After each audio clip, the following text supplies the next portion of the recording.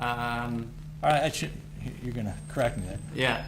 And we've had people explain the The cameras. camera, yeah. Essentially, we're on a 30. That's where we see the camera start on all the videos that we've seen, just because of the 30-second delay. Yes. Okay. And if we heard it right from, I believe, the Axon expert as well as Detective or Captain Cyber talked about, a lot of times the camera is always running generally, is that right? Correct. But there's certain triggers that start the recording mechanism. Starts the recording mechanism, and when that starts, it brings in the 30 seconds prior to that activation point. So you had some type of trigger later on, and then it jumped back and started recording you to the point that you were turning around there. Correct. And does it activate your dash cam and your body cam? Yes. Okay. So what did you do next after you turned around? Well, I wanted to initiate a traffic stop on the vehicle, so as I turned around, the vehicle turns right onto Griggs from Newark, and that's essentially, then we see me starting to head this direction as well. And as I'm making this turn, the Nissan is making another right-hand turn onto Nelson. So where did the Nissan start out up on Orville? Somewhere in this area. And it turned off Kalamazoo where? Well, it turned off Kalamazoo in this area onto Orville, I believe. And that's where I lost sight of it and continued south after running the license plate. Okay. So at this point, the Altima turned on to Orville, traveling down Newark, took a right on Griggs, is that right? Yes. And then took a right on Nelson? Yes. Is that right? Yeah. So essentially, the vehicle was somewhat starting to drive in a circle? Yes. Right? Anything about when you turn around on a vehicle immediately after passing it, start turning around and then it starts driving, making a couple of right turns, anything about that is noticeable to police? Just seems evasive. A lot of times people will change their direction just based on the sight of our fully marked cruisers. So what did you do next year, Chris? Well, I had gotten on the radio and notified dispatch that I was making a traffic stop. Why were you making a traffic stop? Why? Because the license plate didn't match the vehicle. And that's a lawful justification to stop a vehicle, is that right? Correct. Okay. So I think we've seen it on video, but you get on the radio and call out a traffic stop. Yes. What's the normal routine or expectation or common practice when a GRPD officer calls out a traffic stop? Just calling it out. Essentially, I'm calling out the traffic stop to let my teammates know that I'm where I'm at and to head my direction. Okay. So that the expectation is someone should be heading that direction. Did you request anyone to head I in that didn't actually say those words, but just calling out the traffic stop itself, that it provides that expectation. Is that the normal routine that other cars may come over and, I'm not sure the terminology, but rolled past or something along those lines? Yes. Okay. Now, what happens after you call out the traffic stop? I started calling it out, and then I activated my overhead lights, which is when the cameras actually activate, and that's where we hear the sound. And then I proceed to finish calling out the traffic stop as I'm coming to a stop. At that point, the driver of the vehicle is exiting as I'm finishing my transmission. Okay.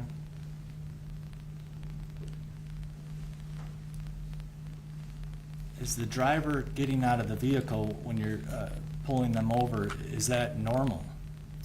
It's definitely, it happens quite a bit. It's just, I wouldn't say it's the norm, I guess, but it does Sometimes we do have people exit and start arguing and that type of thing. What does that do for the police officer compared to a normal traffic stop? It definitely raises our stress level. Now, what are you trained to do in that situation when the driver gets out of the vehicle? Just take control of the situation, usually just by giving authoritative, concise commands. Now, what is the importance of trying to take command in a situation like that? Just to keep myself and others safe. Are there unknowns when you pull a vehicle over in a traffic stop? Yes. Now, when you tell the driver to get back in the car, does he follow your directions? No. And you talk about this take command. How are you trained to take command as far as just your voice and the directions? It's just an authoritative voice with just simple commands of what you want someone to do. And is right in your policies, is that what you're trained to do as far as authoritative, concise commands? Correct. Because on a normal traffic stop, driver not getting out of the vehicle, what's your normal approach on a traffic stop? I just walk up and say, hey, I'm Officer Schurr with Grand Rapids Police Department. I stopped you for whatever the reason may be, and at that point I'll request their driver's license, proof of insurance, registration. Because in this non-take command, usually you have a much different tone, is that right, on a It's traffic stop? significantly different. But here, you're trained, you need to talk authoritatively and concisely, is that right? That's right. Now, in this take command situation, does that do anything to your stress level as the officer? Yeah, it definitely raises my stress. Why? I don't know what's going to happen. Now, at this point, do you know who the driver is? No, Do you have any idea why he's getting out of the car? I don't. Now, you gave how many commands approximately did you give the driver to get back in the vehicle? 4 or 5. Did he follow any of those? No. Now, failure to follow police officers' commands, can that in and of itself be a law violation? Yes. And could you technically have the authority just to place the individual under arrest right there? Yes. And did you do that? No. Why? I just wanted to give him the benefit of the doubt.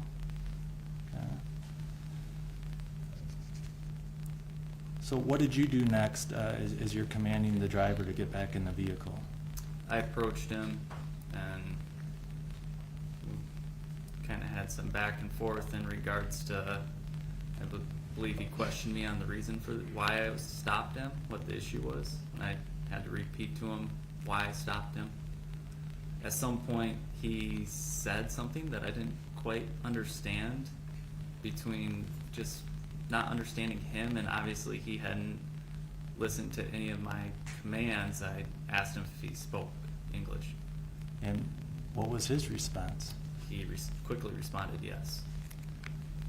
Is it important that you understand each other? Yes. And were you able to confirm that? Yes. So what did you do next? I asked him for a driver's license. Is that normal in a traffic stop to ask for a driver's license? It is.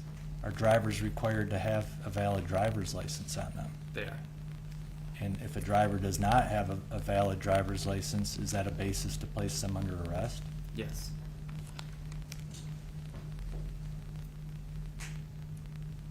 So you asked the driver for their driver's license, and what was his response? He patted one of his pockets, I believe, initially when I asked for it, and then wanted to say that he said it was in the car, and I told him to get it. Okay. Now, what did you do during this? What did you do at this point? Well, I told him to get the license, Mhm. at which point he asked the front seat passenger for the license, and I just kind of take a step back and observe that the front seat passenger appears as though he opens the glove box and shuts it without providing any type of license to the driver. Based on your 7 years of police experience, what are you sensing at this point? At that point, I'm sensing he doesn't have a license. So what happens next? The driver shuts the door and begins to walk away from me. And when a driver, can a driver just walk away from a police officer in this situation? No. Based on your experience and the circumstances that had transpired thus far, what are you feeling at this point? Well, your stress level definitely goes up. You're going to end up going hands-on with the person. So it's a pretty stressful situation. It starts to raise your heart rate a little bit, if you will. So what do you do next? I grab onto him, tell Okay. him to put his hands on his head. Why? I just wanted to place him under arrest. Okay. Had he committed violations that were arrestable offenses? Yes. What happens when you place hands on him? He spins towards me and shoves me away. Now, in your experience, when you go to place individuals under arrest, do they always want to be arrested? I would say typically people don't want to be arrested. But is one of your essential job functions, going all the way back to the MCOLS Academy, that you may need to effectuate arrest by using some level of force? Yes. Is that what you were attempting to do here? Yes. I believe you mentioned that the driver pushed you. Is that right? Yes. Was there anything else during this initial skirmish that you took as any types of aggression? His fists were clenched. And what does that mean if someone's fists are balled up to you? Could lead to a physical assault on me. So at this point, did this turn into somewhat of a tussle already initially? It did, yes. Under Michigan law, is it a violation, a felony violation to assault and resist a police officer? It is. So now what happens? He proceeds to run away from me. Does he get very far from you? No, not really. So what do you initially do? Initially, I got on the radio just to let dispatch know that I had someone running to elicit emergency response. What does an emergency response mean? Essentially, people will start driving with lights and sirens activated and exceeding the speed limit, in hopes to get people there quickly. In your, maybe it was 5 years or so working in that area, when you send out a message for an emergency response, what is your normal expectation of having other officers show up on scene? Well, I think one of the big things is that area is pretty well confined, and it's not like we're working in the city, so we have officers in a small area, if you will. Typically, when you say that over the air, you can hear the sirens of just saying something like that on the radio, and I don't recall hearing them at that time. But also, I mean, cars typically get there within a minute or two. Okay. Now, was the driver, as he started trotting away, was he moving very fast? No. On April 4, were you in overall good physical condition? Yes. And going back all the way to the MCOLS Academy, are you trained that you may need to get into foot chases? Yes. And are you trained that you need to often run into very volatile and unknown situations? Yes. Based on your experience working in the service area of Grand Rapids, why do individuals often run from police? My experience has been that when people run, it's typically for some type of felony offense associated with what they're doing. So, does any foot chase then, is there always some type of risk or perhaps danger to an officer in a foot chase? Yes. Is there a policy advising officers that they cannot foot chase? No. And in fact, had you and fellow officers on your team been in other foot chases in the past? Yes. Approximately how many? With other teammates and that kind of thing, I've probably been involved in hundreds, 100 or so, I would say. So is it a normal expectation to pursue on foot when you're working with GRPD? Yes. How many solo foot chases do you think you were in? Probably 30 or 40. And is that a topic that the department had recognized you for in the past, as far as? Objection. This is like the second time they've tried to introduce stuff that's already been excluded by the court, Your Honor. Your Honor? Because you have already had that discussion. Can I just build a record briefly, though, Your Honor? The prosecution's experts.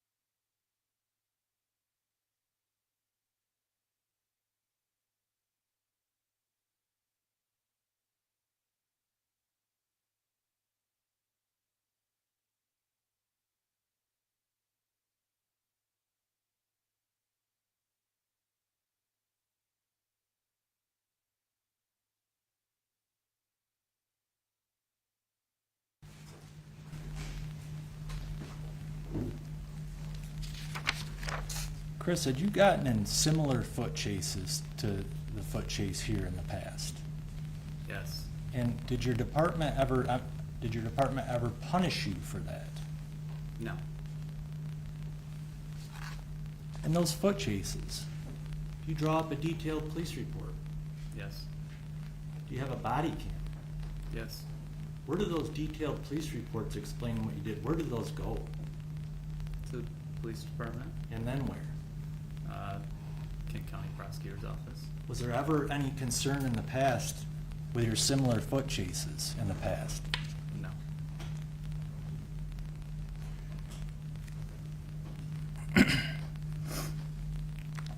Your efforts in other foot chases, did you catch people that were wanted on other criminal matters? Yes. Were you successful in getting a lot of unlawful contraband off the streets? Yes. During your tenure at GRPD, had there been episodes where subjects flee from police and then unlawfully enter the property of others? Yes. This area here, is that a rather densely populated area? Yes. And are there a lot of families living in those neighborhoods? Yes. Now, going back to the pursuit here, where did the driver initially start trotting towards? Towards my patrol vehicle. And you mentioned, what do you initially do when he starts to run? I got on the radio. So what do you do next?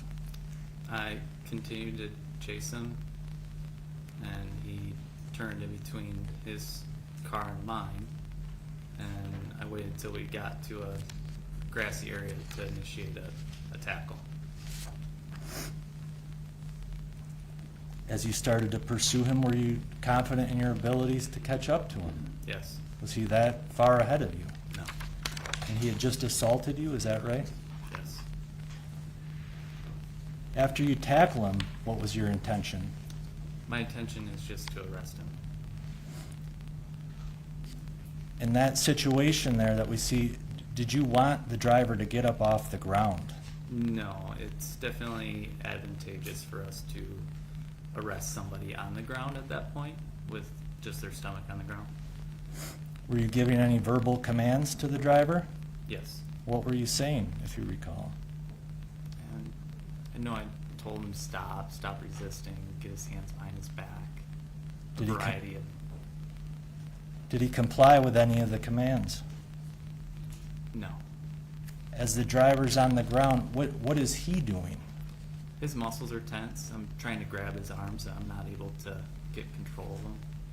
Were you able to keep the driver on the ground during this initial skirmish? No. Was he able to get up off the ground then? He was. How many times? Well, he gets up off the ground a few times during the entire incident. Now, are you trained on, and I think we've already talked about this with the training unit, but are you trained on some different maneuvers to try and apprehend a suspect in a situation like that, to try to apprehend them and get them in cuffs? Yes. Did you try some of those? Yeah, I tried to initiate, well, I did knee strikes on the driver. What is the main goal of the knee strike?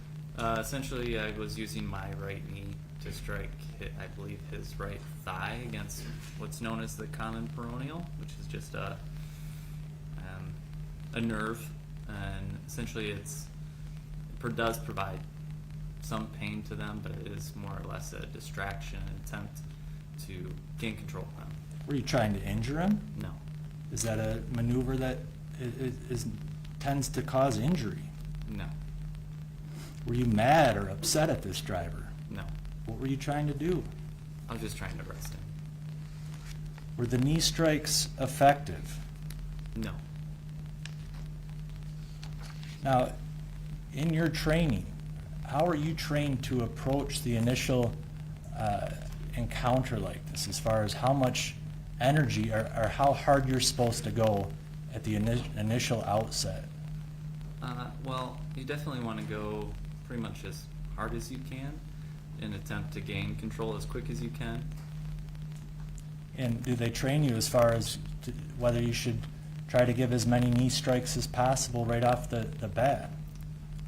I would say within reason, whatever is reasonable at the time, and attempt to gain control. I wouldn't say just keep going and giving them knee strikes like a bunch, but it needs to be proportional. All right, I understand. Mr. McFarland, could you please go to the body camera video? I believe that's the people's exhibit.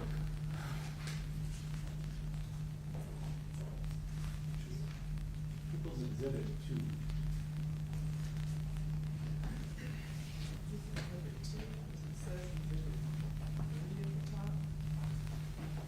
It is 3.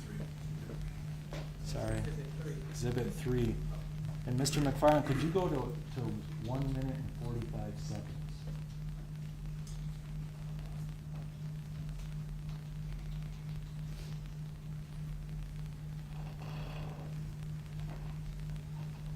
And I'm going to ask you if you could please play that to 2 minutes and 38. 2 minutes and 38 seconds. Please dim the light, Sue.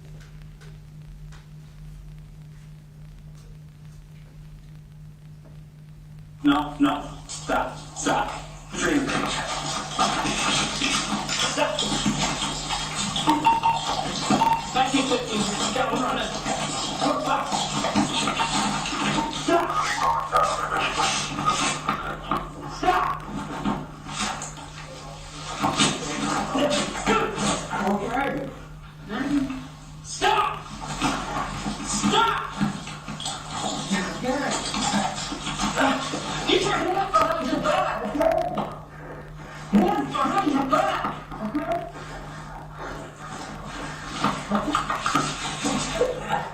Turn your hand behind your back.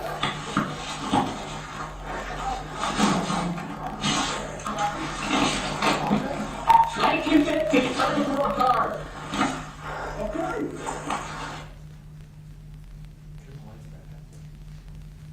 Start me more cars. What does that mean? I want an emergency response. I know I already asked for one, but my intent at that point is to let people know that I'm really struggling right now. And if you weren't driving fast, you better be driving a heck of a lot faster now. Because from the moment where you first put your hand on him at approximately 1:45 until start me more cars, are we getting close to about a minute or so there? Yes. 45 to 38? Yeah. Which direction was the driver running towards? In northeasterly direction. And was he on the sidewalk, or did he run over onto the grass in a different direction? He ran over on the grass. Is it, based on your experience, is it normal that individuals start to run in towards houses?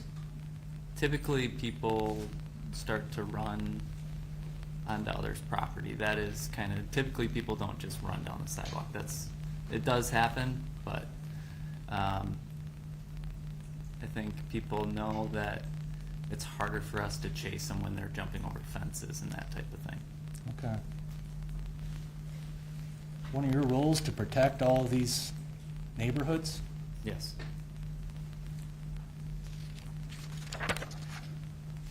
Now, can you, at this point, can you start to hear anything as you watch that, as far as your breathing goes?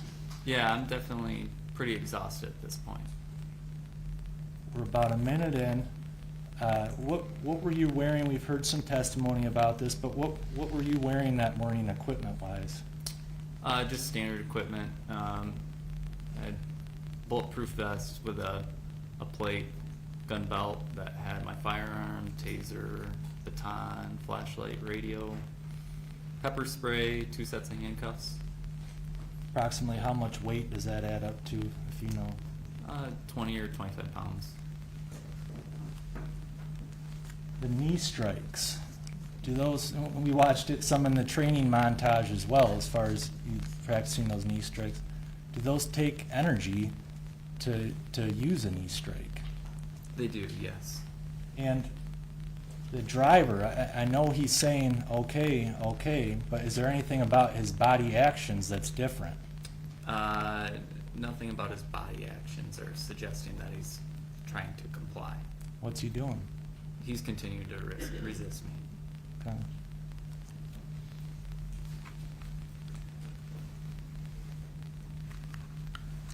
Now, up to this point, actually just backing up, we can't see it as well in that video, but you had testified that the driver had been able to get up off the ground at least maybe 2-3 times during this initial struggle. Well, I was saying just an entire incident, Okay. 2 or 3 times, but yeah, I tackle him and he's able to get up Okay. again pretty quick. And were you putting your weight on top of him as he got up? Yes. During this situation, in these training materials, does it indicate that you should stay engaged with the individual? Yes. Perhaps move on to some other training to try to apprehend the individual? Yes. Because at this point, had you attempted several verbal commands? Yes. And did he comply with any of them? No. And had you now used several different lower levels of physical force upon the driver?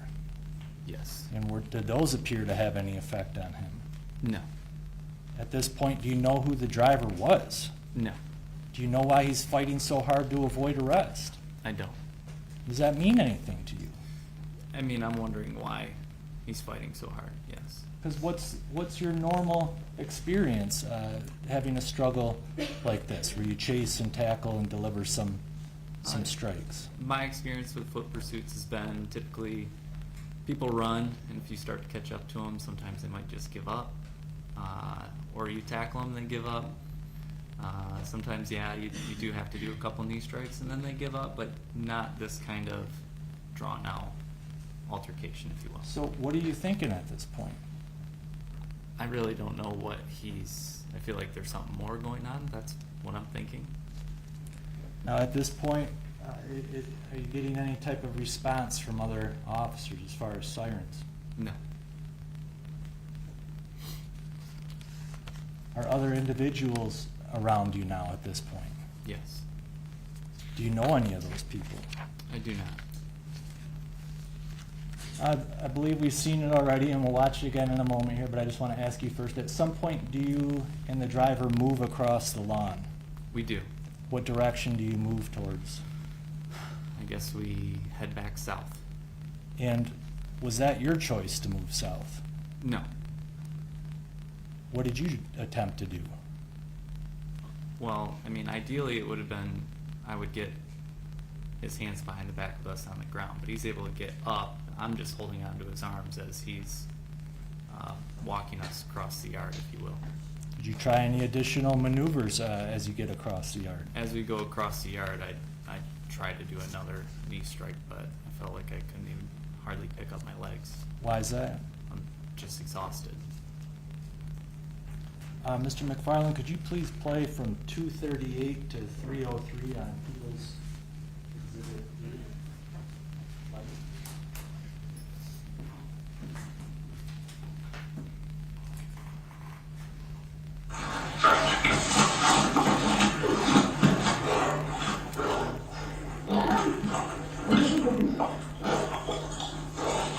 Stop! Okay. Persisting!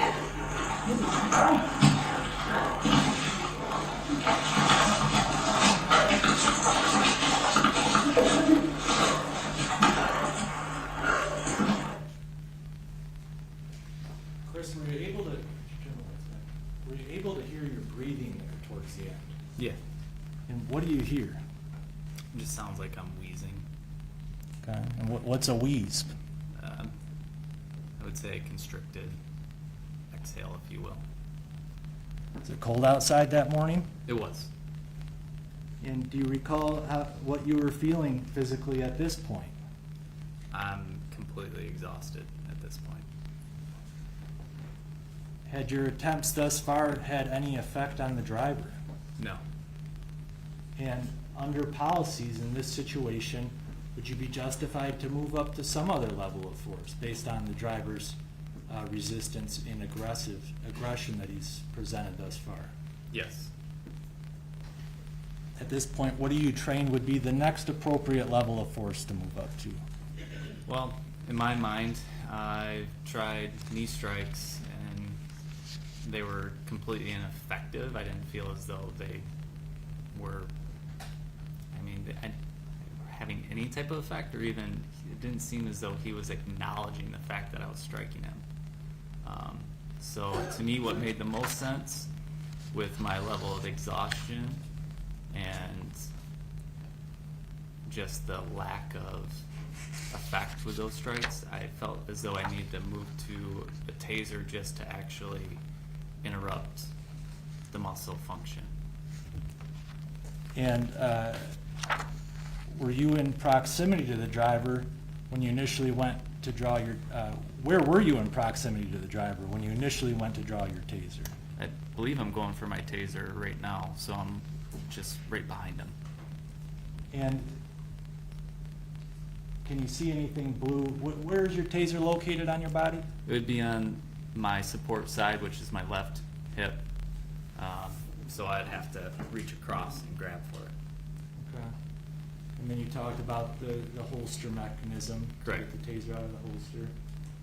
This proximity to the driver there, is that similar to the prior occasion where you used your taser on the job, as far as the proximity?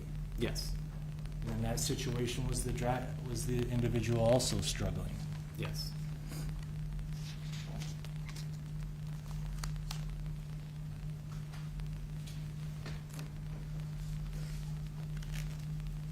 Now, what were your intentions at this point as far as where to deploy the taser? My intention is to deploy it on the subject's back, just because it's more of a stress-free deployment for us in the sense that I don't have to worry about injuring him. What happens next? It takes me a little bit to get the taser out of the holster, and with me only having one hand on him, it affords him the opportunity to turn towards me. Okay.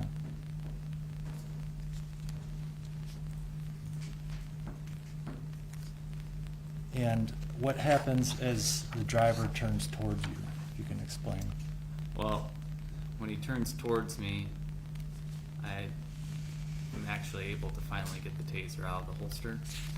And I recognize that he's facing me and I need to adjust or pay more attention to where the probes are actually going to be deployed. This situation where the driver turns towards you, how much time does it take for this to quickly evolve? Split second. And I'm sorry, I may have missed this, but as the driver turned towards you, was there a taser attempt? Was there a deployment attempt there? Once I realized that the top probe was going to be below his diaphragm, I deployed the taser. Yes. And what happened as you deployed the taser? When I deploy it, the driver grabs on to the taser itself. Now, after the driver grabs your taser, did he ever let it go? No. Did you tell him to let it go? Yes. Had anyone ever tried to take a weapon from you before on the job? No. And going back to your academy, to your training, is disarming a police officer, would that be a pretty serious scenario? Yes.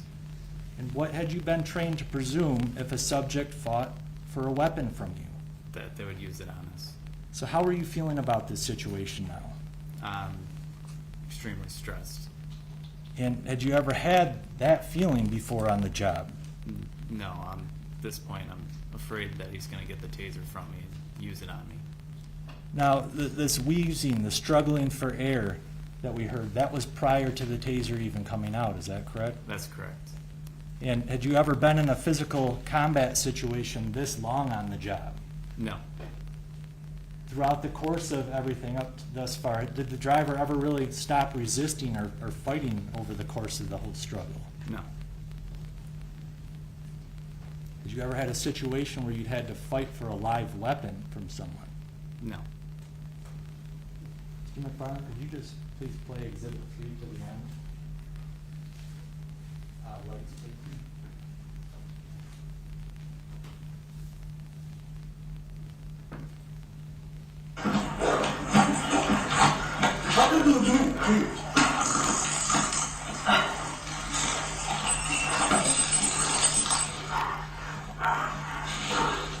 Let go of the taser!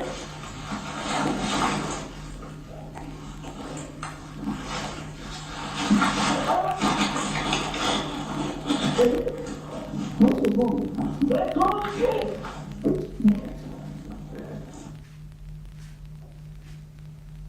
Please turn the light back on.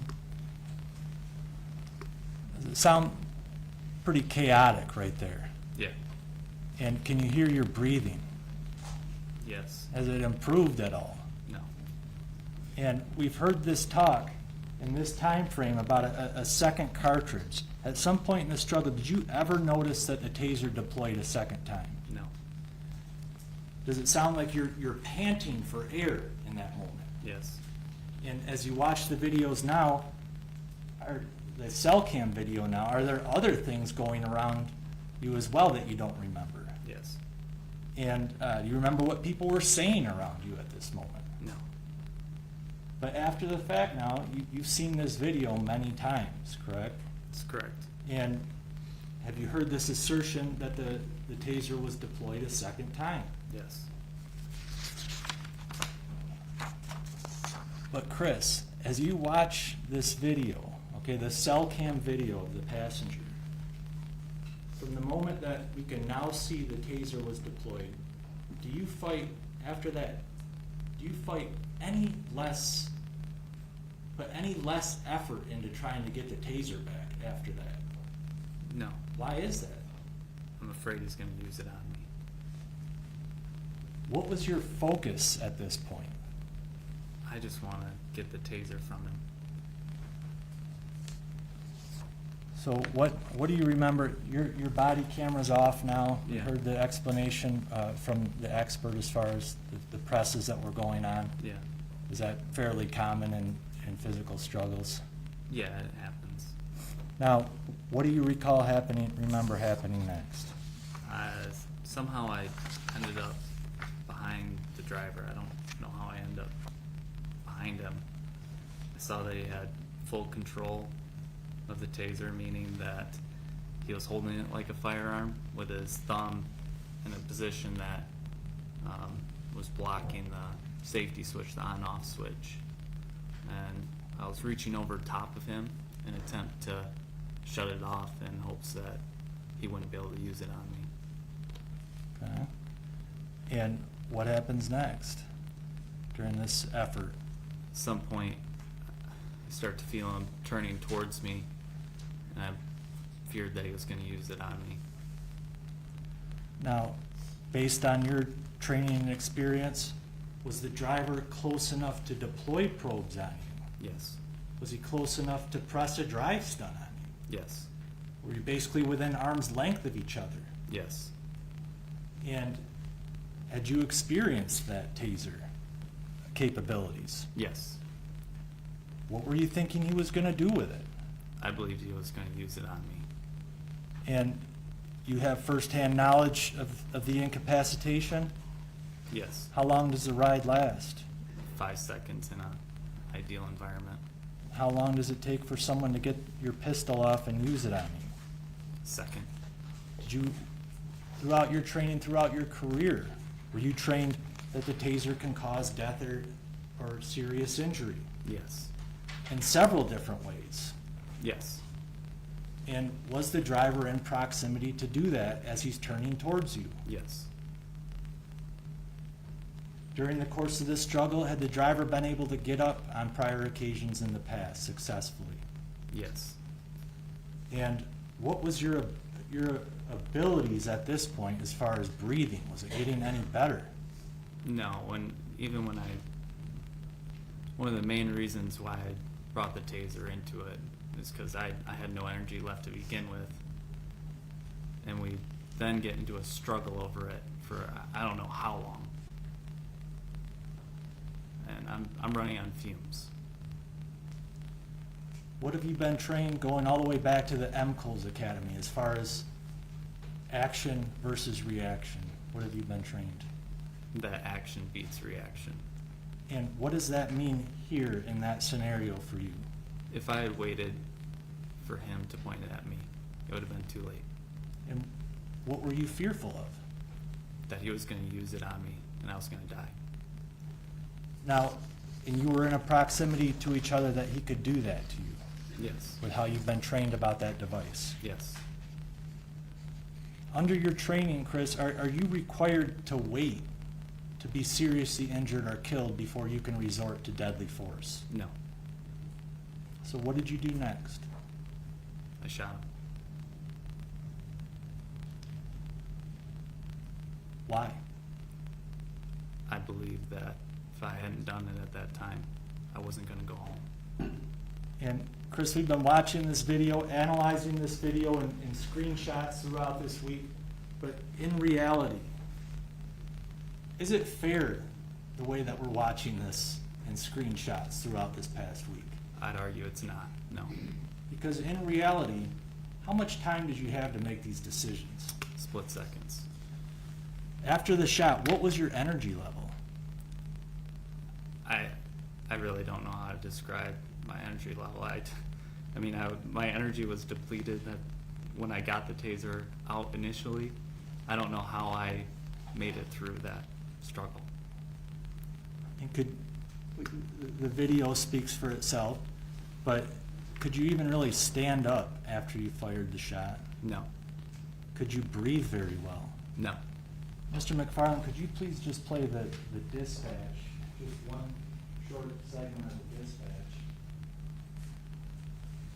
So exhibit number, or letter H. Thank you. Just the portion, one portion of that.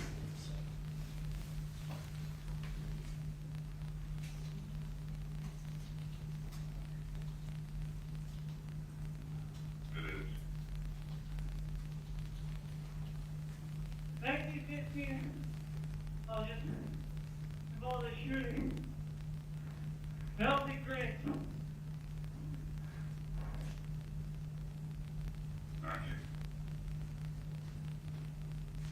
Chris, was that your first call out after the shot? Yeah.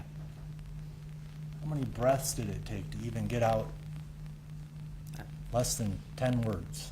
I don't know. Does that pretty much sum up your condition at this time? Yeah.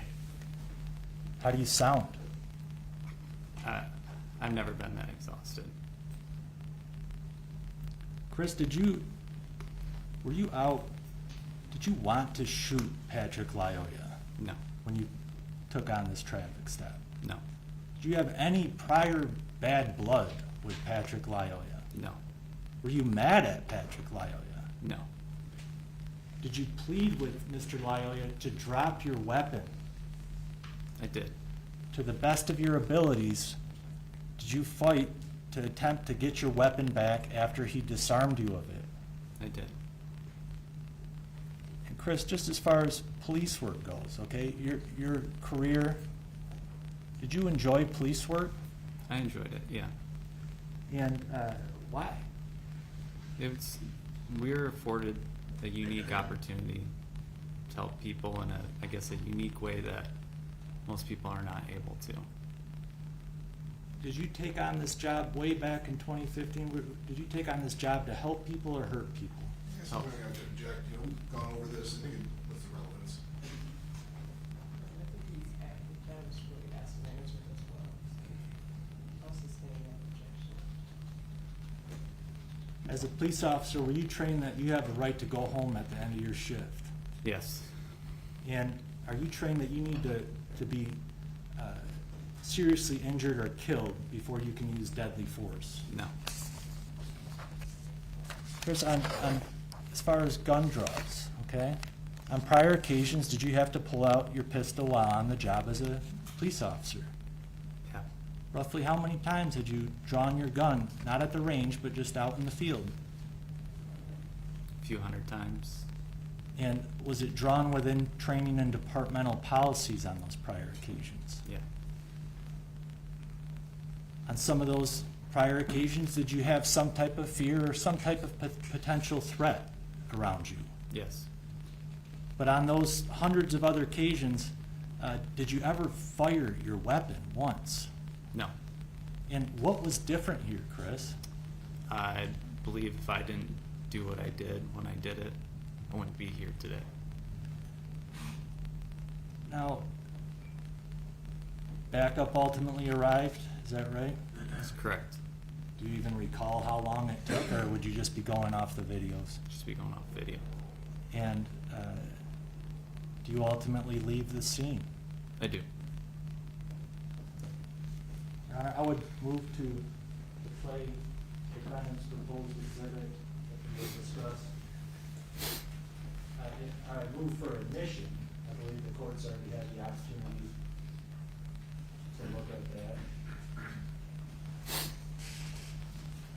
It would be defense proposed exhibit GG.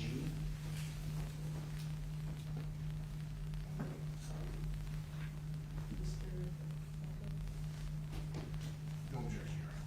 Okay, and GG, is it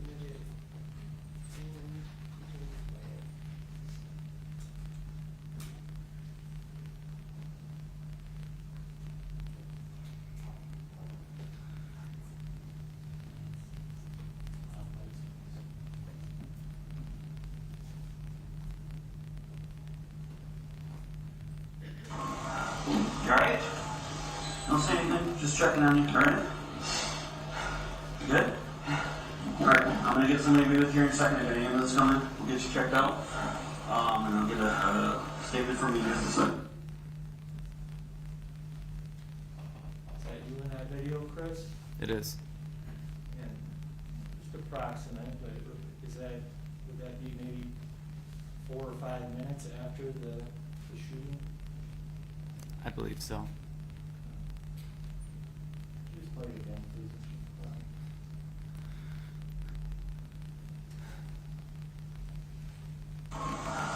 You all right?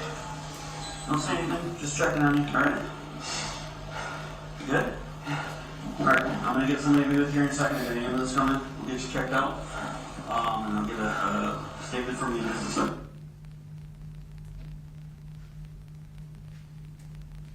No further questions, Your Honor.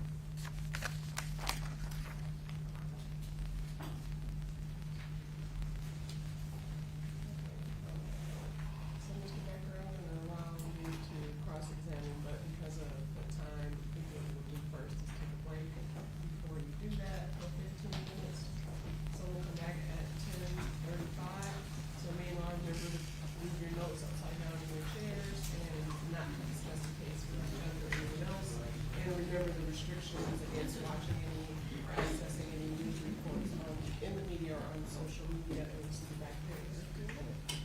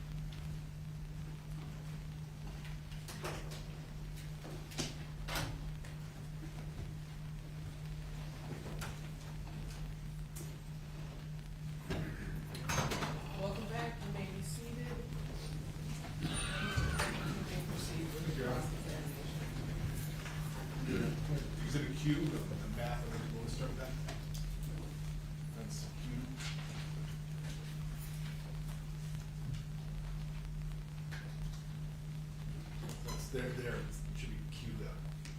Their exhibit. Or computer, wrong computer. There you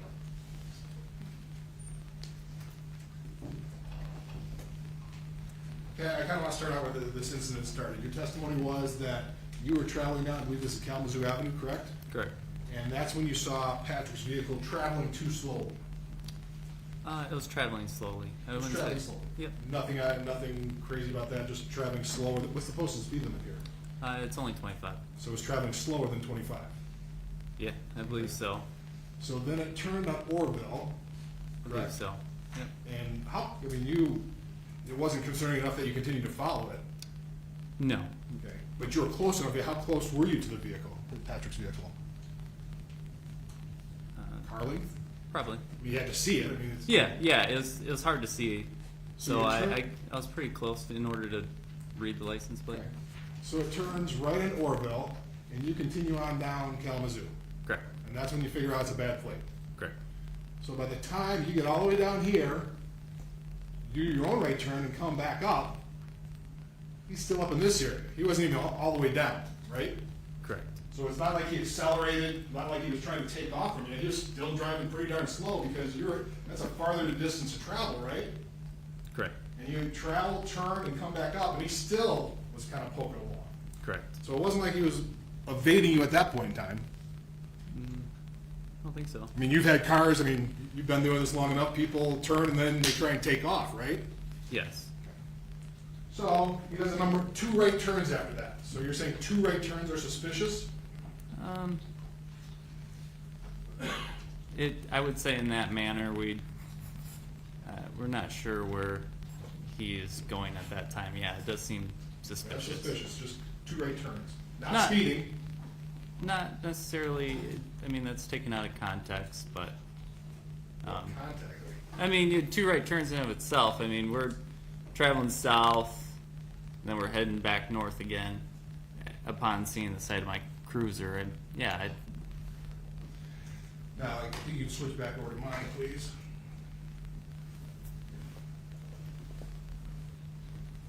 Now, when I get into this, I want to make sure I'm using the same thing. You did a statement to Michigan State Police after this occurred, didn't you? I did. I want to make sure I'm referring to this. I'm going to show you this. You recognize that? Yes. You recognize that as your statement? Yes. And this is a type statement?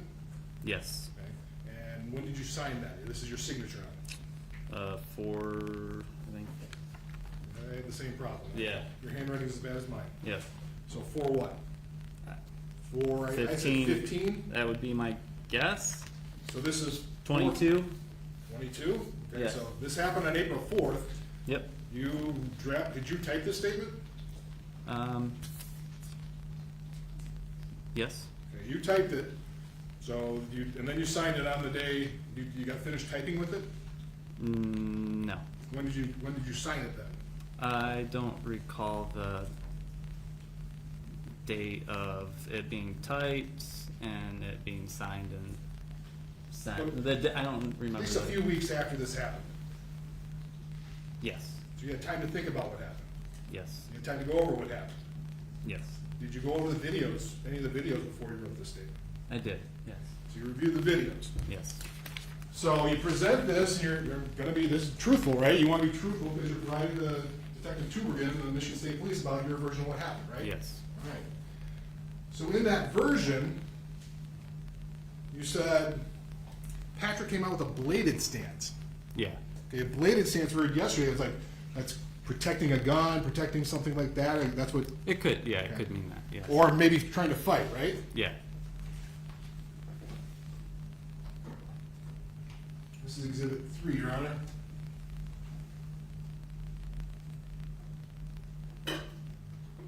Where's the bladed stance? When initially he opens the door, that's how I perceived that. All right, go back. Can you dim the lights, please?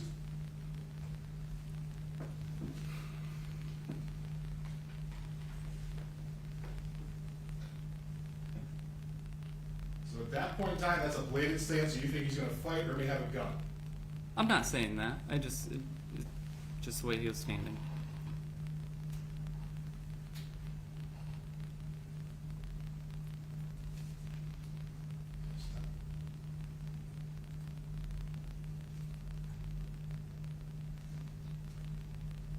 right there, you think that's bladed like he's maybe gonna do something? It's definitely a different perception than the perception I had. That's a different perception than the perception you had? Yeah, because it's a different angle. This is exhibit 2. Oh, I'm sorry, exhibit 2, I did switch off. Thank you. So the different angle, so now you're saying you perceive it as this bladed stance, like he may fight or have a gun. He just took a bladed stance, and it looks significantly different when you're in my position to the left of that. So that would be more your body cam. Yeah.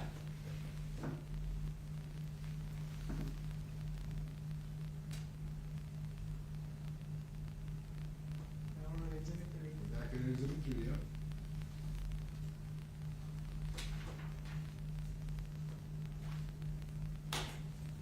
So that's, you're saying there's two different views here. To me, they appear different, yes. You can turn the lights again, please.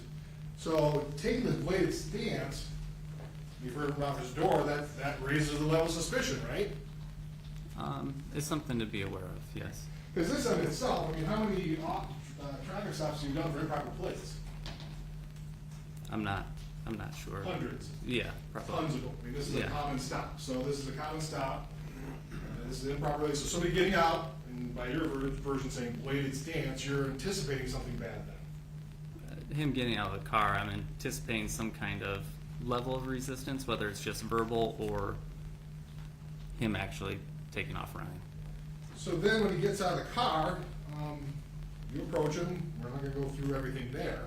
But at some point in time, you say he doesn't speak English. You can tell he doesn't speak English. I didn't say I So you thought he may not, because there's maybe a communication gap? I was worried in the sense that there may be a communication gap because he hadn't responded to my commands yet at that time. And my perception to what was said, I didn't quite understand what he said, so I wanted to clarify and make sure he spoke English. Do you speak English? Is that something that helps people that don't speak English understand English? I think so, yeah. This does?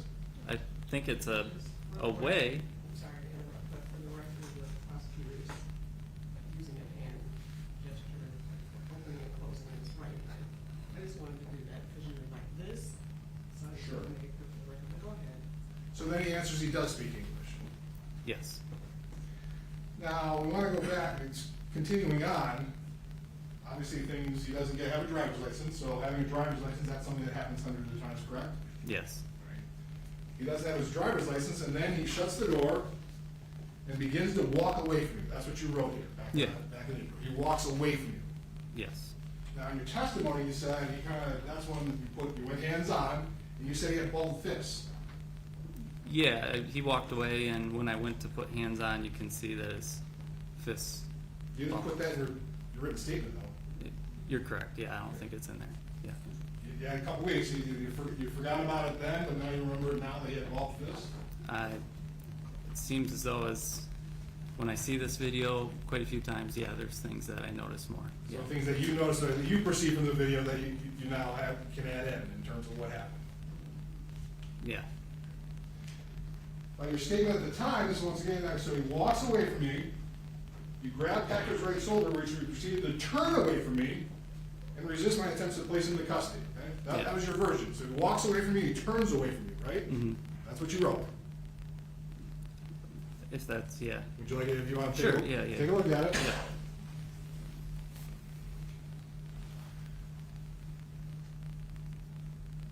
Yeah. Okay. And then he ran away from you, right? He did, yep. Continued to run northeasterly from the traffic stop, so he ran away from you.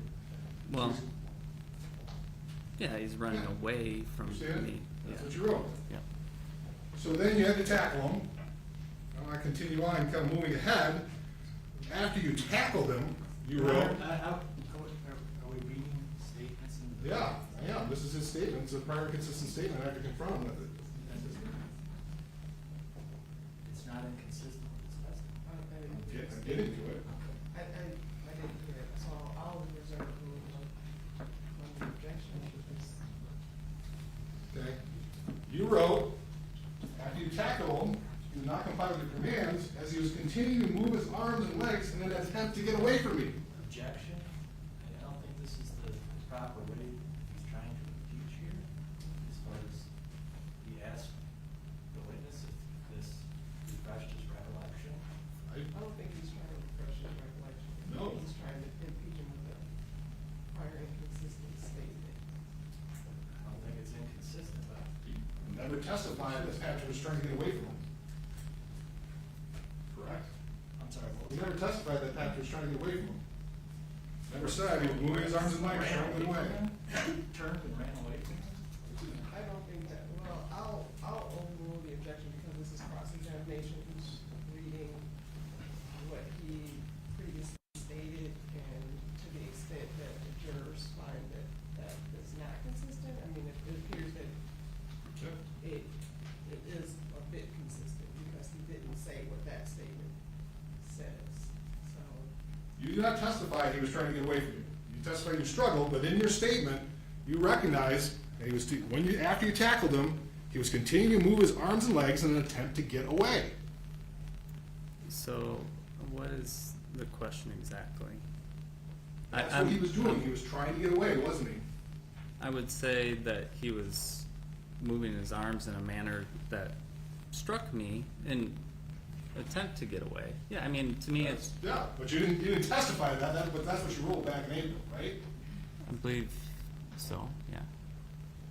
Further along after that, you attempted to. Are we just gonna read the whole statement? I guess this Yeah. doesn't seem like the way.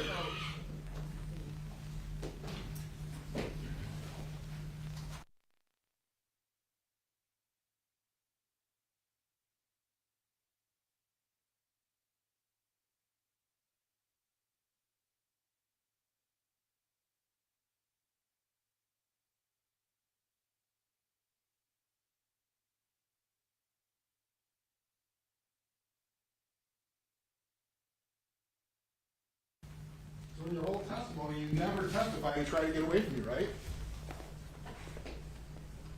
I think saying that he ran from me would be him That's trying one. to, yeah. But in your struggles with him, we're talking about now you're struggling with him. After you tackle him, on two separate occasions in your written statement, you recognize he was trying to get away from you.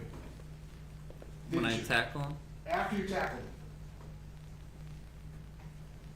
well, he's, I think, I mean, that's the goal of the suspect or the driver in this Well, that- situation is, that's- I mean, typically, when we go to arrest people, especially people that are fleeing on foot, yeah, I guess their goal is to get away from us. That's, Sure. Okay, the goal is to get away from you, but you even recognized that back at the time. In two separate occasions, you said he's moving his arms and legs to try and get away from you. yeah, I mean, He didn't assault I you. don't think what, well, he did. Well, I don't think I'm saying anything different than, Well, that's your interpretation. yeah. But back there, you never said he assaulted you, never said he punched you, never said he kicked you. Every time, 4 different occasions now in your written statement, he's trying to get away from you. He's moving his arms and legs, trying to get away from you. Yeah, I mean, I'm not saying he punched me. Yeah. I'm not now, is what. And you're not saying he kicked you. No, right? correct. Not saying he threw an elbow. Correct, Not saying he bit you. correct, Not saying he headbutted you. correct. Not saying he did anything else but try and get away.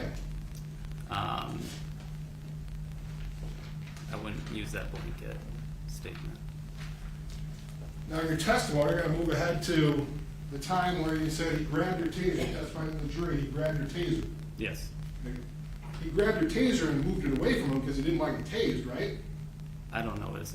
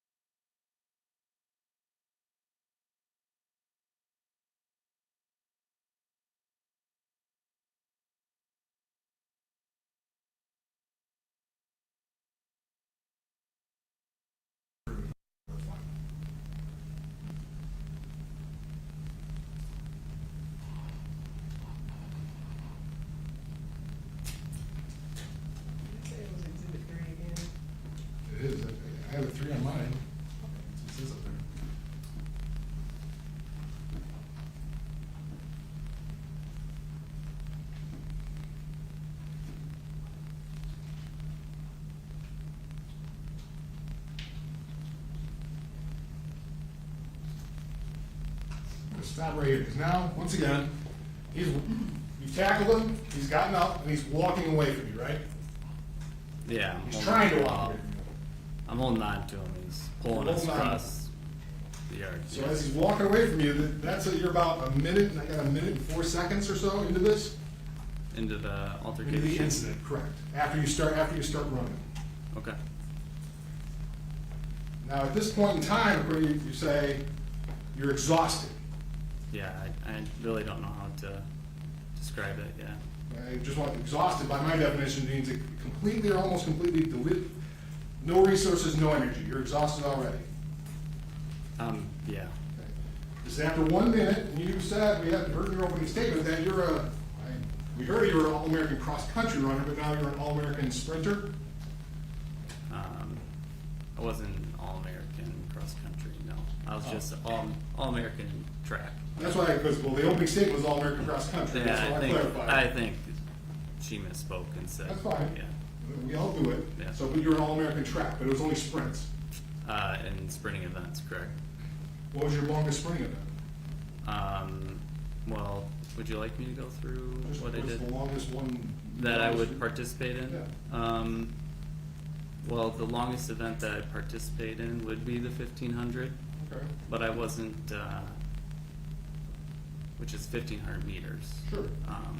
But going more recently, in 2022, you were trying out for the SRT, or were you in the SRT in 2022? I believe I was. You took a fitness test, The didn't you? fitness test, yeah. You ran 1.5 miles, Yep, and you're like 11 minutes or something, a little over 11 minutes, I remember. I don't recall. But you're in the top 70% of Grand Rapids Police in fitness level for that run, weren't you? I don't know, Okay. maybe. You did like 65 push-ups and 55 sit-ups in the allotted time, which puts you in the top 90%. Were you aware of that? Yeah, that sounds correct. So you're in pretty good shape. Yeah, Even though we all get older, but you're in pretty good shape. yes, So at that point in time, what you had done is you tackled him, right? yes. Did you do a forearm strike? I don't believe so. Well, I'm gonna go, make sure that's right one.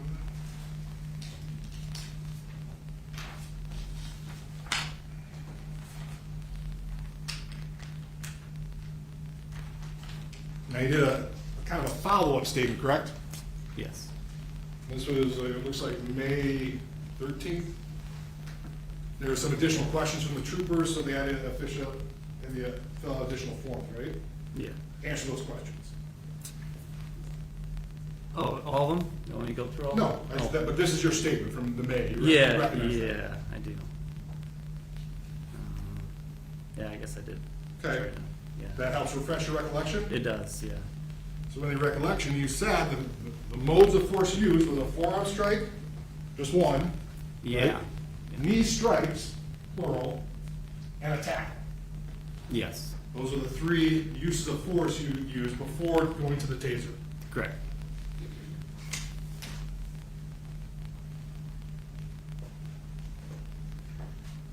Now, in terms of this time, one of the justifications it says, you said you're exhausted. You said you're outnumbered, right? Yeah, You were outnumbered when you started this, right? I was, yes. You knew you were outnumbered when the moment it started, Yes, okay? You knew there's another person in that car. yes, You had no idea what was in that car, Correct. other than that person. correct. We've heard your training is unknown traffic stops, right? Yes, Unknown traffic stops, that there could be guns in the car, yes, there could be guns on the person, they're good. okay? And you're treating anybody that could be in an unknown traffic stop, they may have a weapon. They may have one. And you should treat them as such, right?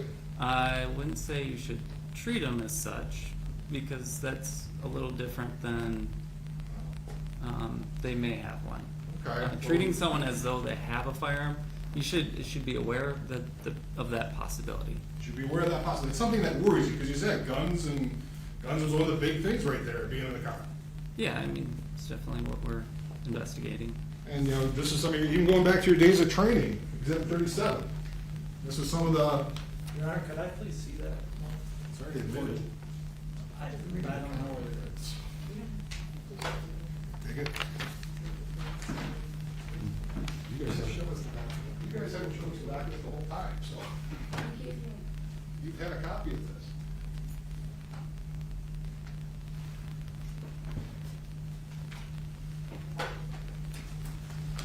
This is going back, Exhibit 37, going back to recruit school. Okay. Okay? There's 4 scenarios on it, right? Yes. All 4 scenarios involve somebody with a gun, or something with a gun related to a vehicle stop, right? Yes. So you were aware of that sort of training when you undertook this chase, right? Yes.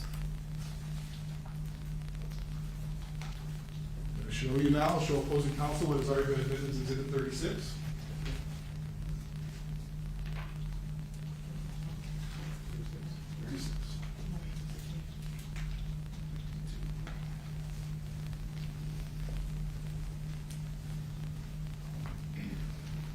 We got a copy of your training records. This is 1902, second training in 2019. You recall having this training regarding a Seattle PD officer-involved shooting after a foot chase. I don't recall it. You- Off the top, I mean, I'm not saying, I'm Sure. sure it's been a long time. Sure. It's- So it was a long time, 2020, so would you have forgotten that, where it says to allow a safe distance and have a plan while chasing an armed or potentially armed suspect? No, yeah, I Well, just see- don't recall the train, like, I just don't. Would It's you been- recall that? Oh, yes, That's one of the things you would have known when you started chasing back in April of 2022, right? yes, Going hands-on or tackling someone who is known to be armed is bad tactics, right? yes, Mr. Dodge asked you questions about, is disengaging, you said, in the policies a lot, you're not supposed to disengage. Is that our main goal is to effect an arrest. the main goal? But you're not prevented from disengaging if it's tactically advantaged, right? There could be times to disengage, correct? So that's why I want to make sure, there's no policy that says you have to remain engaged and do whatever, and keep fighting. You can disengage if it would make sense and tactically remove yourself to get a better advantage, right? Correct. I'm not, want to be clear in the sense, we're trained to stay engaged, but yes, there may be, depending on the circumstances, yeah, you may need to Sure. disengage. And that's the thing, depending on all, that's what we heard all over the place, depending on the facts and circumstances. Correct, All the facts and taking everything into account at the time. correct.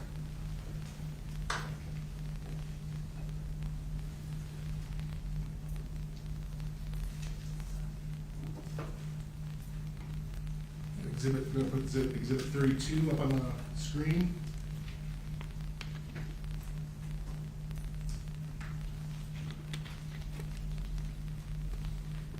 Next we go to 911.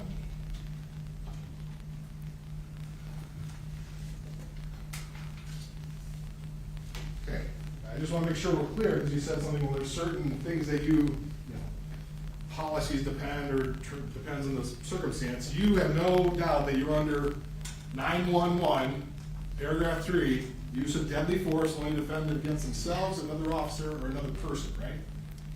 Correct, When a reasonable threat of death or serious bodily injury, that's the only time you can use deadly force. correct. And you're fully aware of that at the time back in April. Yes,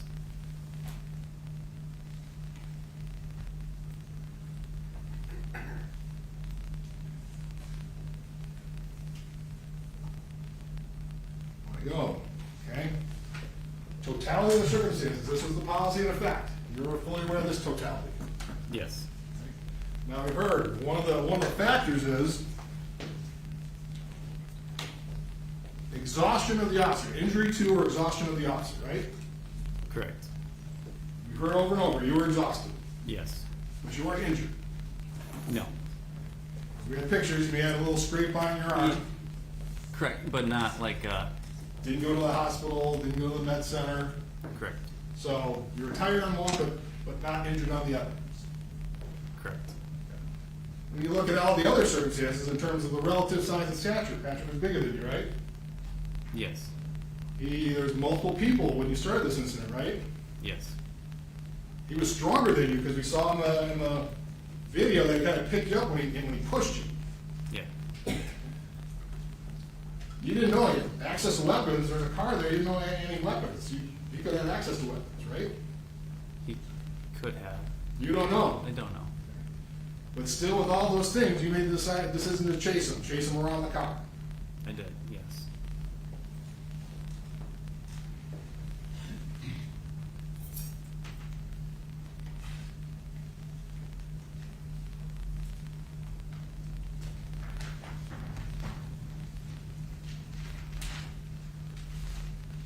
Now, one of the things he said, they kept on saying, well, resisting arrest is a felony violation.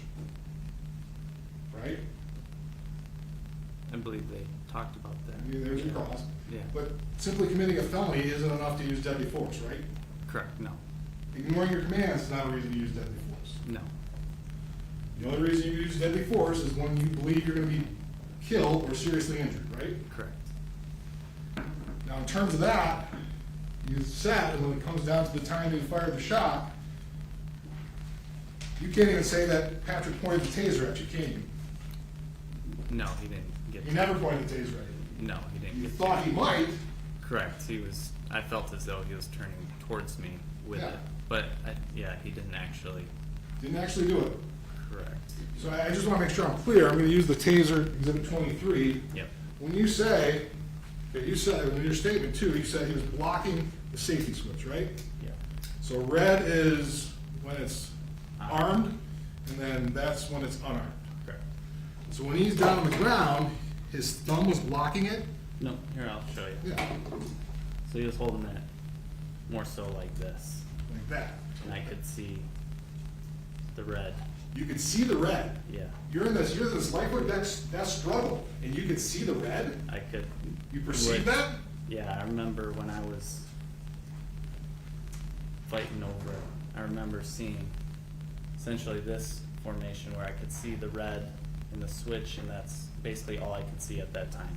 But then his hand's like this. Yeah. His hand's like this underneath him? It wasn't like this? It may have been in the video, but there's time where this is the way I saw it. Okay, so you agree that in the video, it looks like his hand's on there like this, When but you're saying it's like this. correct. That's how you perceive it. Well, yeah, there's parts where you can't see it.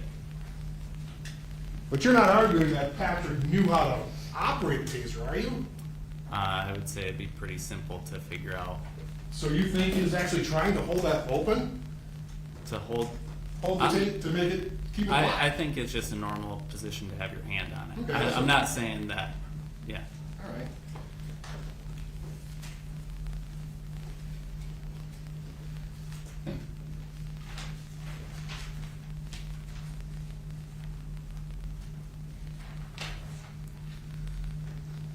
So I want to go back to that. So now you say you saw the red, so you knew that it was still active.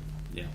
I'll make sure that, so during this incident, you actually heard, you heard Wayne Butler, the resident, come out. I remember him coming out, yep. While you wrote, you heard the resident exit the house and tell Patrick to comply with commands. That's what your statement, right? Yeah, So you heard that. You noticed a passenger exiting the vehicle. correct. You didn't hear any sirens indicating more units were on the way. You didn't hear anything. I think you testified to that, right? Yeah, You were aware of the first deployment of the taser because did you hear it and then you kind of saw it? I did it, You did it. yeah, So you know it's the fly. yeah. John, is he just gonna talk through? I want to make sure I'm clear on what he said. Okay, so if you can approach,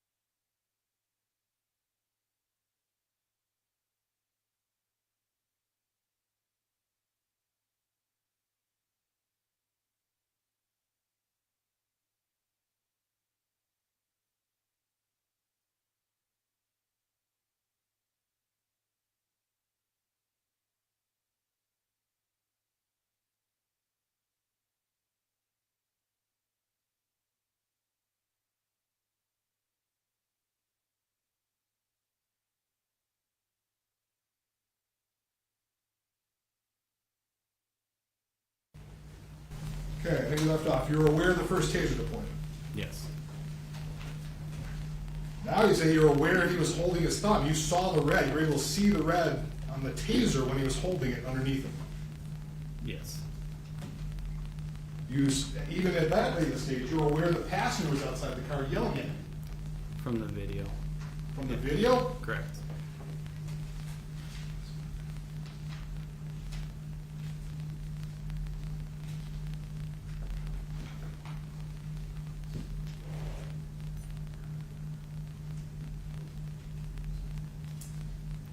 At that point in time, I was just focused on. Okay, I'm gonna go back to your written statement. Yeah. This is, well, you said No, from no, the no. video. I did, yes. If I can explain. So yours. I used the video to write the statement, is what I'm saying.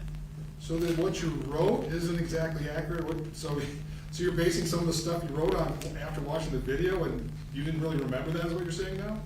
I would say I was more focused on, Because you're clearly right, you heard the passenger in your statement. But now you're saying you. yeah, no, I know you came out earlier. I think what you're discussing is later. But then you're aware, you couldn't hear the sirens coming to help you in that late stage. No, You were aware of that, for sure. I couldn't hear sirens. And even at the time, you took time to fire that fatal shot, you were aware of the background. I took a look to make sure the background was clear. I mean, I wrote it like a police report, yeah. But, I mean, you wrote like a police report, but Yeah, I mean, going in that direction, yeah, to imply that, yeah. so one of the things you can't train, you're not supposed to shoot if there's people around, you may hit somebody else. So you. Correct. Yep. Before you had time, you were focused, you knew that you could fire that shot because there was nobody there because you're basically looking at the ground, right? It was gonna be in a safe direction, yeah. At no time, at no point in time was Patrick ever on top of you. No, At no point in time, once again, he never said he was gonna kill you, right? no, Never said he was gonna hit you. no, Never said he was gonna kick your butt or do anything bad to you. not that I recall, no. This entire incident, he was trying to get away from you. Up until the end, Up until, well, when you were on top of him, right? I was on top of Okay. him, And he yeah, was trying to push himself up, yes, and you thought he was gonna turn the taser on. that's what I believed, That's yes, what you believed. yes. But even the taser's not gonna kill you, right? My impression is that it can cause death or serious bodily injury, Okay. It's gonna cause death. You were tased, right? yes, You're still here talking to us. yes. You watch people in the recruit class get tased. They all survived. They- In fact, nobody even got hurt, right? You didn't get hurt. I didn't, They didn't get hurt. no, So it's one of those things that's always possible, but in your experience, you've never known anybody to be killed by a taser. I don't have personal experience with someone getting Nope. killed by a taser. Do you have any personal experience that you've been working for Grand Rapids Police for 7 years? Mhm. Any time where a police officer was seriously injured by a taser? Not that I'm aware of. No police officers in Grand Rapids Police were killed by a taser. Not that I'm aware of. Once again, though, in your written statement, you didn't say you were afraid of getting shot by the taser. Didn't you tell in your written statement that you were afraid you were gonna get tased and then he was gonna go after your gun? I would say I don't remember what it's in the written statement, but You can take a look Yeah. at it.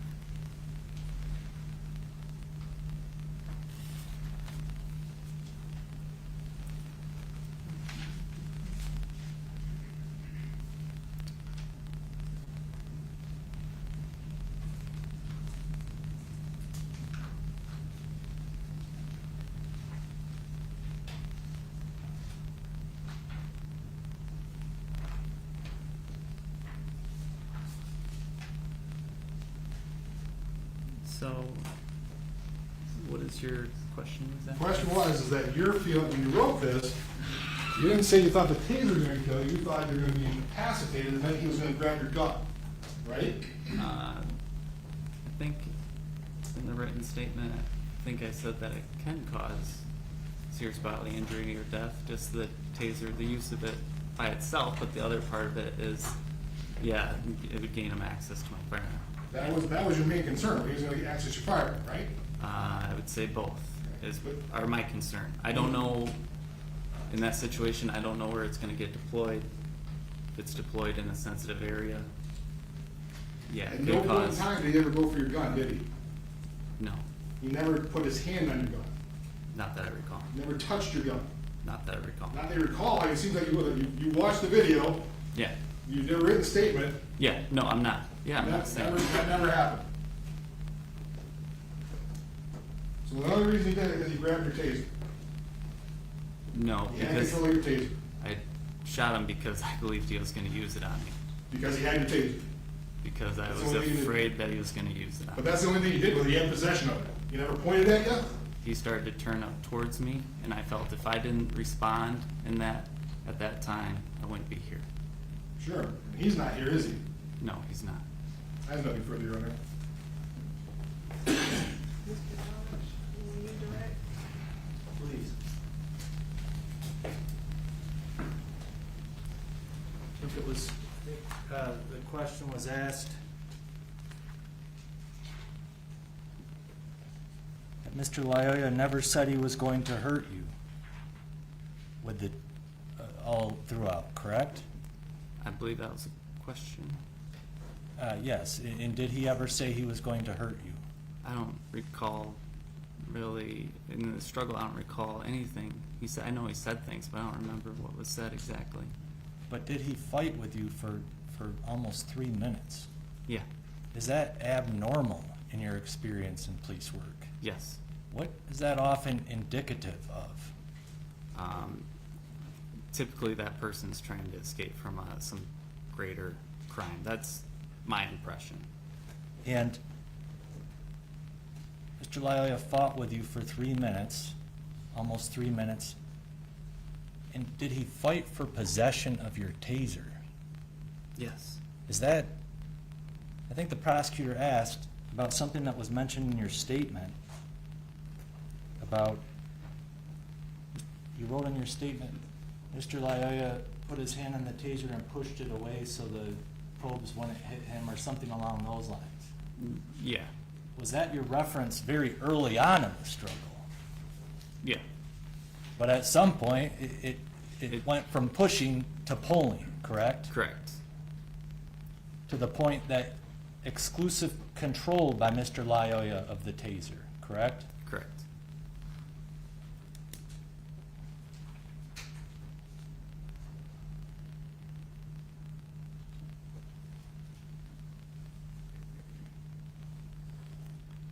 This mention of a statement.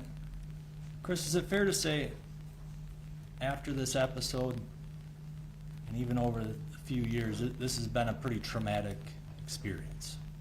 Yes.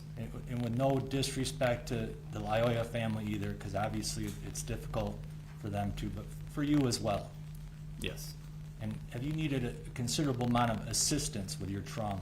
I guess I'm gonna have to object, what's the relevance? I'm asking him as far as what his memory is now that he's being confronted with 3 years later. Okay.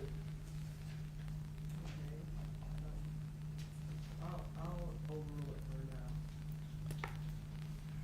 Has this been difficult? Yes. Has your memory been, has it been difficult as far as putting it out of your head, having it back in your head, having this video thrown into the equation? I would say so, yeah.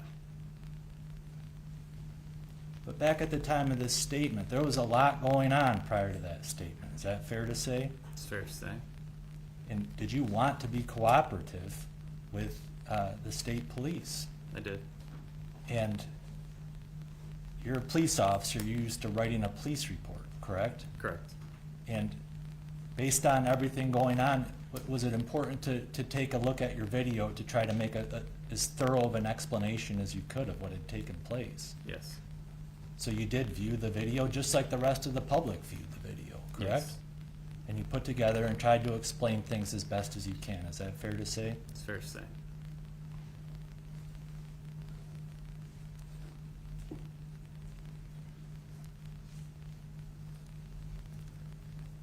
So when you're confronted with, well, you said you used a forearm, but you never said, now you don't remember using a forearm. Do you remember every detail of what happened or what might be on that video? I don't, no. Is that how your mind's working on this? Yeah.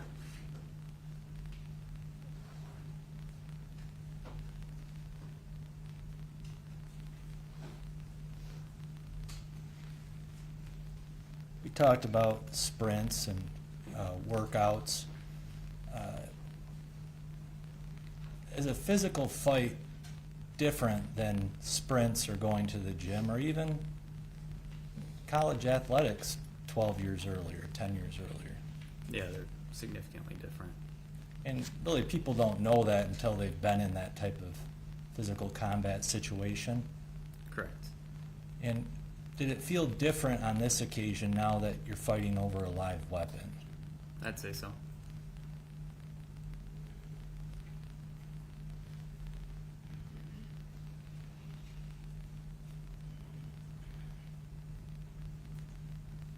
As far as disengaging, generally your training, I believe it's laid out in several of the materials, are you trained to go all out to try to apprehend persons? Yes. And if you're not able to move it up to some other level of force if it's reasonable. Is that right? That's correct. And here, did you move up to a taser when nothing else was working? Yes. And you had done that in the past, correct? Correct. And it was effective? Correct.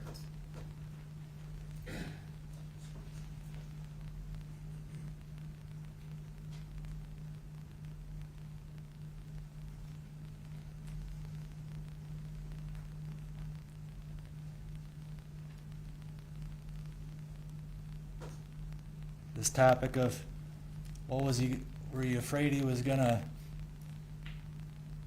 tase you and get at your duty belt and kill you, or direct the probes or drive stun in a location? Were you trained in either manner? Were you warned in either manner to be fearful of something like that? Yes. And is that coming right from the manufacturer? I believe so. And is Yes. that coming right from general training to police officers on the realities of what can happen if somebody gets your taser and uses it on you? Yes. So in your mind, you're just going off of what you're trained. You don't have to object, he's leading, he's been leading the whole time, I'm trying to give him some leeway. I can rephrase. In your mind,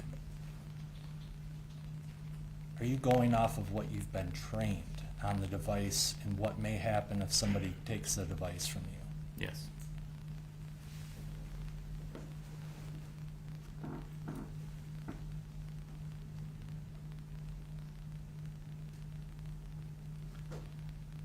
Had Mr. Lyoya been able to get up on several prior occasions already, and had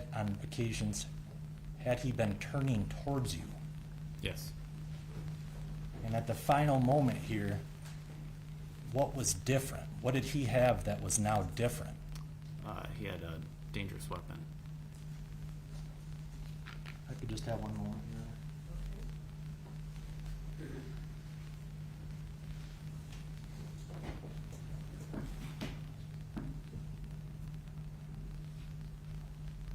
One more question.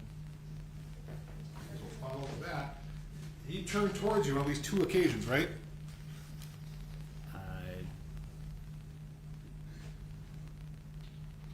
At the door, the initial stop, right? You went to put his hands on you. You put his hands on him, right? I did. Okay, he put his hands on you, and he spun and turned, right? Correct. He was facing you. Yep. Didn't throw a punch. Yeah, I just slapped my hand off. Slap yeah, your hand. yeah, not. Yeah. Get away. Yep. That's what he did. Slap your hand, get away. Correct. So the other time, so then he fell down, or not fell down, you tackled him down, Yes. picked him up, or he got up and walking with you on his back away. Well, he was able to get up after I tackled him. There's Mm-hmm. some up down there, but eventually we get to that So point. that was We get to that point you're discussing. Sure. Yes. But that was the only time he got up in this incident, really, right? After being no, knocked down. What I just described. Yeah. The Sure. the couple. Yep. The one time he got up. That was the one time he got up. No, he got up once, and then he got up again, and that's where we're up to what you're talking about. Unless you're just calling the one time before. The tackle. Tackle. Then he got up. He pushed himself up. Yep. So you're walking away. You're holding on to him. No. Oh, that's okay. I tackled him. We'll He go got there. up. We'll go to the Yeah. video, so we're all on the same page. Yep. Which one are you going Let's to? go to exhibit 3, Your Honor. Can you get it right closer to 216 in? Turn this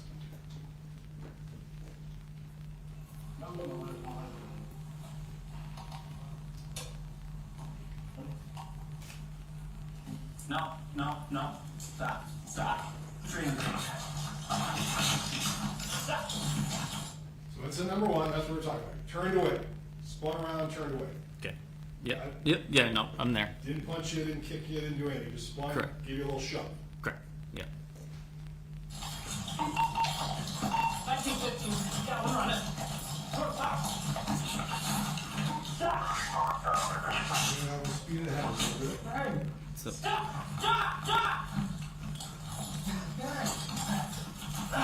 Keep your hands behind your back, okay? Hands behind your back, okay?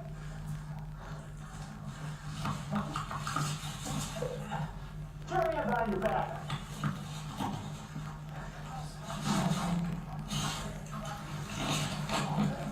1950, time to work hard.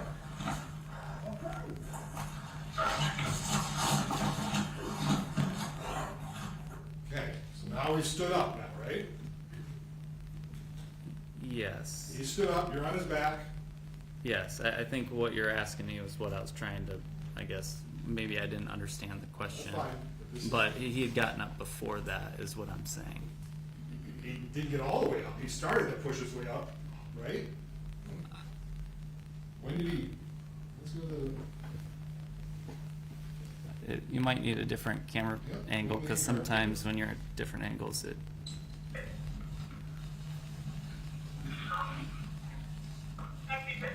We're chasing him here. This is now exhibit 2. Tackle.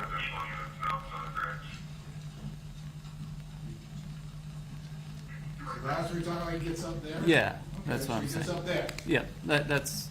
All right, fair enough. Yep. But once again, he gets up there, he didn't swing at you, didn't kick you. Correct. Doing there. Yes.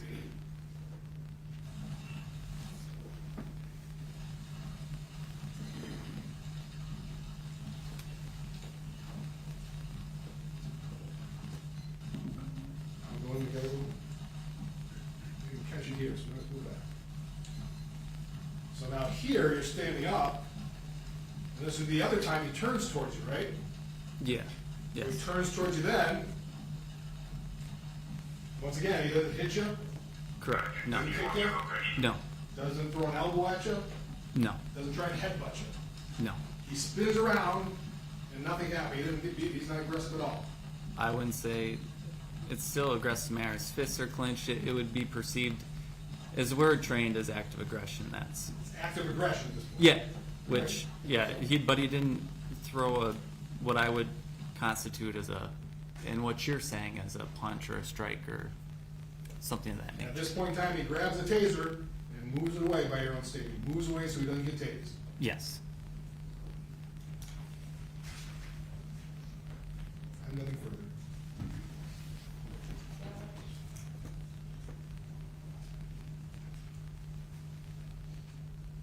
But he may have actually been able to get up at least a few times. Is that fair to say? It's fair to say.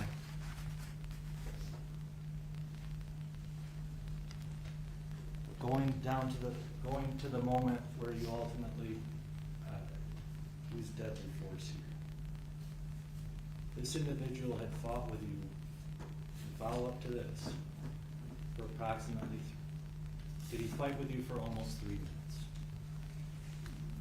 I don't remember, yeah, somewhere around that time frame. And I believe you've discussed already, why do individuals normally fight police to avoid capture this long?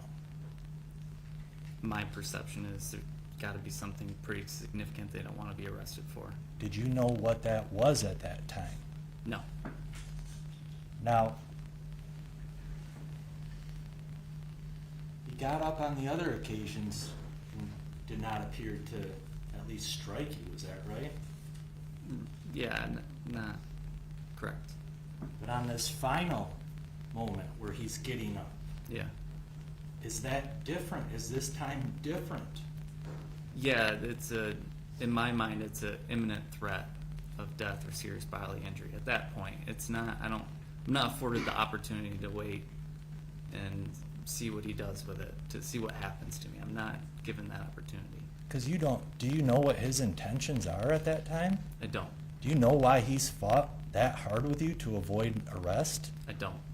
Do you know why he would fight that hard to take full control of a dangerous weapon? I don't. And as he's turning towards you, would you be expected to wait and see? I'm gonna wait and see what he does with it. I wasn't trained to do that. No further questions. No, Your Honor. Hands on the knees,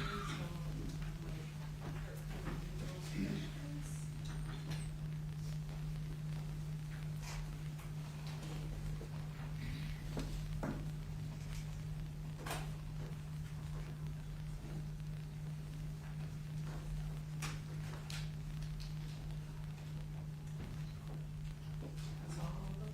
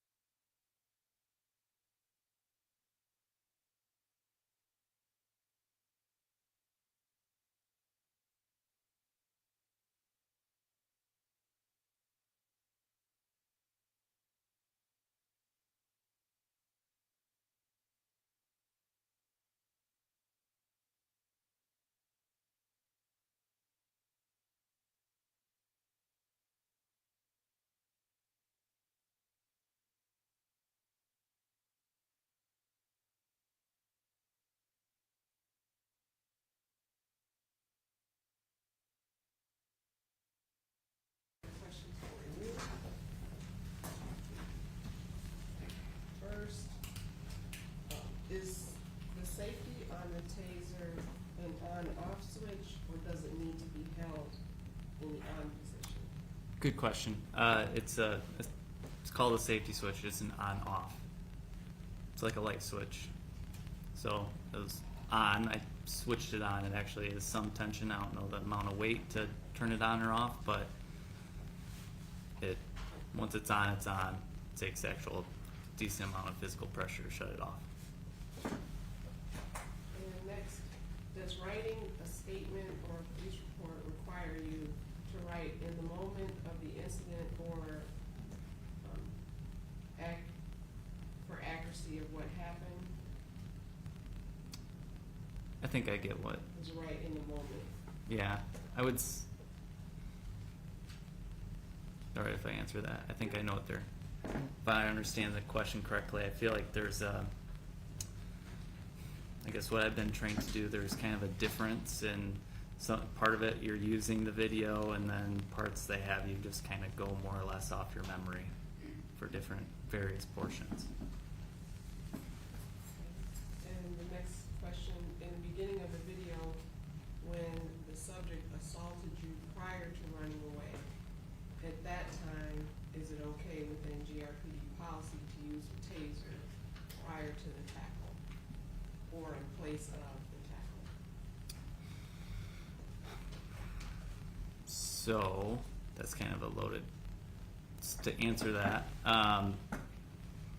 the strike could potentially justify under GRPD policy the use of the taser. However, using it on a subject that's running away, causing them to lock up and fall, especially around concrete vehicles, they hit their head, they could die using it or applying it in that manner, if that answers that question. So typically we're not trained to use it on someone who's running. Well, the question asked about prior to running away, so as you. Oh, prior- discussed that well- you were on concrete, so. Well, I think he starts to run at that point. So Well, the I question think- is prior, in the beginning, when the subject assaulted you prior to running away, at that time, is it okay? Oh, prior to running, actually physically running. I would say yes, but the amount of time it takes me to get my radio out, he's already running at that point, so then we're in that same situation that I was discussing, if that makes sense. I think it would be petty to deploy a taser for what he did. That, for me, that's my opinion, based on just that information. And next, did you feel at any time prior to you presenting and deploying your taser that the subject was trying to grab or obtain the taser or any other weapons on your belt? Was the question prior to? Did you feel at any time prior to you presenting and deploying your taser, the subject was trying to grab or obtain the taser or any other weapons on your belt? Prior to deploying the taser, I didn't feel as though he was trying to grab any weapons.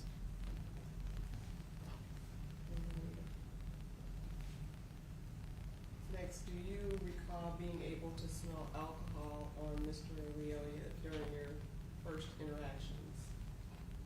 No. Next, when you say you saw the taser being held as a handgun by Lyoya, did you prioritize attempting to press on the safety or to turn the safety off or to remove the taser?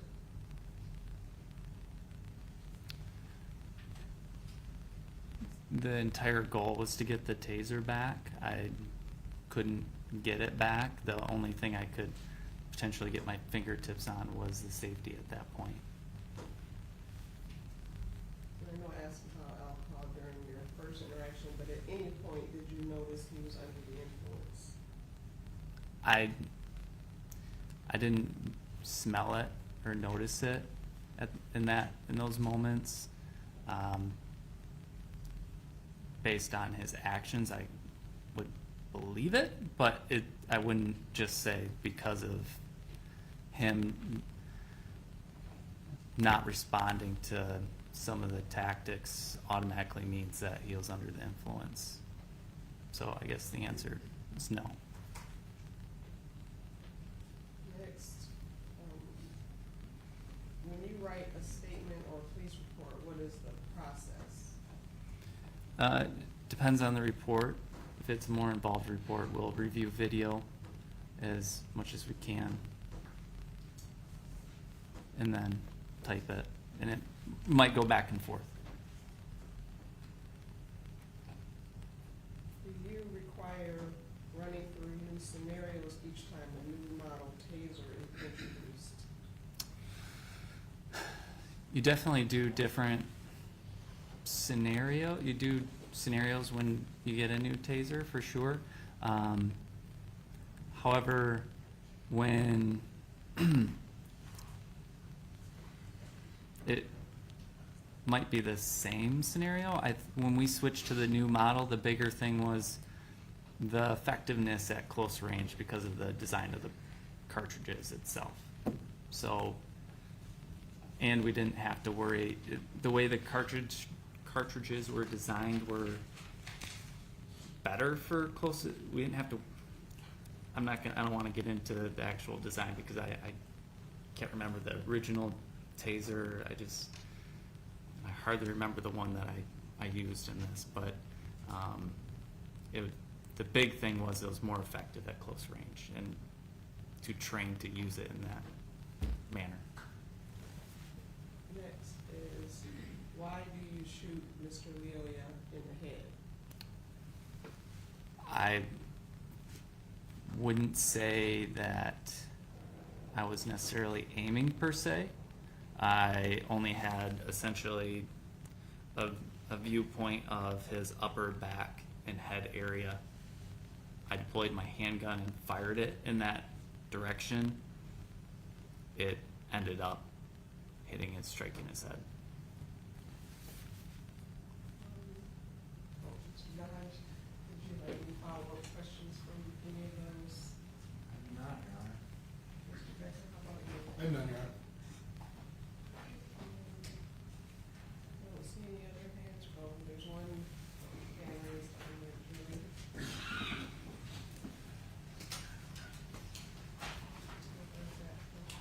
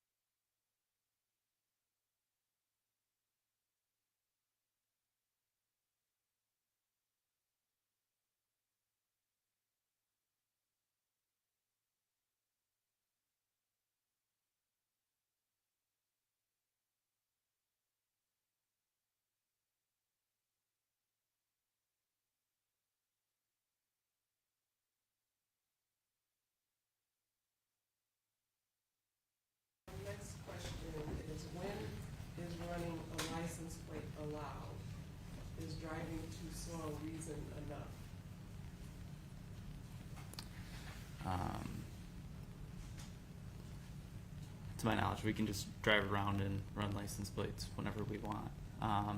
And to answer just driving too slow, I guess potentially driving too slow depending on the speed limit you're in. I guess if you are exceedingly below the speed limit, yes, that is a traffic violation. That wasn't necessarily what I was stopping him for that day. Mr. Hodgson, No, Your Honor, thank you. Mr. Becker? Nothing, Your Honor. Any other questions from the jury? Doesn't look like it. So, may Mr. Schurr step down? Yes, sir. Yes, thank you. Thank you very much. You may step down.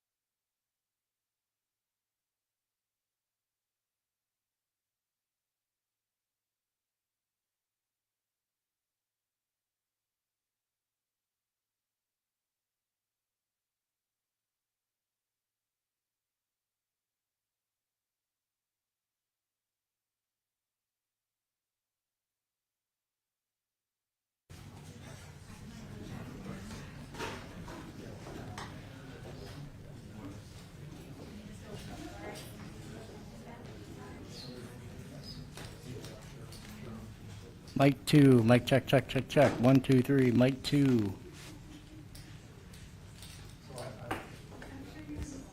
Mic 1, check, check, check, check. Mic 1, check, check, check, check. I will probably, I'm gonna call him as a rebuttal, just to get his statement in. Okay. We talked about it enough? Okay, good. So, yeah, so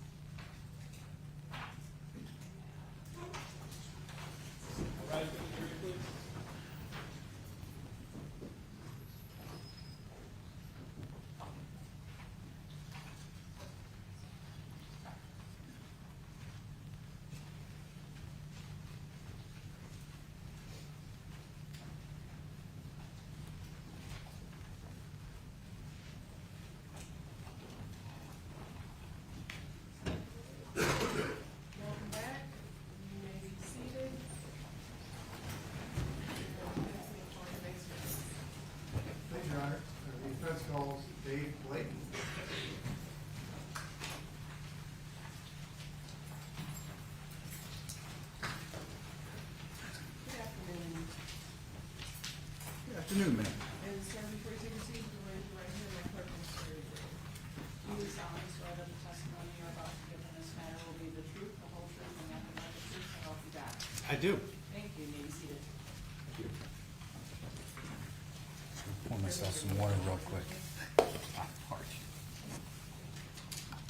I'm sorry, Your Honor, did you say? Say it whenever you're ready.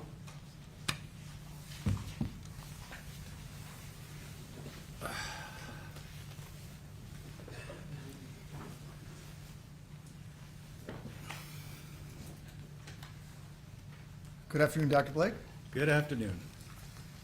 Can you please tell us what your current profession is? Sure. I'm a police practices and human factors consultant.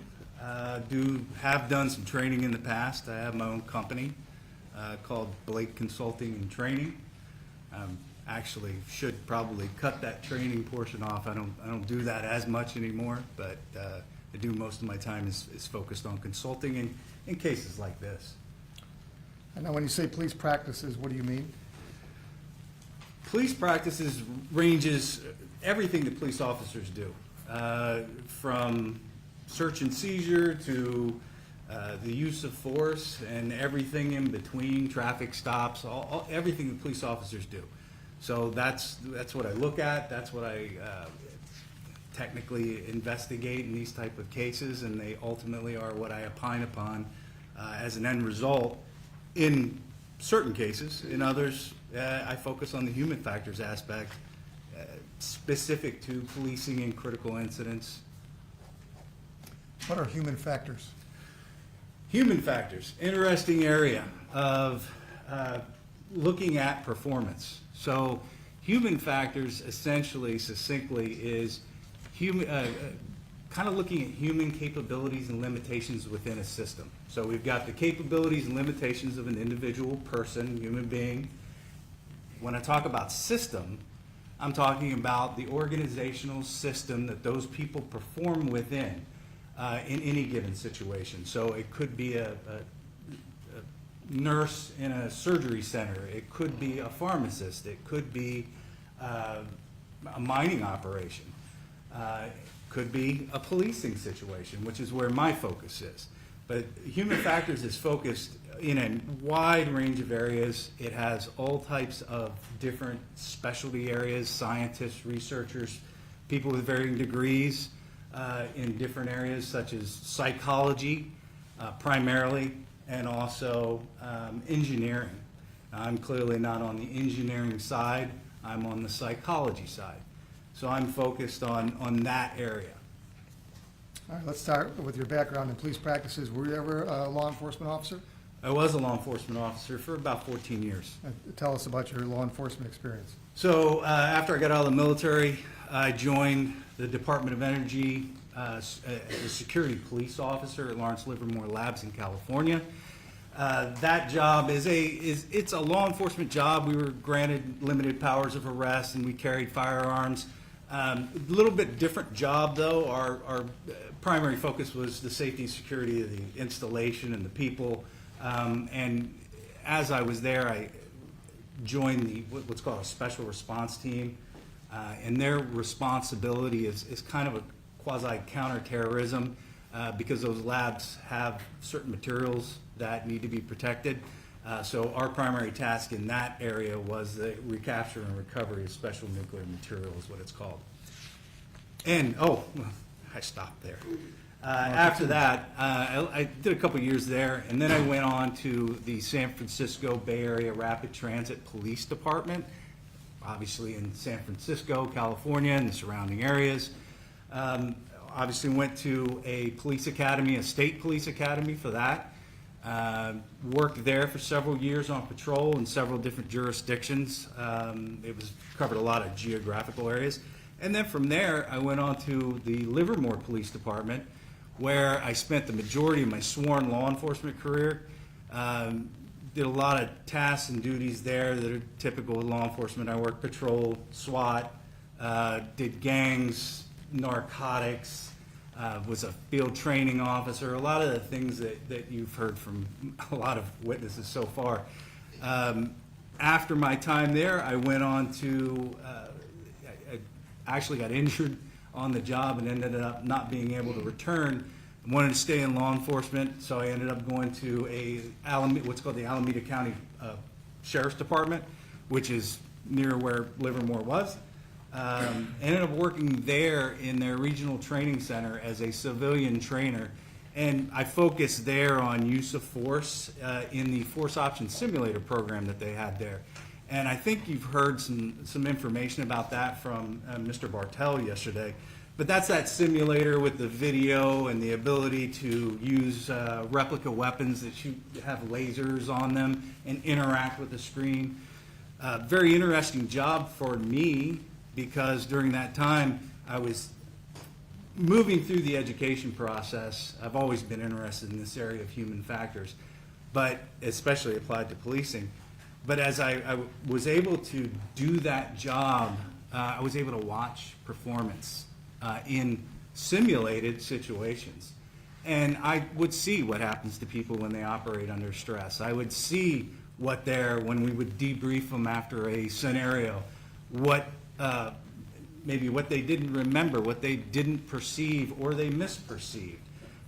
So I was able to kind of apply that scholar practitioner kind of hat in being able to not only have an academic basis, but I was also just observing for that information as I was going through these scenarios.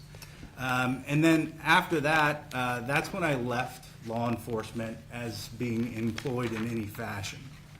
Do you hold any law enforcement instructor certifications? You can just list them.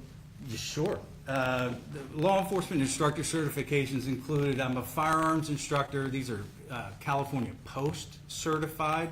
So it's the equivalent of MCOLs. You've heard that terminology. We have that same thing in California. So they certified people to be firearms instructor, which I was. Force option simulator, which I did. I was an instructor in reality-based training. That was through a separate company. I was a field training officer, so that's an instructor certification.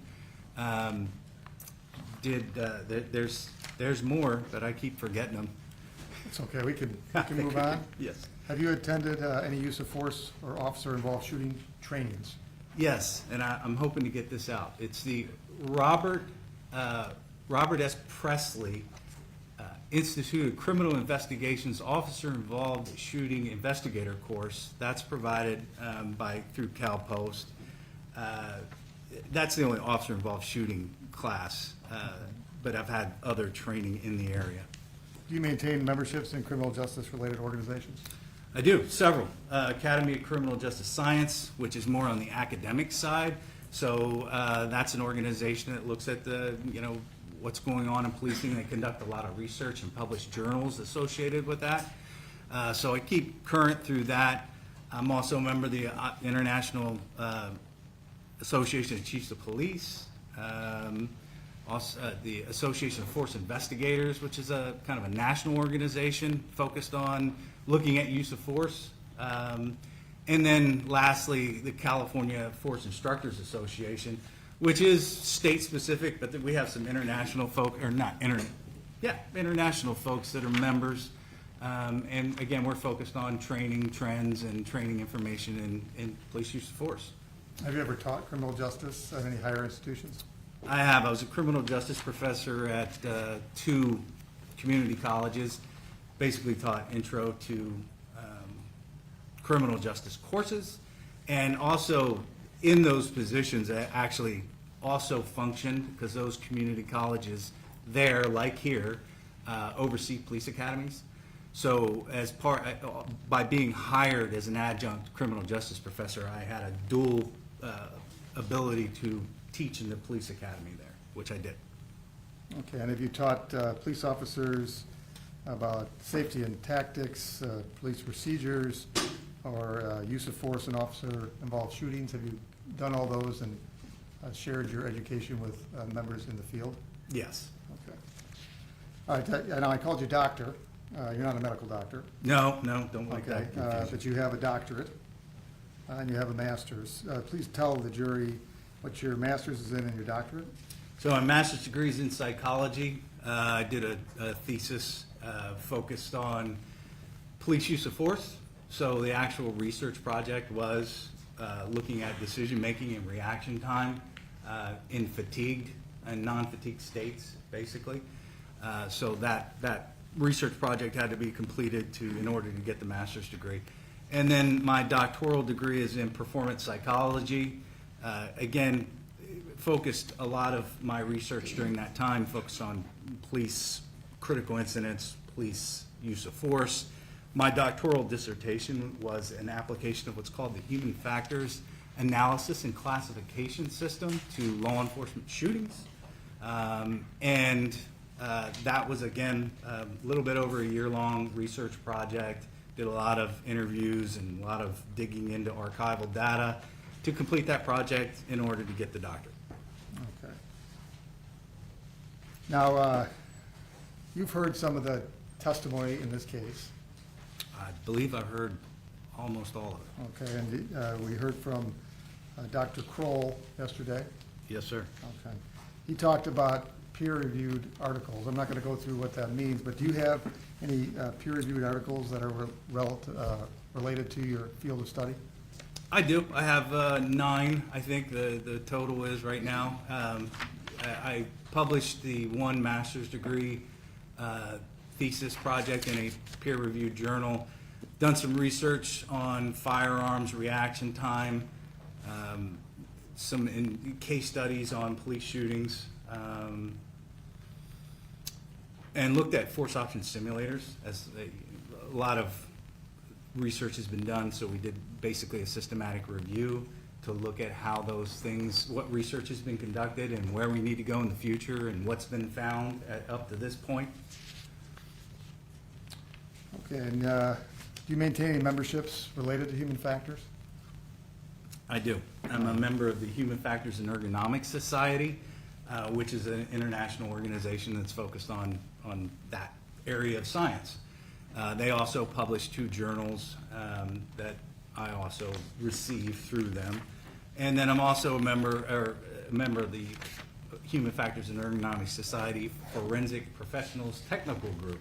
Now that's the portion, the arm or branch of Human Factors and Ergonomics Society that focuses on kind of what we're doing here, looking at and investigating incidents and accidents in different fields, applying human factors, and ultimately maybe ending up in a courtroom like this. Have you taught human factors to law enforcement officers or executives, attorneys, others in the field? Yes, I have. After I left, well, actually kind of overlapping with my tenure at the Alameda County Sheriff's Department, I also was a kind of subcontracted to a company called Human Performance Training Institute. And there we did teach a course across the nation that looked at all these human performance factors. We went through some of the science. We talked about and taught the application of the science to these type of incidents, use of force incidents, to include officer-involved shootings.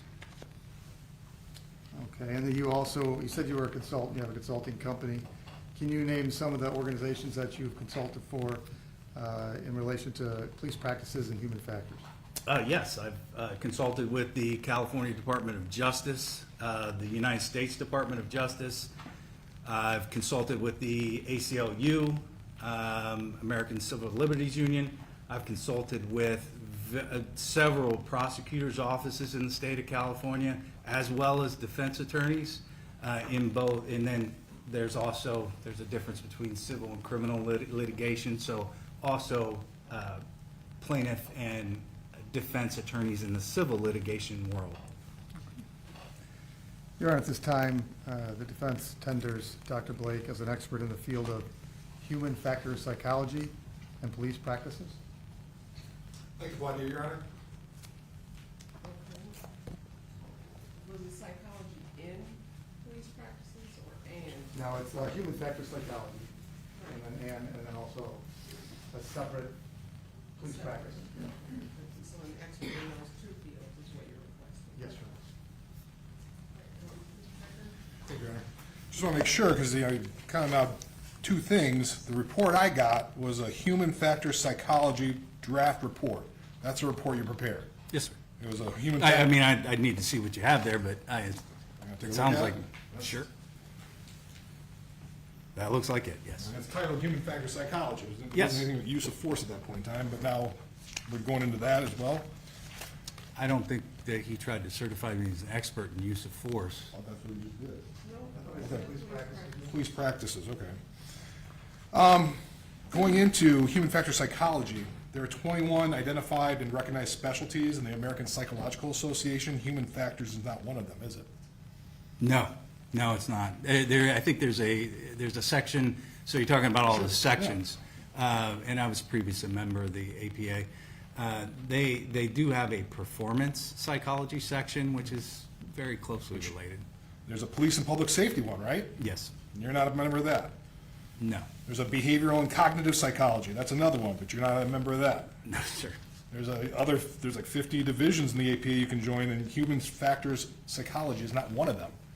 No, it's not. As I stated, human factor psychology is a umbrella area of science that's made up of people from various different backgrounds in psychology and other fields. So you're not licensed to practice psychology anywhere in any state, are you? Well, wait a minute. A licensed psychologist is completely different That's what than. I just want to make it clear for the Yeah, jury. okay. Just wanna make So it- a licensed psychologist is somebody who practices clinical psychology and diagnoses people with maybe a mental disorder. I do not, that's a completely separate field. And that's why I want to make sure, because you sort of psychology, we want to make it clear, you can't counsel anyone, you're not licensed to counsel anyone, that's not No, anything sir. that you do. No, sir. Now, Michigan Tech has an undergrad program in human factor psychology. Okay. I looked it up and it said human factor psychology focuses primarily on the interaction between people and machines. They make technology work better with humans. That was their definition. It sounds like you're much broader than that is what you're saying. Well, there's several definitions. I think if you look at the Human Factors and Ergonomic Society website, you'll find the definitions closer to what I described. Well, once again, going to the American Psychiatric Association, they talk about a career in human factor psychology. They talk about jobs where using a hands-free telephone to make a call while driving makes it less dangerous. That's one of the things you can do with human factors. Yeah, and it's exactly pertinent to what I wrote in my report about attention, divided attention, perception. That's fundamental aspects of that field.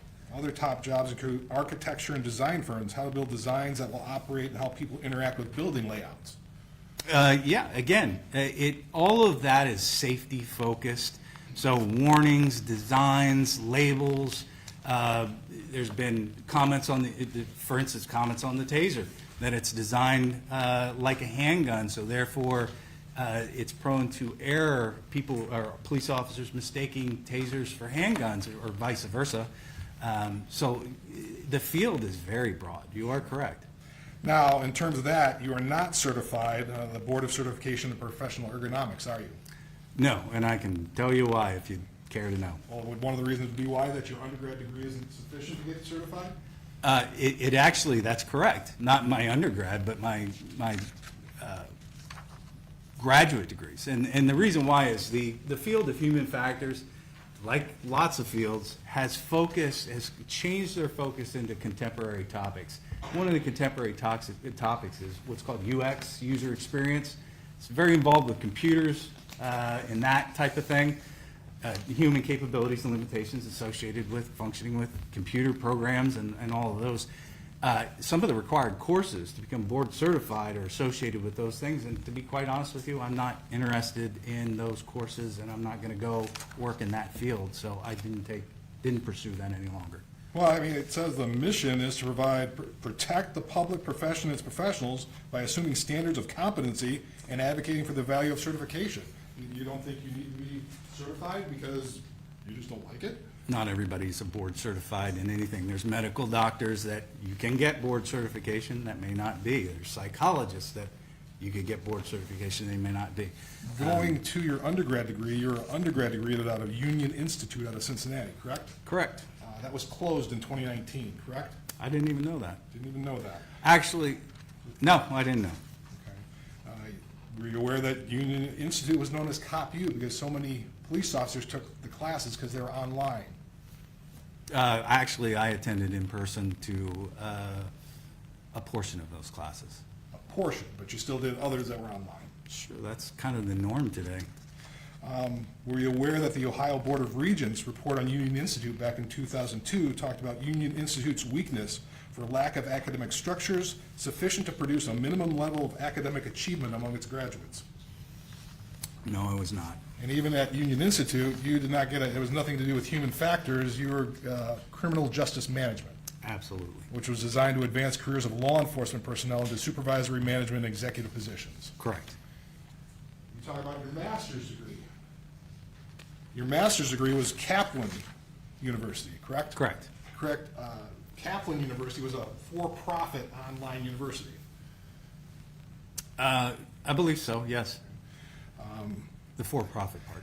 So now that's not around, it's been subsumed by Purdue Global, correct? That's my understanding. Were you aware that in 2012, the Senate, United States Senate, on Committee on Health, Education, and Labor, produced a report saying students raised concern with academic quality by filing complaints with school, state, and federal agencies regarding the level of education they got at Kaplan?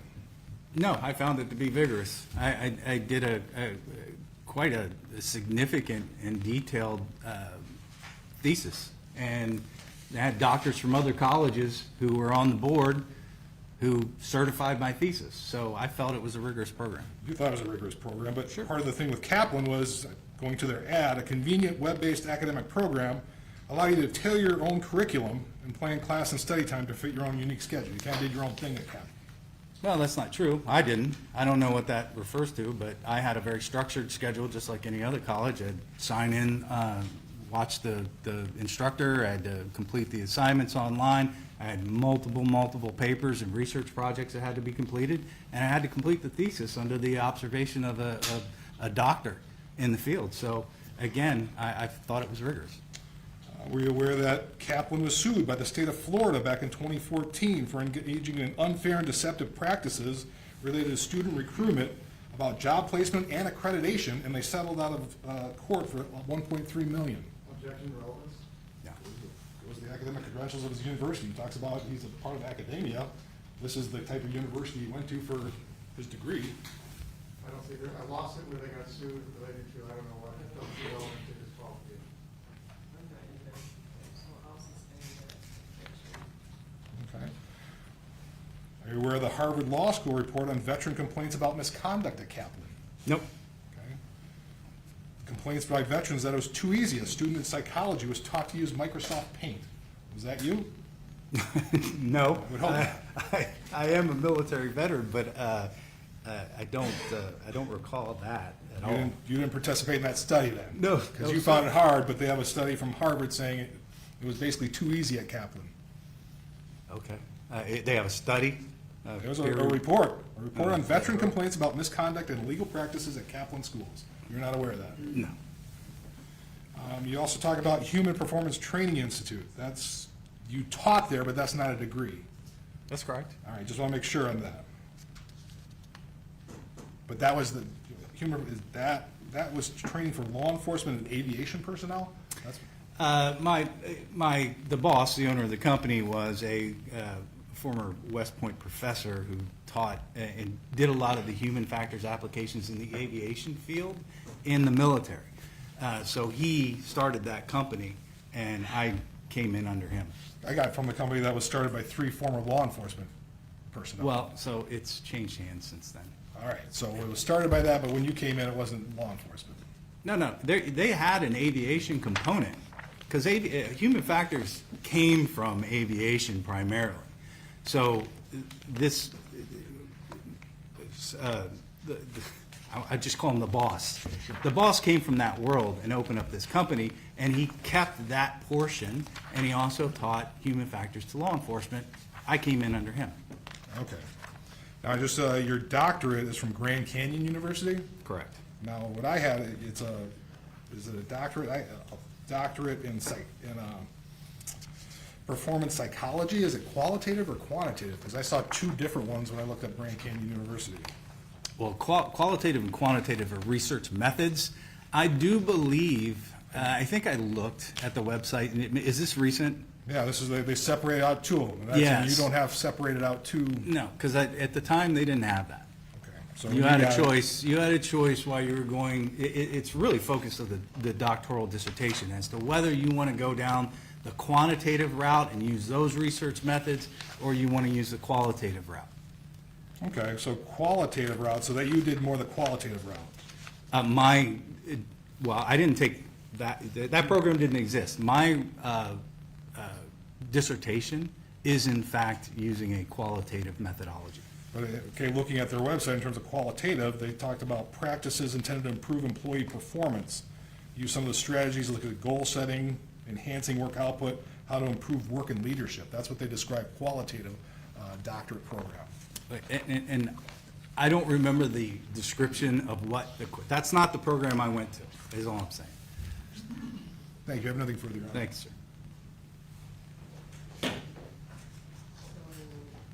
We so move again, Your Honor? Leave it at the court's discretion, Your Honor. Since there's no objection now to any of the expert, then the field looks for human factors, psychology, and police factors.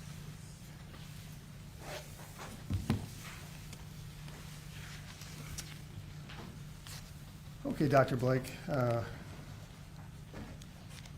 In anticipation of preparing a report, you reviewed some materials related to this case, Yes, sir. and that includes a lot of the videos the jury has seen, Yes, and some GRPD policies and training materials. correct. You reviewed Mr. Becker's experts' reports, Yes, and you have heard, I think you said a lot of the testimony. yes, All right. And obviously, prior to listening to the testimony, you prepared a report, I did. okay? And you're aware that that report has been submitted to Mr. Becker? Yes, according to what he just showed me, yes. Yes. It was pretty obvious. Yes, And based on that, you've been able to form some opinions that are relevant to this case, I have. and also have observed and have a response to some of the opinions of Mr. Becker's experts as well.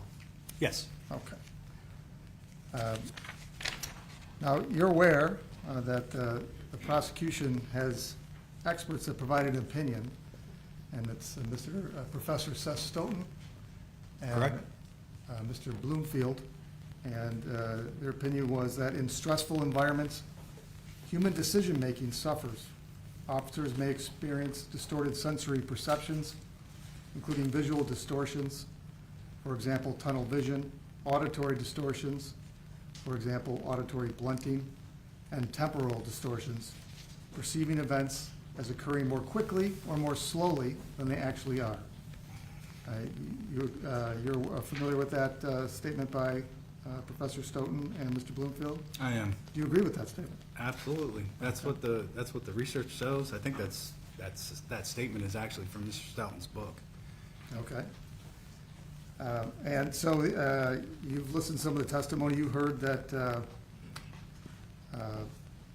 Professor Stoughton and Mr. Bloomfield indicated that they talked about that they had considered, for example, auditory distortions, Yes, okay, when they did the report. You also heard at least Mr. Bloomfield say that he's not an expert in that field, correct. okay? Did you also hear that they formed an opinion that no reasonable officer could have heard, for example, the second cartridge go off in this case, Yes. or would not have heard the second cartridge go off? Okay. So I'd like to talk about that, in particular, this idea of auditory distortions. And we talked a little bit about auditory blunting and auditory exclusion. Can you tell the jury what auditory distortions are? Well, so it's auditory exclusions is what was talked about. And basically what we're talking about in general is a temporary loss of hearing, a failure to hear under acute stress. That's the general consensus from the law enforcement literature. And when I say law enforcement literature, I'm talking about the trade itself. That's how it's talked about. We can move over to the academic world and look at the research, and now we start seeing more information that is consistent with what the law enforcement field believes. And so we have research that is primarily, there's some research in an area called inattention deafness, which is focused on cognitive load, again, failure to hear under cognitive load, usually a visible task, and the failure to hear is an alarm, an audible alarm. But that research is very, very similar. The concept is very, very similar because cognitive load is a stressor. You're under stress. You're having to work hard. So they're the same I'm thing. going to stop you a little bit. I got going now. Because there's a lot of terms in there. We need to unpack some of this. Sorry, I Okay, got so going. auditory exclusion, you define, but you were started talking about cognitive load. Are there certain conditions that you associate with auditory exclusion? Sure, stress, cognitive load, and attention are the big ones. Okay, so let's go with stress first, since that's the one you said first. Most people seem to know what stress is. Is that what you're talking about in connection with conditions that are associated with auditory exclusion? Yes, the stress, it's the capability and demand, that's the capability of the human, the demand of whatever the system is, whatever the task is, and your perception of the ability to deal with that demand. So it's those three things that are going to kind of fundamentally be the foundation for stress. Okay. Cognitive load, you started talking about it, but what do you mean by cognitive load? Cognitive load's an area of psychology where, to make it simple, we're looking at, once again, how difficult the task is. Again, it's the stressor. How difficult is the task? How complex is it? Is it time compressed? Is there a lot of things to pay attention to? A lot of things to respond to? Your brain is under a lot of load, and it has a limited ability. You think about it like the RAM in a computer. Your computer only has so much storage space, so much ability to function at a certain speed. And once you surpass that, it kind of goes defunct. So think of the brain like that. There's only so much information we can take in and process and respond to in a certain period of time. Okay, so the information is coming in, the brain is like a computer, you can only handle so much. True. Okay. Now, you also mentioned focus of attention. What did you mean by that? So in psychology, we have something called the spotlight of attention. So that's one way of looking at it. If you think about looking around a room, as I scan the room, if I look at one person in the jury box, I can pick up a lot of visual detail about that individual. I can tell you what they're wearing, maybe what the writing is on their shirt or the tag on their shirt. But details over here are absolutely, I know people are here, but I can't tell you anything visually about them. I can't garner any information. As a matter of fact, even slightly to the left of the person I may be looking at and focused on, I know they're there. I might know what color sweater they have, but the detail is much, much less. So, it's very easy to do that just looking around the courtroom and focusing on one person, but trying to discern a little bit of information just to the right or the left and then incrementally go out, and you realize very quickly that as you move out to the periphery while you're fixated, you're getting less and less information. So these are the three sort of conditions that you would associate with auditory exclusion. Yes, in the sense that what I was describing there was visual attention.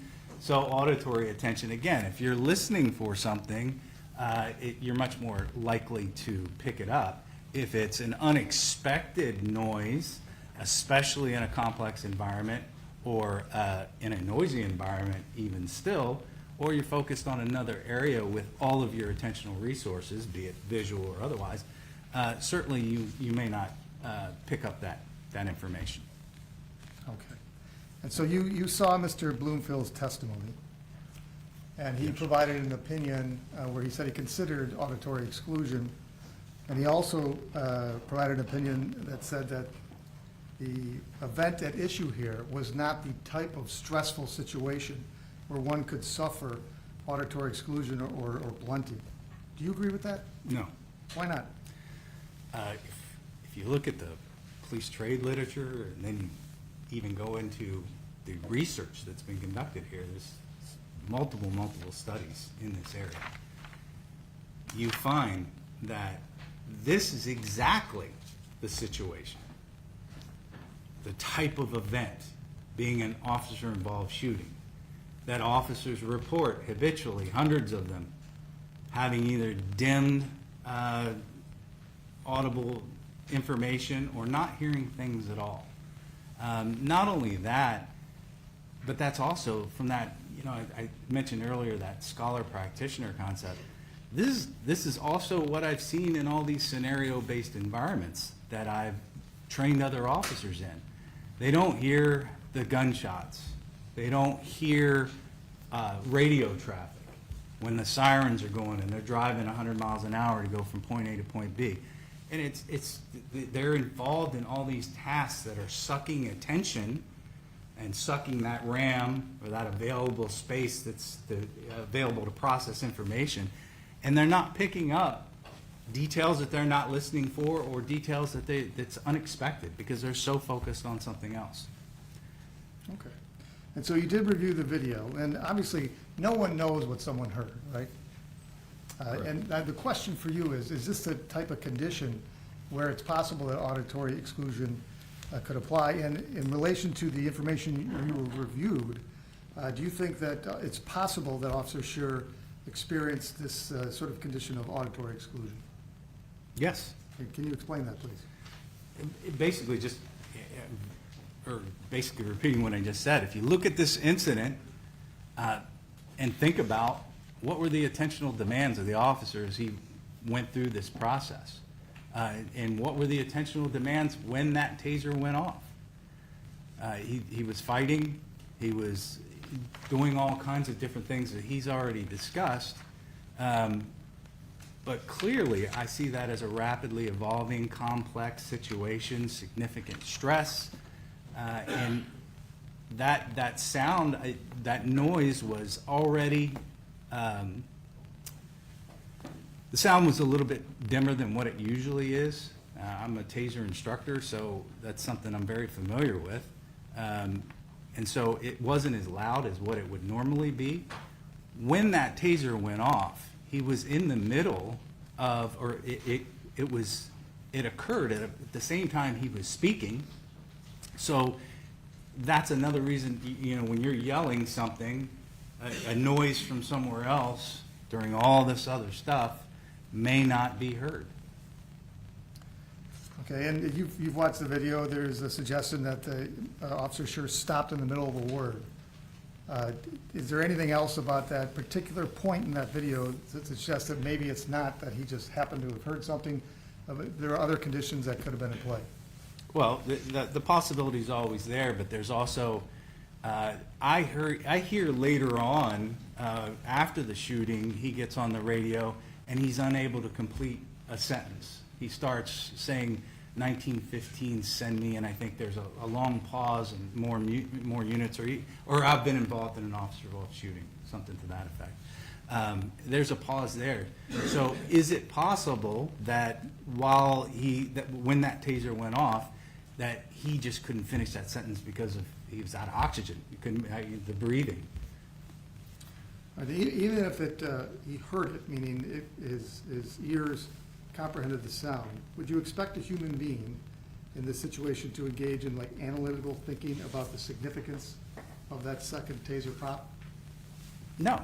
Why not?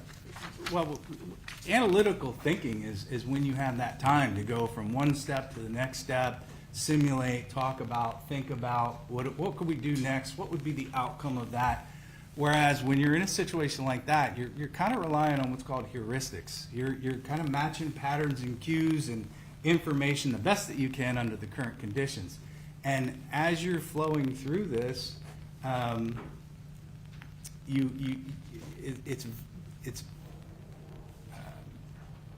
just lost my train of thought.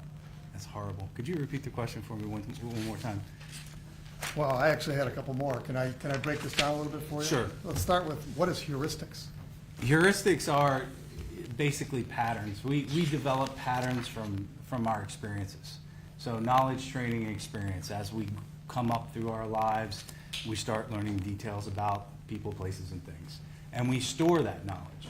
And when we recognize a similar pattern, we make very rapid, sometimes implicit decisions about that information, and make decisions based on that. And it works for us most of the time pretty well. Okay, and you were talking about what the brain does, the sort of the psychology of doing analytical thinking in a situation like this. And I don't know if you finished your answer or not, but is it your opinion that a human being in this situation wouldn't necessarily be observing all the information and stimulus informed through their ears, that they would understand what's going on, even if they heard it? Yeah, and that's where I was going with that. That's not an analytical process. You're kind of responding very quickly to the information. And if you hear a noise while your focus of attention is on all these other things that's rapidly evolving, I need to grab this, I need to control that, I'm trying to maintain my balance, that's going to take a lot more of your attentional resources. Then, so you may not have heard it. It is common in these policing incidents similar to this to not hear or see or recognize the situation as what it was in the moment. All right, so I'd like to move on to, I like to call split-second decisions, but I don't think that's a medical term, right? No, it's not a medical term. But perception reaction time, including movement time. Can you tell the jury what perception reaction time is?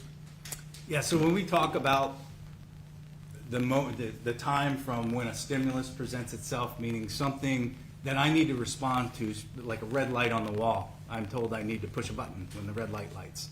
So that's the stimulus. So there's a time between the stimulus presentation and my first movement.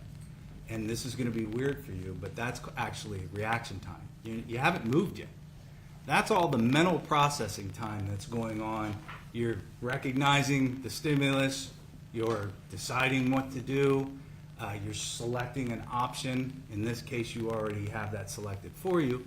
And then beyond that, when you start to move, to push that button, so if your fingers, you have to start like this, light comes on, there's going to be a delay, and then I'm going to start to move.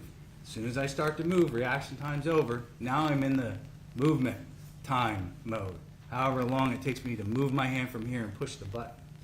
So task complexity and there's all kinds of issues that are potentially going to slow down that initial perception reaction time.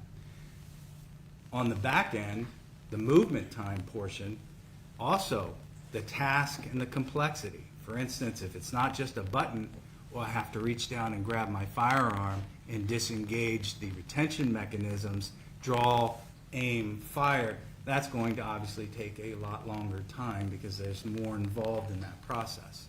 Okay, so let's talk about this a little bit with an example that the jury's seen many times. And there's a still shot, in this case, of the moment the casing of the bullet that was used by Officer Schurr is coming out of the gun. You've seen that? I have. So that's a moment in time. Correct. Can you tell us what is that moment in relation to perception, reaction, or movement time? That's well after perception, reaction, movement time that has occurred. Okay, so that time period, perception, reaction, and movement has completed at the moment that's already out there. It had to have, yes. I mean, the function of all this is there's time that it takes to actually make something happen, right? First you have to perceive it, and then your body has to do certain things in response. And I think you talked about pushing a red button. In a controlled environment, have you actually studied this where you figure out what's the fastest somebody could go from perception to end of movement? We have looked at that. I did the handgun study I talked about earlier. But I think what you're getting to is just, there are studies out there that have done similar experiments, and they've looked specifically at that reaction time component, the time that you can't see, because they're looking at the moment of when the stimulus started and when the person started moving. So it's the time between there. So it's implicit. You can't, there's cognitive processes going on. That time period in studies that involve firearms draws is about 250 milliseconds, and that's consistent between two studies that I can think of. Okay, 250 milliseconds, break this down for us. That's less than a second. It's a quarter of a second. Is this where we get the term split second, because we're splitting them up? That would be the correct way to use that, yes. All right. And so the fastest in a controlled environment that someone can go from perception to movement is less than a second, but basically a quarter second? Definitely less, yes. Okay. And that's in a controlled environment. In a uncontrolled environment, in the real world, we're not in a room with a red light, would you expect that reaction time to be slower? Well, again, that's that mental processing time component, and that's in a very, very simple task. You're talking 250 milliseconds. When we have the real world influences, stress, age, complexity of the task, how many things are you attending to, the saliency, how important is that stimulus in the environment? Is it bright or is it dim? Does it capture your attention? All those things now are going to influence whether or not you pick it up and start this process. And then, as again, the task complexity is in the movement time portion. That is also, as I explained, going to lengthen the time. But in this particular case, it could be relatively quick as far as the total process of perception to response time, if we're looking at the changes that occurred that Mr. Schurr testified, or Officer Schurr testified to, that may have caused him to use the force that he did. Okay. So the ultimate question here is, I talked about this one moment in time where there's a casing coming out that shows the sort of the bullet casing in the air. Is that reflective on when Officer Schurr made the decision to shoot? No, Okay. So it was sometime before that. it has to be. All right. And obviously it can't be after that. No. All right. But you don't know exactly when that occurred. No, it's implicit.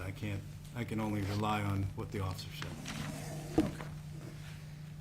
Okay. Now, you also saw the testimony of Professor Stoughton, where he said that Officer Schurr had sufficient time to give a verbal warning. Yes. Do you agree with that opinion? No. Why not? Well, as I understand it, Professor Stoughton assumed that the decision was made to fire the weapon when it was drawn. I don't believe that's the case, based on testimony and based on my observations. Because if you look at the video, you see the weapon drawn, it gets pointed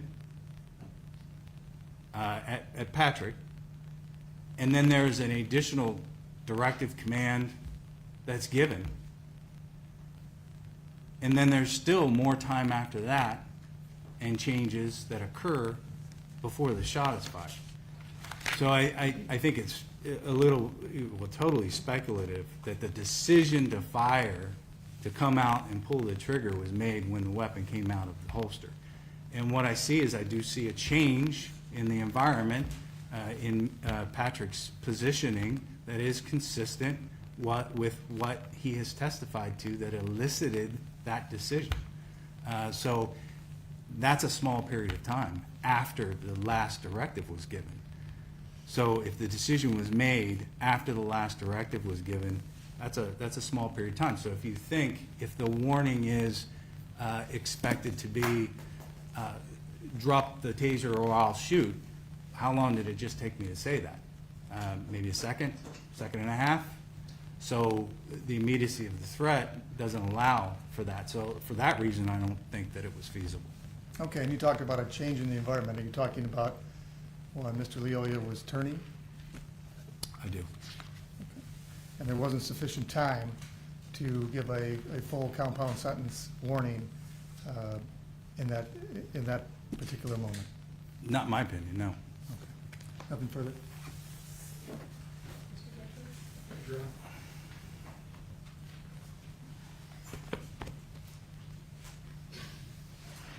I want to go into some of your writings there. A copy of this, I want to know, can you tell me if you recognize that? I do. What do you recognize that as? Factoring, that's a study that I did. It's actually the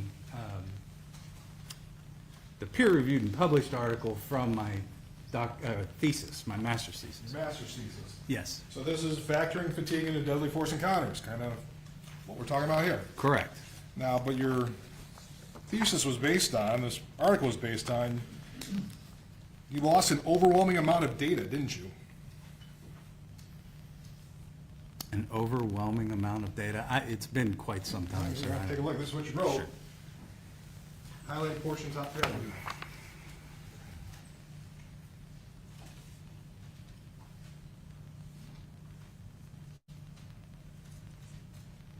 Okay, actually, yeah, sure, I wrote that. Yeah, you wrote that, you lost an overwhelming, a total of 215 participants logged into the program, but only 53 were actually able to complete the questionnaire that you wanted. Correct. Wasn't a questionnaire, but there were What- 53 participants. 53 participants Yeah. out of the 215 that tried to log in. And then you based your decision on your thesis on 53 participants. I did. And they're all supposed to be law enforcement officers. They were. Well, they weren't, because of a portion of the subjects were unknown to the researcher. Although unlikely, it is possible that not all the subjects were in fact police officers. That's what you wrote. Wait a minute, that's, you have the wrong face page on that. This is, sir, this is not right.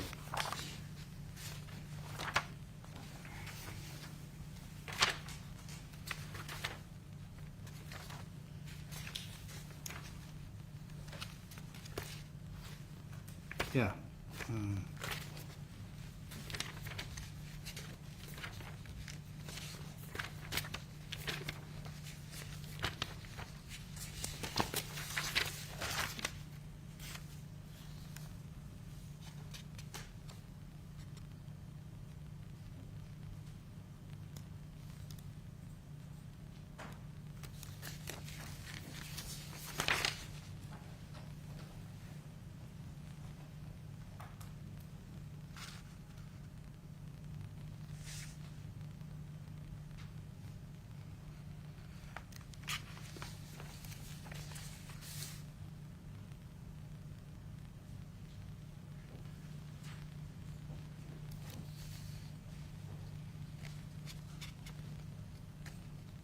Okay, I'm getting this confused with something else, I apologize.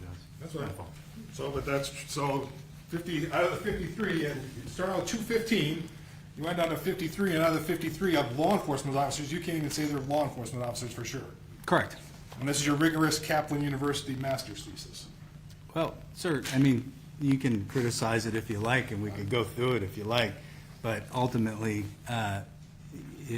we lost a lot of data. That's not unusual in research. You lose data. Some participants are excluded. That happens. We reported on how many participants we had. We reported on the results, and we sent that in for peer review publication. It was accepted for peer review and publication. So it was rigorous enough for that. For the law enforcement executive forum, is that what it was? Law Yes. enforcement executive forum. Yes. That's the basis of almost all your publications, isn't that true? A portion of them, yes. Well, you list about 50 of them. I'm gonna go through Police One, Force Science, Police One again, Force Science. Those are all police-related entities, correct? Yes. Vertra News, that's Lon Bartle's Company. company. Yes. You're familiar with Lon? I am familiar with You Lon. work with him quite a bit? No. Not at all, but you did an article with him, didn't you? Yes. Okay. Not with, yes. Yeah. You did a joint article with him, right? Yeah. But he sounds like did he sell the California Post, the simulator you use? I have no idea. No, we don't even, as a matter of fact, when I was working there, we didn't even use that simulator, so couldn't, no. Yeah, I'm looking, there's probably about 25 Police One articles. It's the vast majority of the things you write in, correct? Correct. One of the Police One articles I found, Digital Media Evidence and Force Investigations, back at, looks like October 19th, 2020. You recognize that? Yeah, I certainly do, thank you. Okay. And that was with Mr. McFarland, who sits in the back, right? Correct. This is a whole article about how the two of you worked together on a very similar case, a use of force case, where you both of you testified with the defense in that case, correct? Yes. And you wrote an article about your experiences in that case. Yes.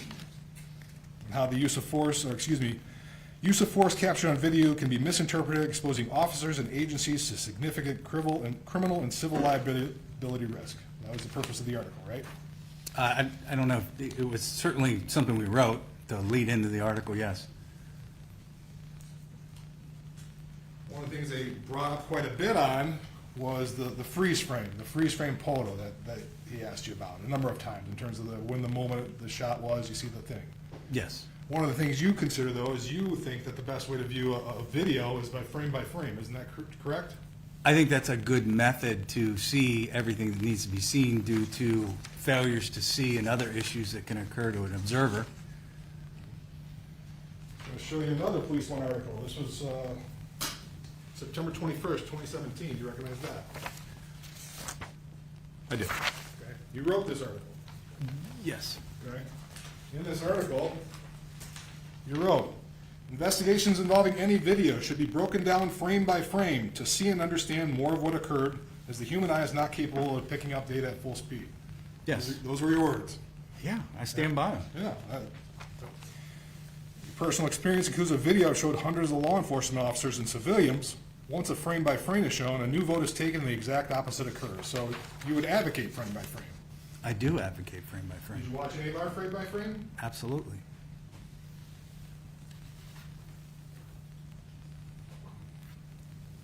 Another Police One article that you wrote. It was November 17th, 2016 article.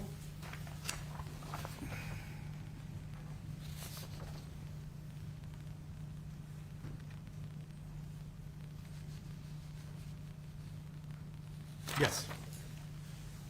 This article, and I'm not sure if what you're talking about, you wrote, people learn to store information through their lifespan through training and experience.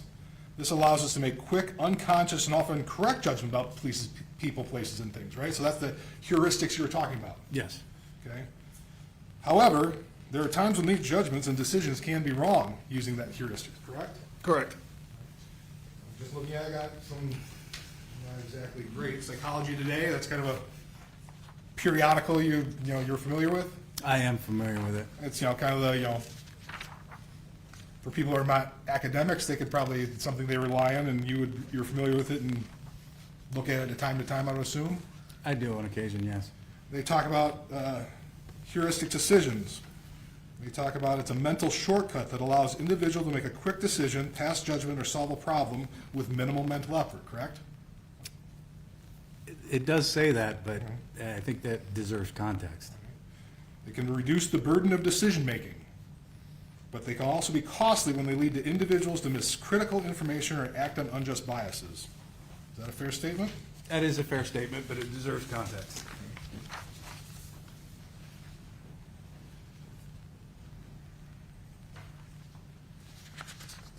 Familiar with the Journal of Criminal Justice?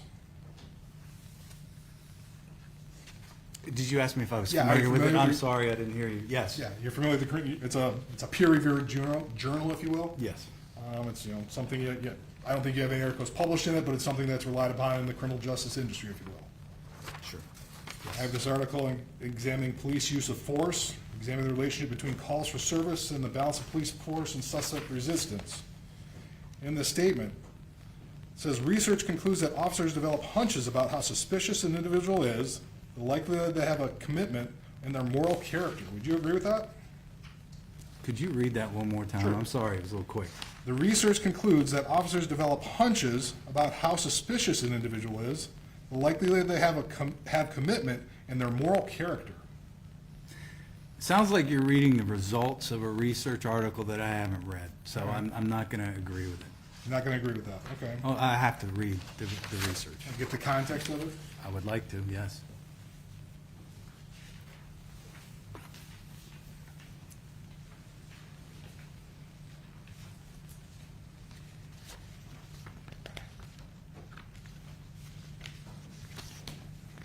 If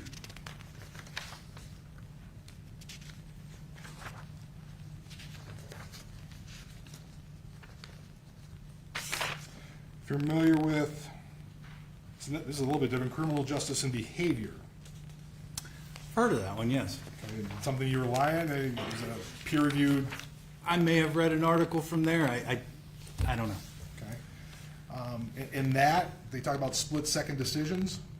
You talked a little bit about split-second decisions. They say there's no time for considered analytical decisions. They rely on intuition and experience. A split-second syndrome exists where rapid decision-making inhibits diagnostic capabilities, resulting in bad decisions, right? It sounds like you're reading the results of a study again. Is that just the narrative, or That's what the quote I have from the other article. can I see it? I just put it away. No, I'm sorry. I mean, before I comment on an article that I haven't seen, is that possible? Yes. That's possible. That's But- one of the but things that, I mean, heuristics can lead to bad decisions, right? Heuristics can lead to, You yes. jump to conclusions. That's maybe a simplified way to do it. Again, context. I think, people, like I said, if I had to weigh it out and put a, and I don't have a scientific reference for this, but if I had to say on a daily basis, we make hundreds of heuristic-based decisions, and most of them, if not all of them, are right. And it does happen, where that failure to go deeper, that we make an error, certainly. Thank you. Anything further? A couple follow-up. Mr. Becker talked about the single frame where the casing is coming out, and he was talking about frame-by-frame analysis. You don't have any problem with frame-by-frame analysis? No, my articles and everything I would talk about specifically focuses on frame-by-frame analysis. Is absolutely something you want to do in a case like this. The point of your testimony is that you should look at the right frame. Look at the right places in the right frame, track movement between frames back and forth. There's a myriad of things, yes. Okay, and now we talked about Mr. Bloomfield and Professor Stoughton. Are either of them experts in human factors that you're aware of? No, not that I'm aware of. Had you heard of Mr. Bloomfield prior to this case? Bloomfield, no. Okay, you've heard of Professor Stoughton? Yes. Okay, nothing further. Nothing further, Your Honor. Hand raised on the jury, so I'm having my clerk come back to that question.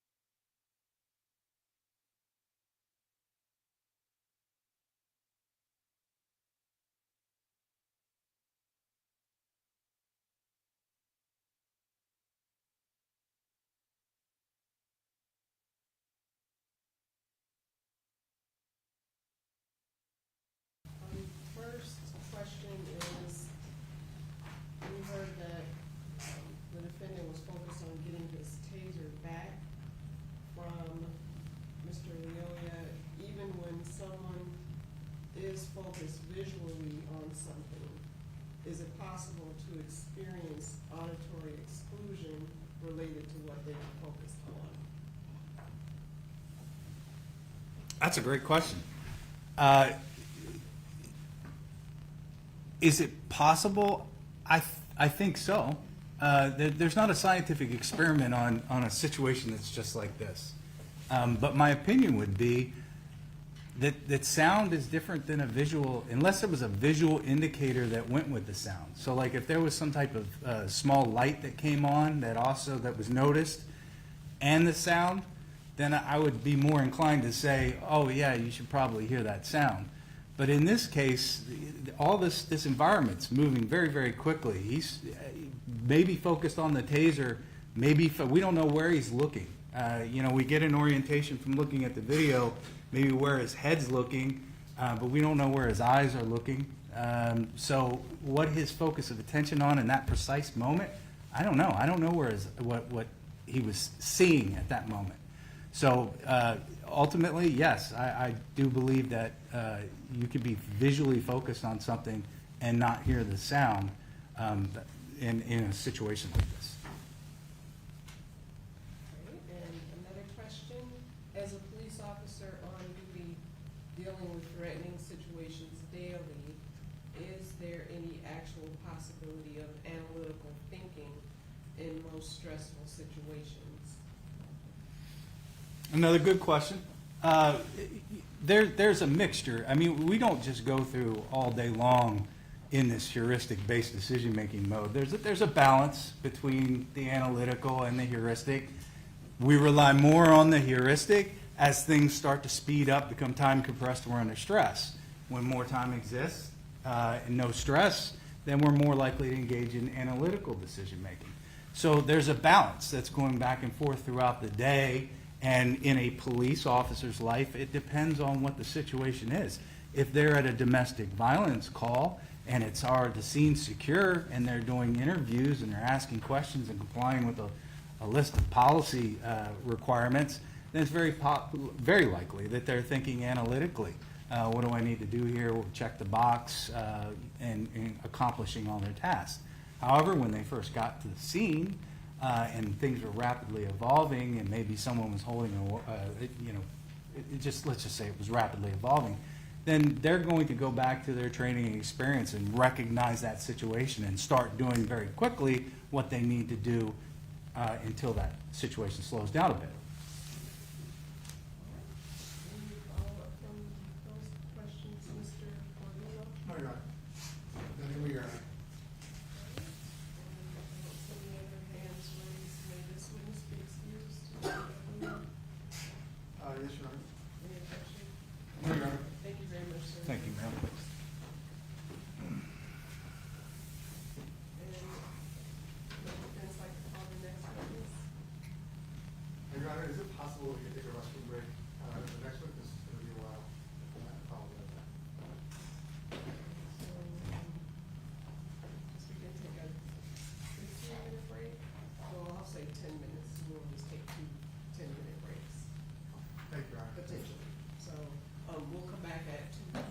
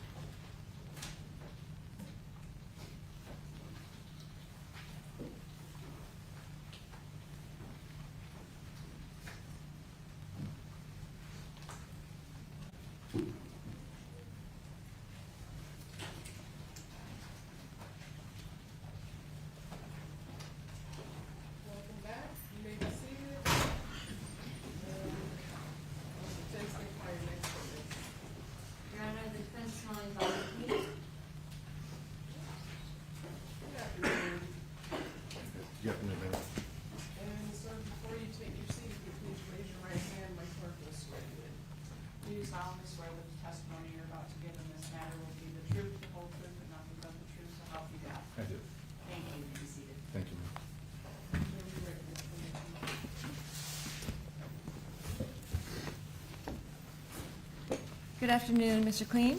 Good afternoon. Could you please state your name and spell it for the record? Sure, it's Louis Von Kleem, and last name is Kliem. Thank you. Where are you current? Sorry, can you spell Lewis too? Sure, Lewis. And Von is VON. Yeah.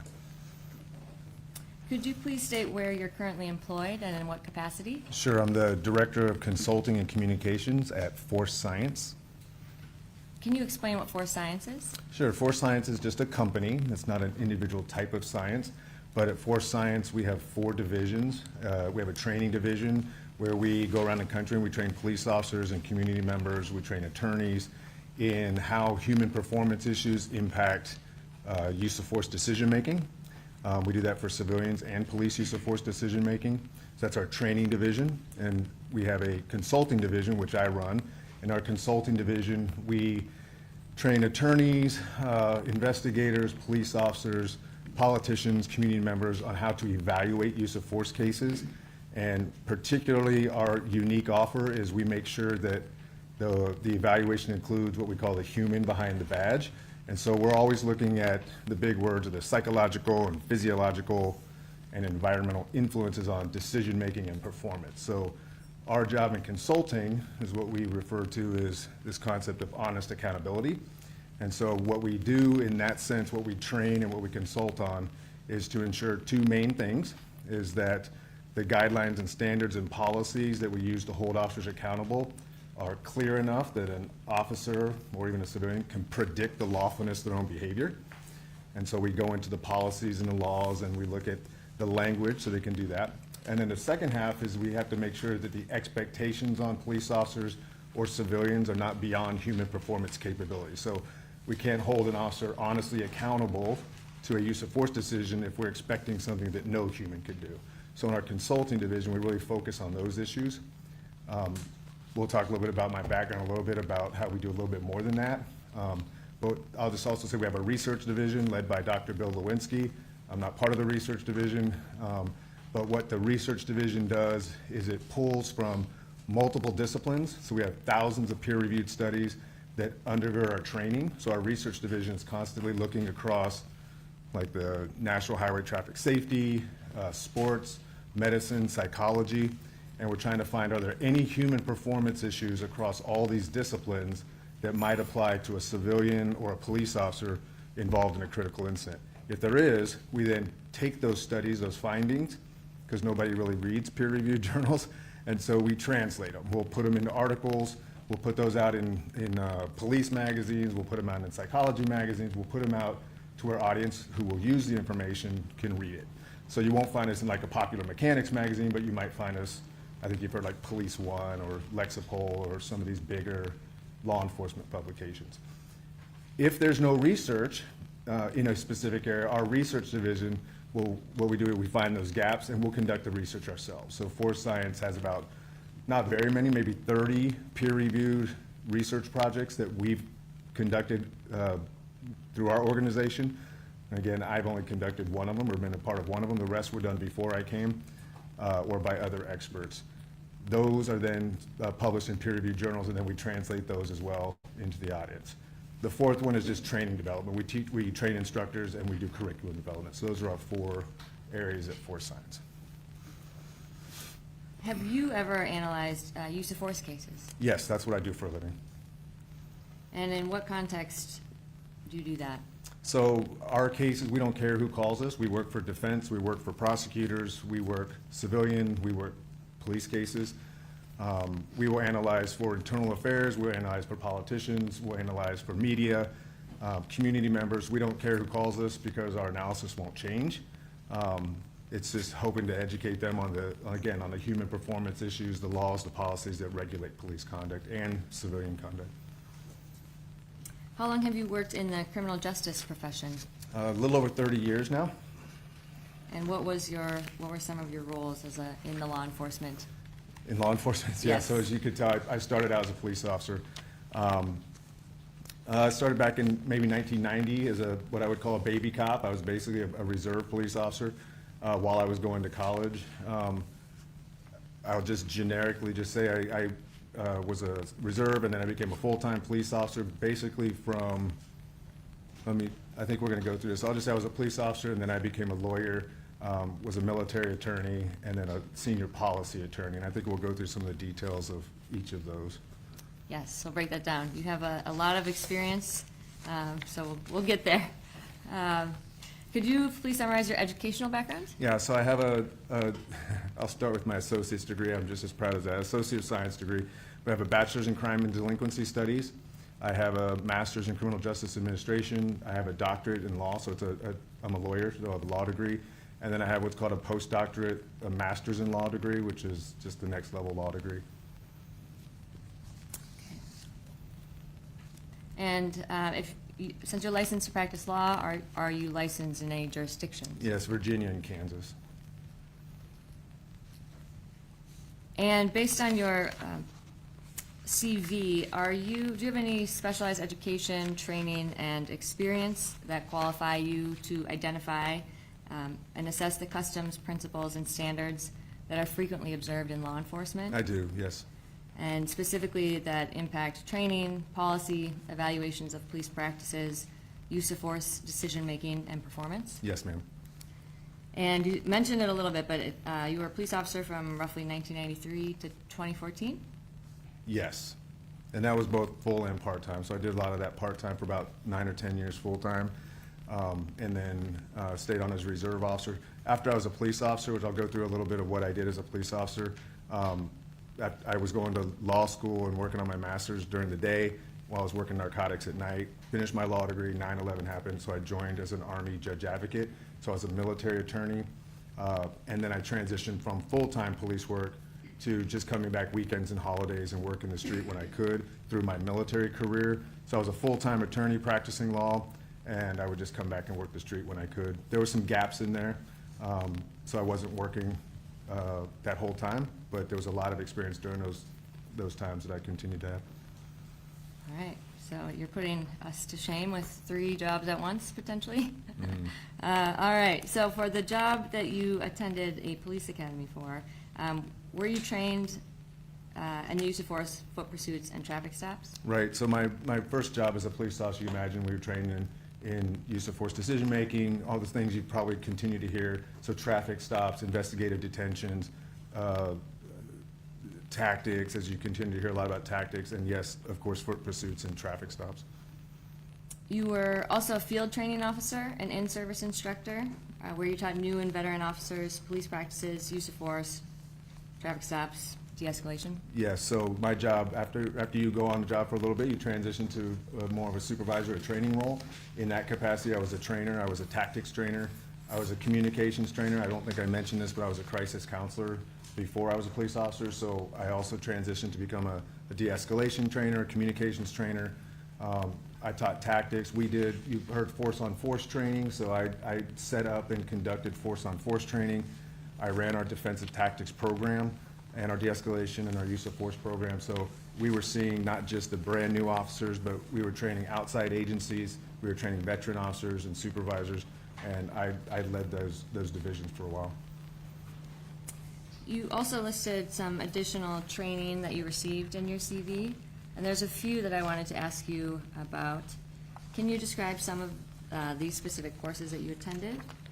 One of them is the FLETC, Police Legal Advisor. Right, so this is more in my legal capacity. The Federal Law Enforcement Training Center had a police legal advisors course, so I attended that course and passed the test, was certified in that course. That just focused on really the federal constitutional standards for policing, which eventually I would spend a lot of time actually teaching and focusing on constitutional policing issues. The FLETC Police Legal Advisors course was the first certification course I went through to sort of prepare me to be a police legal advisor. So ultimately, you may hear that I did that for about 5 different chiefs of police where I was their legal advisor. That's the course that set that up, yeah. Okay. And you also list NLETC, Basic, Intermediate, Advanced, and National Instructor. Can you tell us what that is? Yeah, so that's one was the Federal Law Enforcement Training Center. That was purely academic. It was very heavy law-driven. The National Law Enforcement Training Center is all hands-on. So I was a basic instructor, intermediate, advanced, and ultimately a national instructor for the National Law Enforcement Training Center, doing weapon retention and disarmings, control and defense tactics, ground control techniques. Ultimately, I was a PR-24, which I don't even know if police still use those, but you've seen the side-handled baton with the kind of spinning thing. That I was an instructor for that, and also the straight baton. So these were all through the National Law Enforcement Training Center. That allowed me to train not just our own agency, but outside agencies from across the country. And as a national level instructor, I train the trainers. So my role now is less hands-on for the National Law Enforcement Training Center, and I'm really focusing on the legal aspects of use of force when I come in and teach for the NLETC. And you also list the Force Science Advanced Specialist course? Sure, the Force Science Advanced Specialist course is one we put on. I attended it before I worked for Force Science. It's an 18-week course where they bring in really some of the top experts in the country. They're outside adjuncts that come in and teach for Force Science, and some of these are the most prolific writers in a particular area. It's about 50 credit hours of college credit if you want to put in for it. I don't think I did.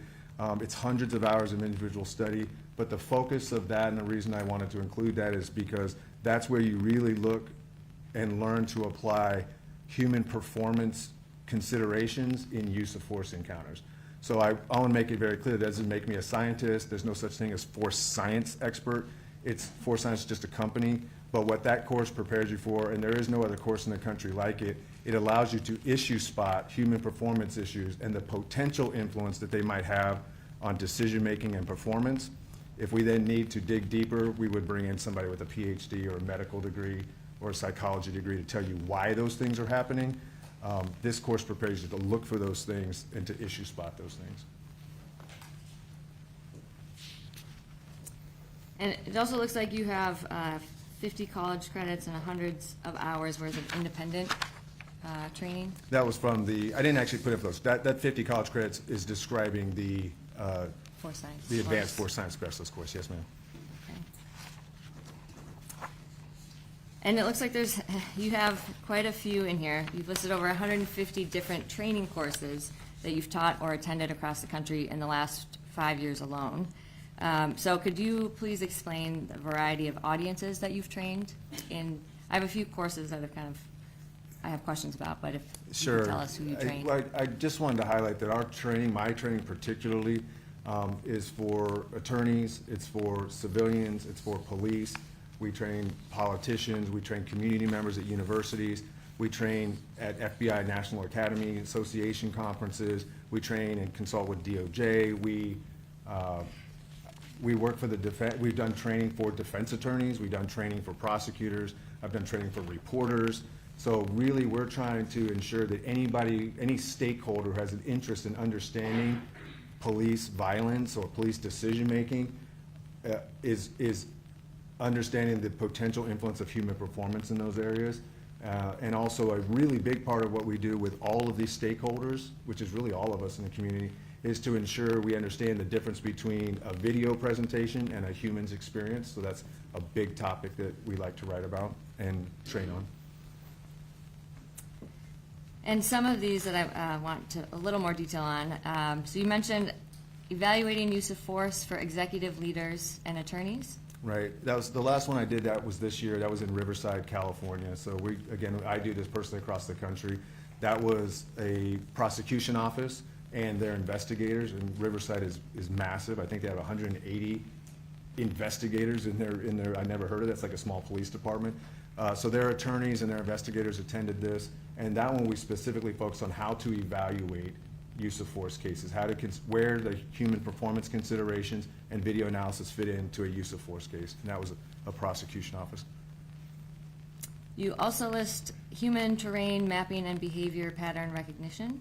Yes, the reason for that is I just want to give a sampling of the audiences. These are tactical operators, so I still, although I'm not working the street, I still interact with, survey, train with tactical officers, and I also train them. That was a course that was specifically designed for tactical officers. You also have U.S. Law Shield. What is Right. that? The U.S. Law Shield it's an insurance company is what it is, but that was a class where we taught the actual attorneys. I just wanted to ensure people understood that we train attorneys who represent civilians, not just police. So we actually will be part of teams representing criminal defendants, civilian criminal defendants. We don't just represent or work with police cases. You also have Cumberland University listed? Right, this is an example of a university. There were community members there and university students that we wanted to reach out to and give an opportunity to understand the reality of human performance in critical incidents.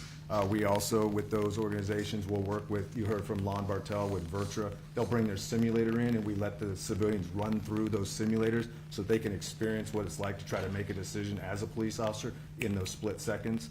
And that's one of the most impactful ways we can sort of educate the community on the reality of a police officer's decision-making experience. So it sounds like Force Science works with a lot of experts in the field of law enforcement, human factors, like we heard from Dr. Blake and Lon Bartel. Is that correct? Yeah, so as a consultant director, you hear my expertise is police practices, use of force, threat assessments, responses, the potential influence of human performance issues in force encounters and video. But I do this all as issue spotting. I connect the dots and say this is an issue that needs to be addressed.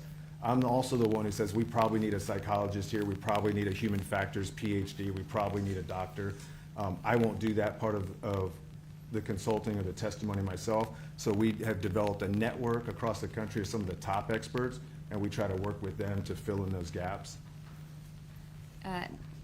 Are Professor Seth Stoughton or Nicholas Bloomfield part of that network? They are not.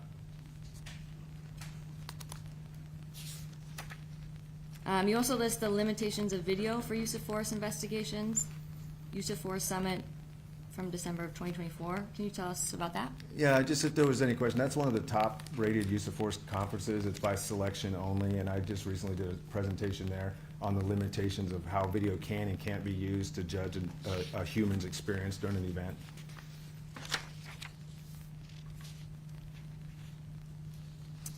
You have many more, but I'm not going to have you go through all of them, Yes, ma'am. just for interest of time. In addition to this, has Force Science trained law enforcement officers on the use of force? Do you know how many they have?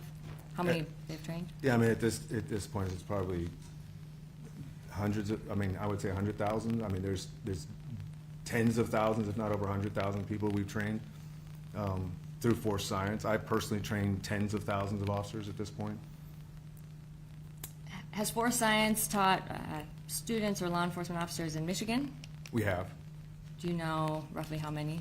I tried to look. I think it's roughly, in Michigan proper, over 400 last time I checked. I think just Grand Rapids and the Michigan State Police and Kent County, I think maybe 100 in total of that group that I could verify we've trained recently.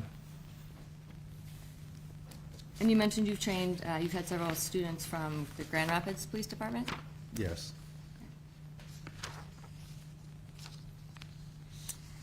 In your current job, are you hired to conduct training and consultation in, I think you already mentioned this a little bit, but police practices, law, investigations, trainings, use of force, and evaluations? Yeah, that's what I do full-time now, yes. And do you do this across the country and internationally? Yes, we recently had cases in Ireland. I'm going to Mexico City next month, I think. We've got a couple of cases I've handled out of Australia. So we're retained internationally and nationally. Let's talk a little bit about how you ended up as an expert consultant in police practices, use of force, policy, and training. You have several experiences, and I kind of want to talk now about your law enforcement experience. Yes, ma'am. It looks like you taught defense tactics and use of force. Yes. And I know you mentioned some of this already.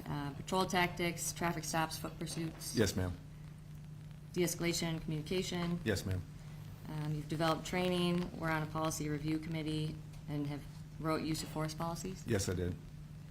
You were also on a high-risk warrant team. Yes, so we had a difference between our SWAT team and our high-risk warrant team. So I spent much more time on the high-risk warrant team, which basically mostly was narcotics warrants. Ultimately, I ended up working for our SWAT team. I did that for a very short period of time. But yes, I worked both those. And you also mentioned you're an attorney. Yes, ma'am.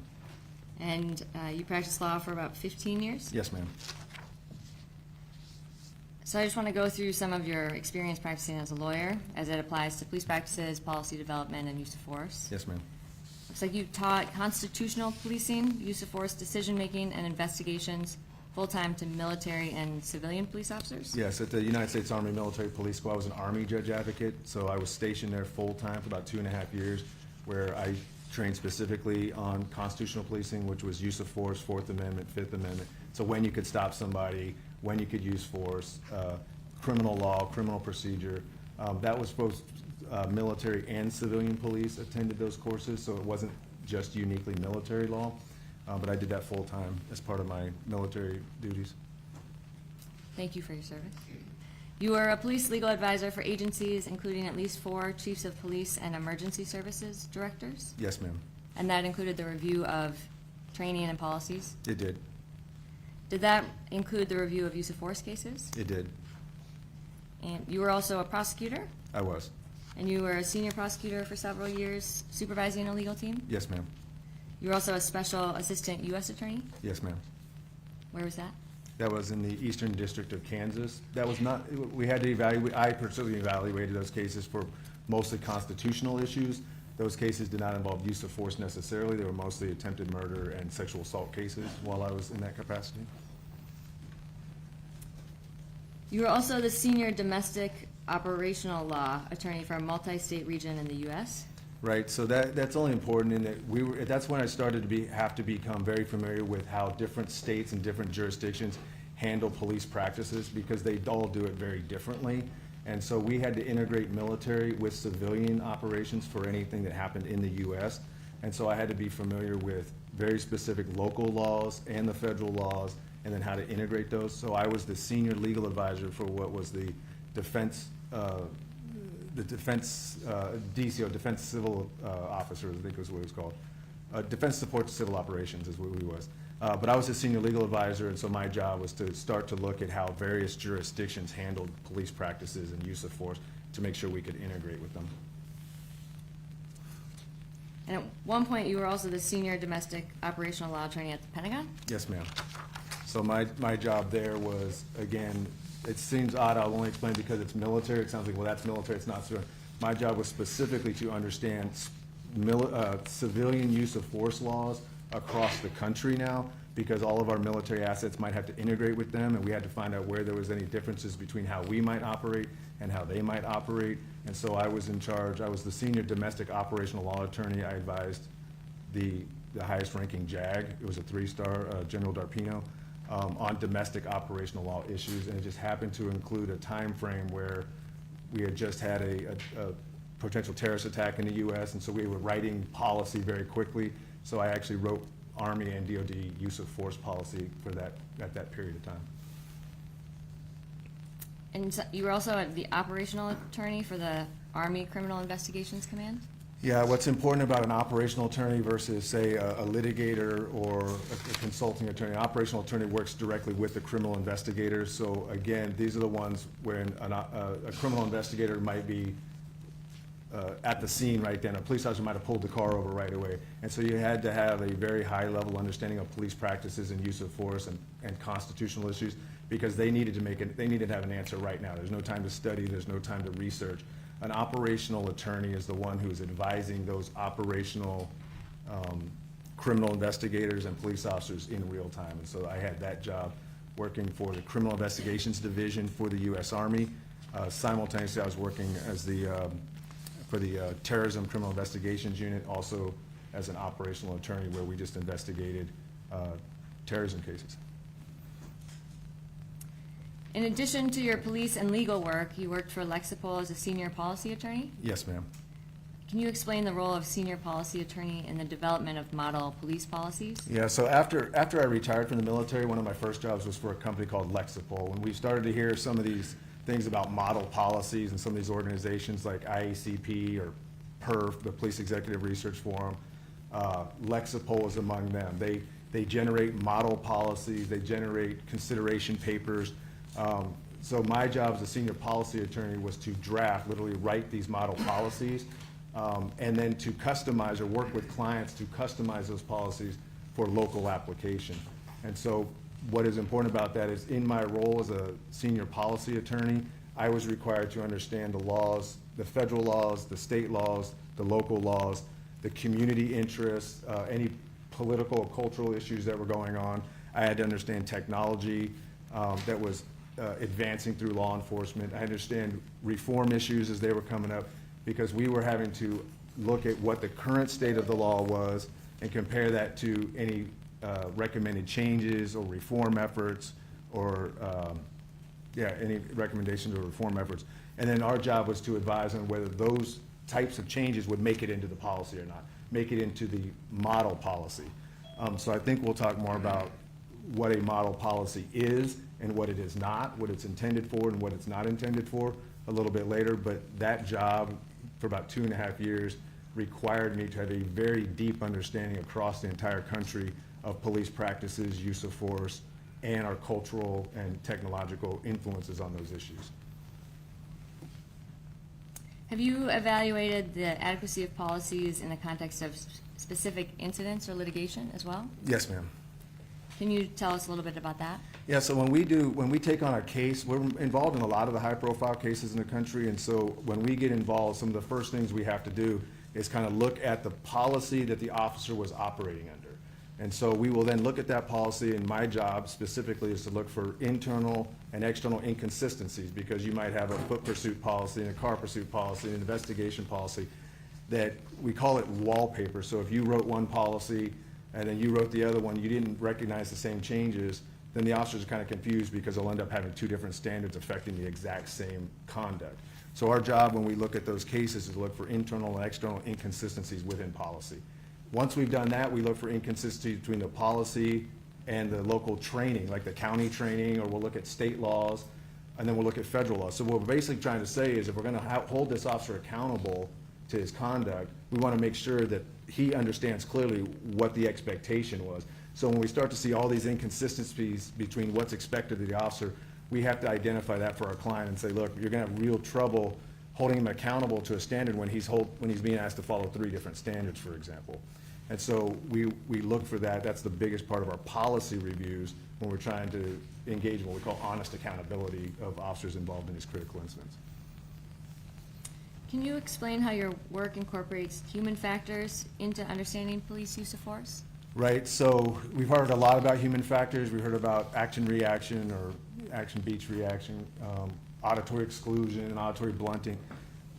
Human performance issues in our job in evaluating cases is really the entire point of evaluating the case, right? Because we are evaluating what an individual officer perceived. And so in order to do that, we're having to look at the bucket of information that the officer perceived, and then what meaning they assign to it. And whether that meaning, basically what cops know, what does that mean to a cop, is what drives their decision, right? When we try to figure out that initial bucket of information that we want to hold the officer accountable to, you have to understand that a human is involved in a critical incident. And so when you're looking at that human, you got to say, what are the psychological, physiological, and environmental influences on their ability to see something, or like we've heard in this case a lot, their ability to hear something. What is their focus of attention, and how is that going to impact their ability to see various different objects in the environment, right? So the human performance side, if we don't consider those in every aspect of a criminal investigation or of a use of force investigation, we've essentially taken the human out of the equation. And then we're just looking, which is obviously what we refer to as unjust or corrupt accountability, right? You can't hold an officer accountable to things that are beyond human performance capabilities. And I don't think anybody disagrees with that. And you mentioned a little bit about action versus reaction. Can you explain how that's incorporated into these? Yeah, so when you heard from other experts on this idea of action and reaction, there are certain human performance issues that almost all reasonably well-trained case evaluators or investigators are going to recognize. So these are not things you need a scientific degree to understand or see. We all see them, we all experience them. Police specifically will see them in training quite frequently. So we'll see auditory exclusion, we'll see tunnel vision, we'll have that described to us. And then we, in fact, will actually have to, they're so well-known in the industry, we actually have to create tactics to mitigate them. So if I give you an example of that, auditory exclusion, for example, is so well-known that if I have an officer involved in a fight with somebody, and we have these new policies, or you might have heard of called duty to intervene, right? So we want other officers to come in, look at the scene and go, hey, I think the guy's unconscious, I think the guy, we have him in control now, we can slow down the use of force. Two things are known to us as trainers. The person involved in the fight might not be seeing it the same way because they're focused on the fight. When you come in after the fact as an additional officer or as a supervisor, you're going to be like the referee of an MMA fight. You're going to see things. If you guys have watched MMA, sometimes the guy's knocked unconscious and the referee has to kind of push the fighter off, right? Because the fighter's not seeing it yet. Well, in policing, it's the same thing. We recognize and we have to mitigate. We have to have tactics that reflect the fact that this person in the fight might not be hearing us. And so we'll actually tap on them. We'll yell their name, we got him, let's slow down, I'm with you. And you have to become a more important stimulus than what they're dealing with. So we know that from a human factor standpoint, auditory exclusion means if I just come in and say, hey, Bob, I can't reasonably expect them to hear me because I know they're so focused, so we develop tactics. So those kind of human performance issues are well known and are part of policy development, training development, operations development, investigations, and then case evaluation. So you're going to see it throughout, and you'll see within the police industry that police practices experts are often the most qualified people to recognize the influence of human performance in a critical incident, even more than the researchers who are typically doing clinical lab studies. We take what they have, and then we're the ones that actually do the application piece. And you mentioned in a critical incident event. Can you explain why that is? Why that is? Yeah. Yeah, you heard a little bit about rational decision-making and heuristic decision-making. I don't like that term. Sometimes judges don't let me say that term, heuristic. But what it just means is rule of thumb. What heuristics is, we all experience it, is there's certain patterns we see throughout life, and we basically go through life. You have A, qualified as an expert. B, now he's talking about heuristics, when he testified earlier that he can't talk about psychological things. That's why he brought in another doctor for it. So I think he's going beyond whatever he can testify to. I'm still going through his qualification. I mean, he has I've tried to cut out the most important parts, but he has a lot of qualifications that I would like to put on the record. Talking about his qualifications is okay. Delving into definitions of things, I believe, would be inappropriate at this stage, as he has not been admitted as an expert in anything yet. Okay. I may have a few more questions for you. I'll try to keep it quick. You also list that you've published approximately 75 published articles, Yes, ma'am. and your work is widely distributed across national police publications? Yes, ma'am. You've been published in dozens of publications, including Police One, For Science News, Michigan Chiefs of Police magazine. You mentioned Lexipol, International Law Enforcement Educators and Trainers magazine. Yes. And you're frequently interviewed and cited as a use of force expert in books, magazines, articles, news reports, and Yes, ma'am. professional magazines. Yes, ma'am. You've been asked to present and write for the IACP Legal Officers Conference and Yes, to ma'am. publish in the IACP Police Chief magazine. Yes, ma'am. And what is IACP? That's the International Association of Chiefs of Police. I think we heard that from some of the model policies or consideration papers that were being offered. You've recently presented at the Axon Taser Conference. Yes, last week or 2 weeks ago. You've been asked to present legal considerations for the Taser Master Instructor course. Yes, ma'am. And you have several organizations on your CV. I'll just go through a few and kind of have you explain or tell us if you're still a part of that organization. Yes, ma'am. So you're listed as an expert advisor for the International Association of Directors of Law Enforcement Partner Advisory Committee. Yes, the International Association of Directors of Law Enforcement Education Trainers, they're an organization that compiles all of the individual state training, police training organizations, and they're an association that sort of organizes the conversations with those groups, and I'm on their expert advisory panel. And you also are, looks like, a member of the board of directors for the Association of Force Investigators. Yes. And a national level instructor at the National Law Enforcement Training Center. Yes, ma'am. It looks like you're a member of the American Society of Evidence-Based Policing. Yes, ma'am. And an instructor at the International Law Enforcement Educators and Trainer Associations. Right, so the ILETA, an International Law Enforcement Educator Training Association, is just what it sounds like. It's an association that brings together annually the law enforcement trainers from across the world. They hold a conference every year, and they also have a publication that they put out to basically train the trainers is what it is. Have you been retained previously as an expert consultant in police practices or use of force? Yes, ma'am. And what types have you served as an expert? Civil, criminal? Yeah, so as I mentioned earlier, so it's civil, criminal, it's police, it's internal affairs, it's civilian cases. If it's a force encounter and there's a stakeholder who's interested in understanding that force encounter, we'll work with them. Have you ever been qualified and testified as an expert in a court of law? Yes, ma'am. Have you ever been disqualified as a police practices, policy, or use of force expert on any cases which you have been retained? No. Are you being compensated for your time in this case? Yes. Is your compensation contingent on the outcome? No.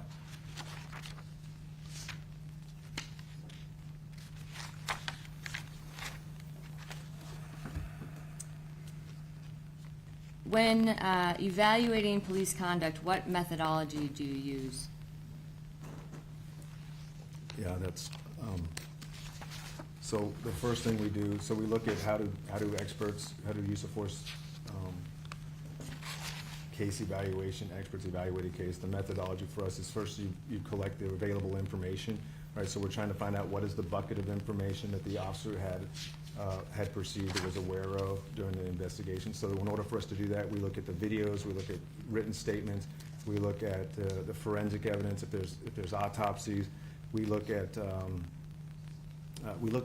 as much information as we can relative to their training, their policies. And once we have that information, the next step is then we start to answer two basic questions. The methodology to answer two questions: was the threat assessment reasonable, and was the response reasonable, based on what the individual officer had perceived and the information that or the meaning that they assigned to it. And so when we're looking at that, we're evaluating that case against the law, the policy, and the training of that individual officer. And then comparing the law, the policy, and training of the individual officer against their performance and against their decision-making as we understand it from the objective evidence. We then will make those comparisons and evaluate how those things stacked up, and then we'll write a report that provide our opinions on that. The biggest part of our methodology is as we're trying to figure out what the officer observed. So we'll talk about this concept of observe, orient, decide, and act. So what did they observe? What meaning did they assign to it? Part of the methodology is then to apply human performance factors across each of those domains, observe, orient, decide, and act, to see how an ordinary human would operate under those same conditions. And then the other big part is we look at video evidence, and part of the methodology is to distinguish very clearly that a video is not a proxy for an officer's experience. The video does not tell you what the officer perceived, what they paid attention to, and so part of our methodology is to really be careful not to equate a video with the officer's perception. And one of the things I think that you've mentioned was the local training and policy records of the agency. Yes. Why is that important to consider? The standard by which we're judging the officer's performance is the local policy and the law of that jurisdiction. So we'll look at the state law, we'll look at the local law, and then we'll look at their policies and their training, because those are the standards and expectations which we're going to judge their performance against relative to their threat assessment and response. And your methodology conforms to the standards of generally accepted, or is generally accepted by professionals in your field? It is.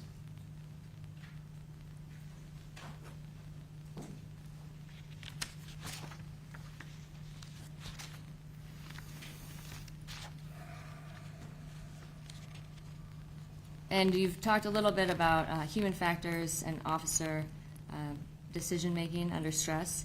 as widely understood and incorporated by reasonably trained police practices and use of force experts. Part of your analysis here will include some of those factors, but your testimony will be limited to what you've talked about so far today, right? Right, so when I talk about any human performance issue, I'll talk about it in the concept of what a police practices expert and use of force expert would generally understand about the incorporation of those factors. I'm not a scientific expert. Like I said, I think that I can't talk about the concepts. Well, I will likely talk about the concepts as any other police practices expert might. I think we heard from the other experts talking about some of those general concepts. The distinction between me as a police practices expert and a scientific expert is that I will tell you what we typically see in policing and what we expect during the investigations. But if you need to know why those things are occurring or if they specifically occurred in an individual, that's not something that I or any of the police practices or witnesses can tell you. Oftentimes, only the individual officer can tell you whether they're experiencing something. Our job is essentially to say, relative to human performance, if one side says there was a sound and the officer must have heard it, and he's lying if he says he didn't, we would simply say there are other explanations that could also explain that phenomenon.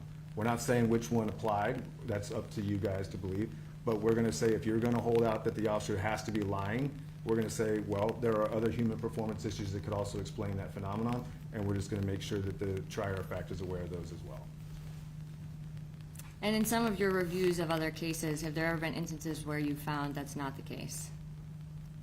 What's not the case? That they, based on the review, that there may not be other things that play into how the officer is conducting himself in a use of force incident. Yeah, so if there's ever the impression that we only defend cops or that there's no cop we're not willing to defend, there are a lot of cases we review where there's no human performance issue or police practices issue that's going to explain an excessive use of force.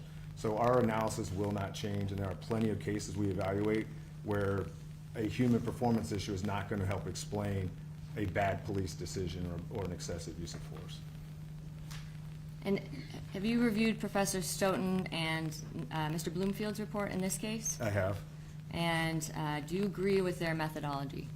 I guess I'm gonna have to object, he hasn't been qualified in anything, we've been here, I don't know what she's doing. All this is named, doesn't matter if he agrees or not. Okay, Your Honor, I would move for admission of Mr. Kleem as an expert in police practices, police tactics, policy, and the use of force. No objections. So I'll move that. Please. I would move for admission of Mr. Kleem as an expert in police practices, police tactics, policy, and use of force. All right, and there being no objection, I will consider him an expert in those fields. And Mr. Kleem, have you reviewed Professor Stoughton's report and Mr. Bloomfield's report in this case? Yes, I have. And do you agree with their methodology? No, I do not. Why not?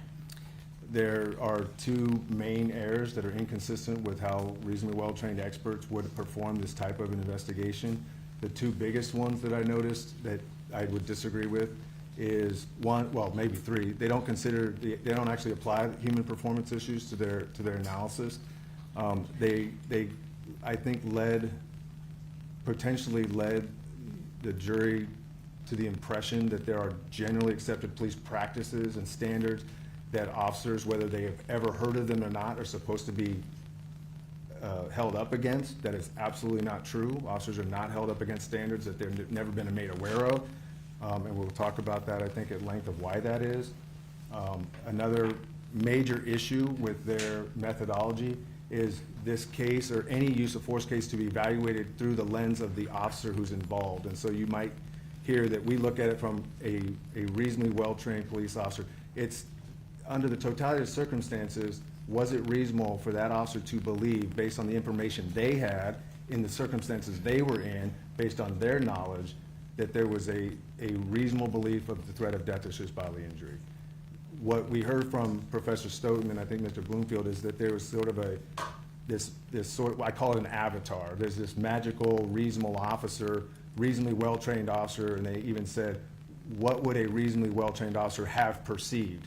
Well, if you understand what they just did there, they're saying that it doesn't matter what this officer perceived, what would some magical imaginary officer have perceived, and that's what we're gonna hold them against. That is beyond human performance capabilities. So those are three areas where their methodology was inconsistent with what is generally accepted as a methodology for evaluating these cases. And there's a fourth one where you don't use a video, it's very difficult to use a video and then determine from that what an officer was thinking or what they were paying attention to. That is an objective third party, or an objective two-dimensional video. It has nothing to do with the psychological workings of the police officer. And yet we heard some evidence from them that they relied on the video to tell us whether an officer did or did not hear something, for example. Have you, and you mentioned some of Professor Stoughton and Mr. Bloomfield's testimony. Have you also been watching this trial since Monday? I have. Why haven't you been here in the courtroom with us? Objection, what's the relevance? Who cares? I guess I can move on, but if the jury hasn't seen him, I just wanted to explain why. But we don't have to. We, okay. Well, if you need to drink water or anything, you can Thank you. feel free. All right, so have you reviewed the incident involving Officer Schurr and the use of deadly force against Mr. Lyoya? I have, yes. And what have you reviewed in this case? I have there's an extensive list. So I looked at the videos, I looked at the officer statements, I looked at the autopsies, I looked at the Michigan laws, I looked at, this case has been working its way through courts in various levels, so I've looked at basically the appellate record, the record of the case to kind of figure out what the law is. I've looked at the local policies, I've listened to the testimony of the experts, including the trainers. I think I've got a much longer, extensive list attached to my report, but those are basically the things I relied on. Based on your review of those and your expertise, is it your opinion that a reasonable officer in Officer Schurr's situation believed that deadly force was necessary at the time it was used? Yes, after evaluating this case, I think it was not only reasonable for an officer to believe that he was facing, in his situation, was facing a threat of death or serious bodily injury, but after listening to that testimony, these officers are specifically trained to believe that, based on the testimony you heard from your Axon experts, your taser experts, and the taser warning labels. These officers are actually trained to believe that they were facing a threat of death or serious bodily injury when someone has taken their taser from them and is in a condition to use it against them. And why is the fact that the suspect had taken control of Officer Schurr's taser significant? Yeah, so you heard this concept of intent, capability, and opportunity. So when we evaluate that imminent threat, we do something very similar to what Professor Stoughton described. We break it down a little bit further. It might be a little bit more useful, but we look at intent, ability, means, and opportunity. And if the officer reasonably believes, like they don't have to prove it beyond a reasonable doubt, they obviously don't have time for that. But if an officer reasonably believes that the person has the apparent intent, the apparent ability, the apparent means, and the apparent opportunity to inflict death or serious bodily injury, then they are authorized to use a quality of force to immediately and decisively stop the threat. They can use force to stop the threat right now. So in this case, when we look at physical ability, he's moving, he's wrestling, he's gripping. I don't think there's any serious contention that he had the physical ability to use that weapon. The means is where the taser come into place. When we're analyzing the means, that's the weapon itself.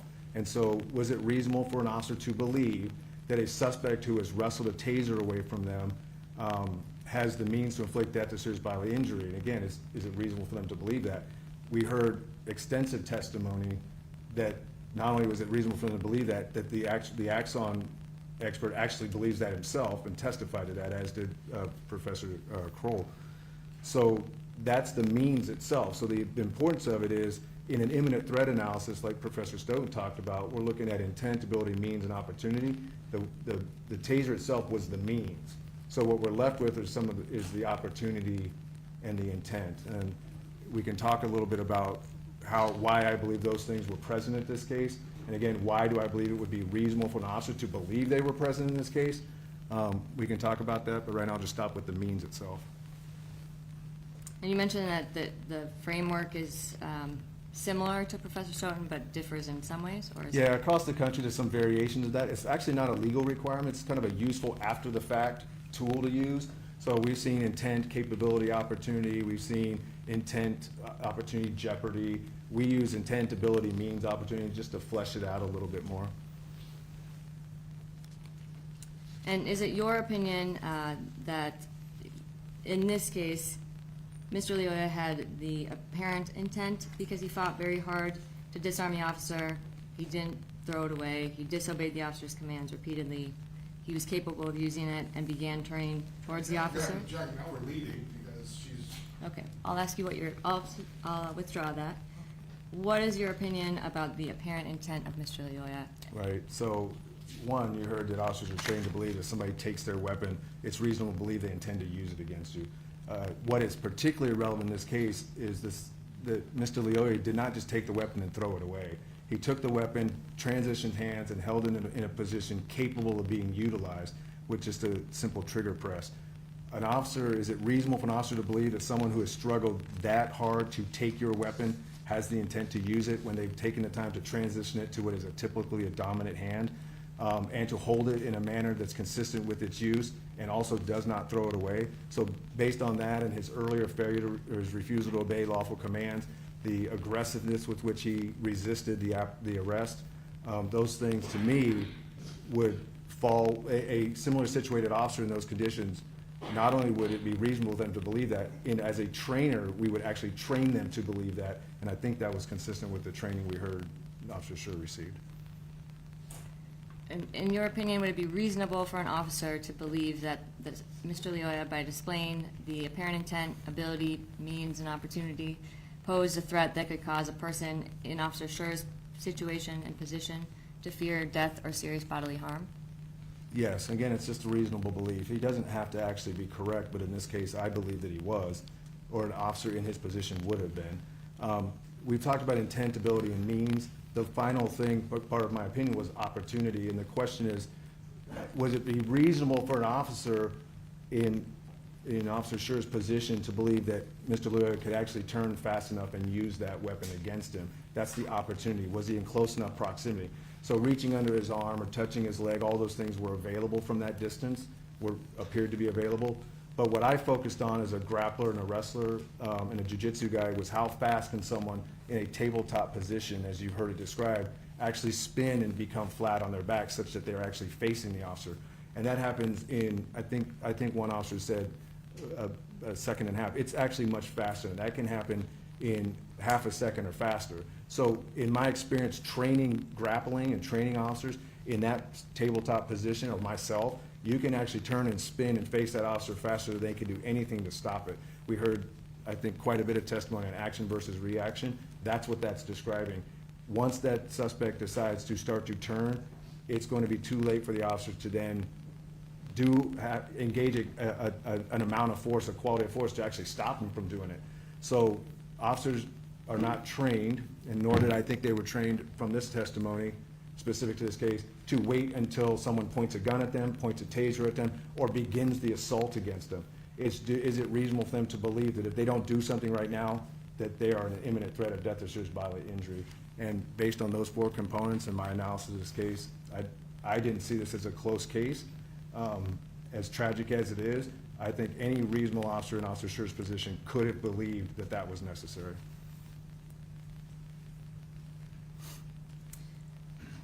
How do police officers, or how are they usually trained to perceive a threat posed by someone in possession of a taser during a close quarters struggle? Yeah, it's what I just mentioned, and we heard that testimony, I think, as well, that officers are trained when someone actively takes your taser, you are trained to believe they intend to use it against you. And these are just reasonable inferences. So I got to make this very clear.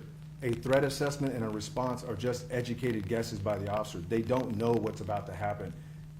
The meaning they assign to all of this totality of the circumstances is based on their training, education, experience, and reasonable inferences. which is why if they don't have training, education, or experience to talk about any model policy they've never heard of, we don't hold it against them. We evaluate them based on their training, their education, their experience, and the reasonable inferences they drew from it. And so, based on that, when he was evaluating the ability to turn and use the weapon, I found it was consistent with his earlier testimony and his personal training. And is it consistent with standard police training or generally accepted police practices to use deadly force when facing an imminent threat of a taser being used against? Yes. Why? Is there anything in addition to what you've already said? Well, I think so when we're looking at an individual officer's decision, the question is, is it lawful for them to use a quality of force to stop the threat immediately? And if it's a threat of death or serious bodily injury, what is the quality of force that will immediately stop it? Hitting him in the head with a flashlight, I can tell you from experience, does not immediately stop a threat. Pepper spray is not going to stop this threat. He had to choose a quality of force that would immediately and decisively stop the threat. The question is that reasonable? And I think you asked, is that something I consistently see across the country? I don't like generally accepted police practices as a standard or as an evaluated model, but if you're asking me, do I consistently see across the country? I have personally, as a police practice expert and trainer, talked to hundreds of officers and asked them specifically, how are you guys trained if someone takes your taser, and it almost to a person with very little exception, it's we escalate to deadly force, escalate to deadly force. If someone disarms you of a taser, you escalate to deadly force. Now, you will hear a lot of people say, well, it's under the totality of the circumstances, lots of things to consider. To me, in this setting, that's almost a cop-out. It's like, okay, well, what were the circumstances? Let's evaluate them, and then let's decide with those circumstances, was it reasonable? So to answer the question, was it reasonable for an officer to believe that deadly force would be necessary to immediately and decisively stop the threat? That is something I see consistently across the country. And once an officer makes the decision to use deadly force, do they need to try lower levels of force? No, and very clearly the courts have said repeatedly officers are not required to try lower levels of force and hope for the best, particularly at a deadly force encounter. The question is, are they facing a threat of death or serious bodily injury? Is it reasonable for them to believe that? And then what quality of force is necessary to immediately and decisively stop that threat?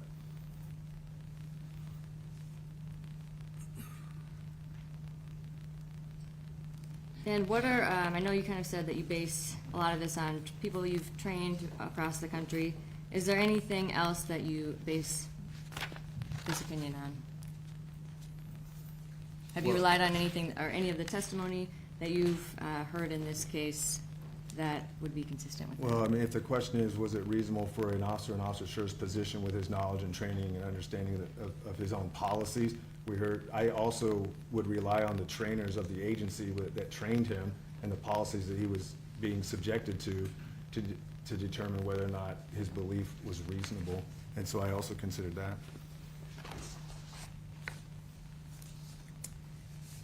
Now I want to move on to the reasonableness of the foot pursuit and arrest attempt. You heard Professor Stoughton and Mr. Bloomfield criticize Officer Schurr for initiating a foot pursuit. Based on your review of this case and the Grand Rapids policies, procedures, the culture, was the pursuit within the standard of law enforcement agencies across the country? Yeah, there's again, I will tell you, there's not a concept of generally accepted police practices that you can hold an officer against. If you're asking what we see from my perspective, having looked at jurisdictions across the country, you're going to see policies that are silent on the issue. They tell the officers, they address the officer in training. They address the issue of single officer pursuit or double officer pursuit based on just be aware of the risks that are involved in that and then make a good decision or make a decision. But there are a lot of agencies that have solo officer foot pursuits and encourage them, actually award their officers for engaging in them. Because if you understand what's happening, when you have a policy that says we only want officers to run with 2 officers, or we don't want you to do a solo officer pursuit, all that policy is doing is saying in our jurisdiction we're trying to balance the risk against the officer with the risk to the community.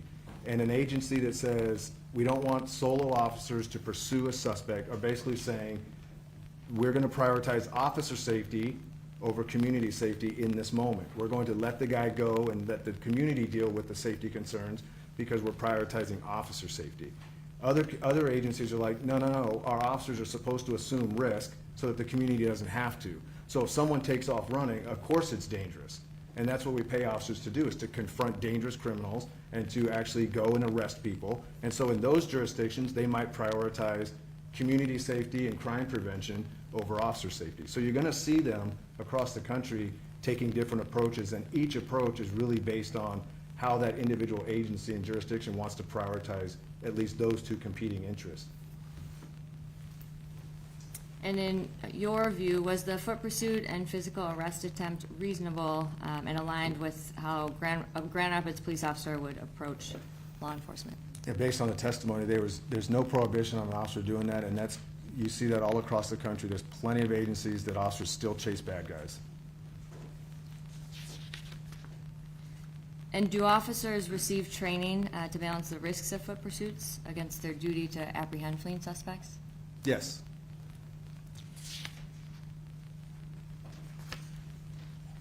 And what are some of the things that you see?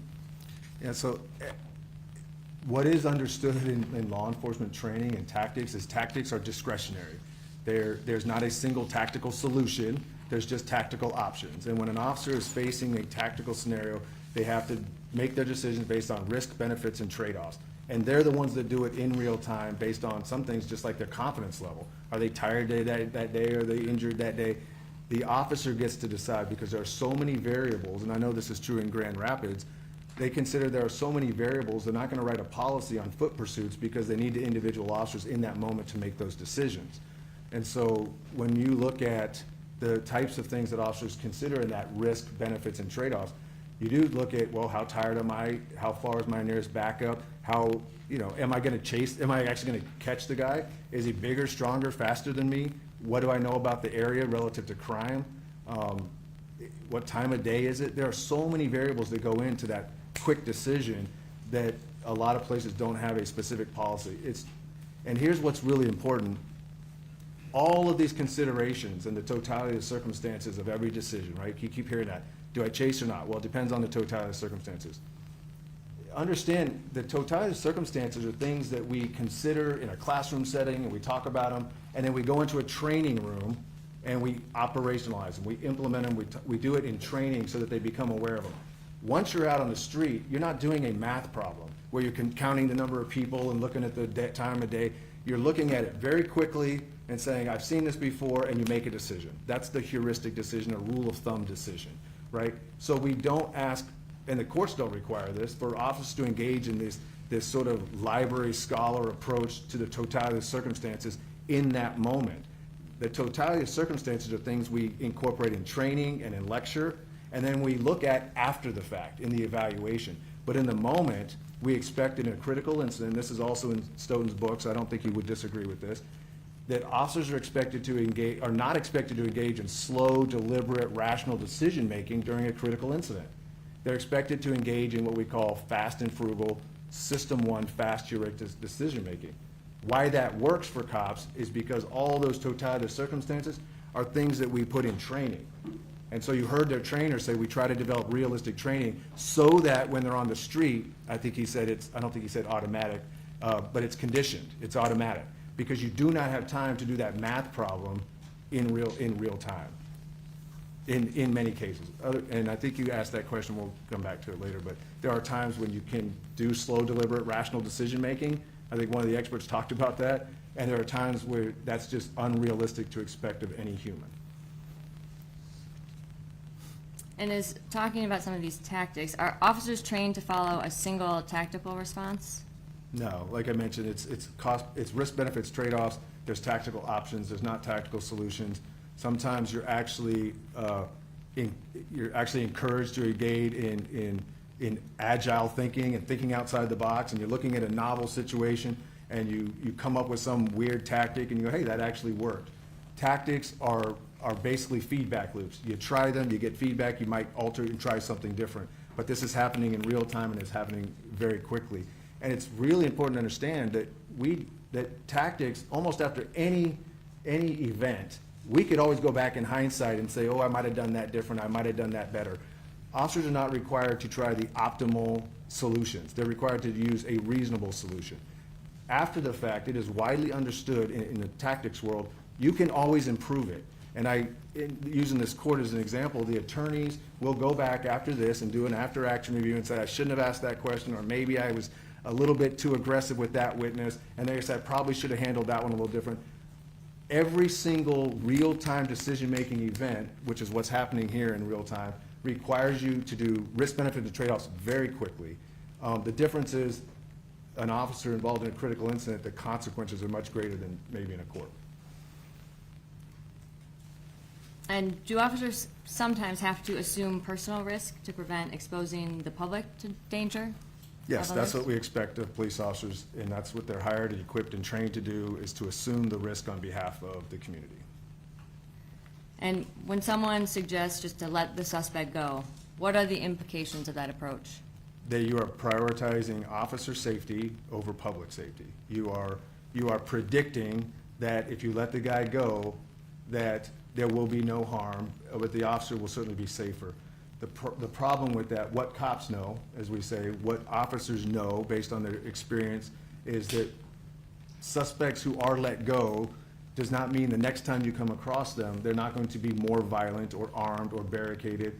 We have case after case across the country where suspects are let go and the next day officers are killed going to serve the warrant. So when you hear this creative approach, is the most generous way I could say it, that you just wave goodbye and let the guy go and you can get him another day.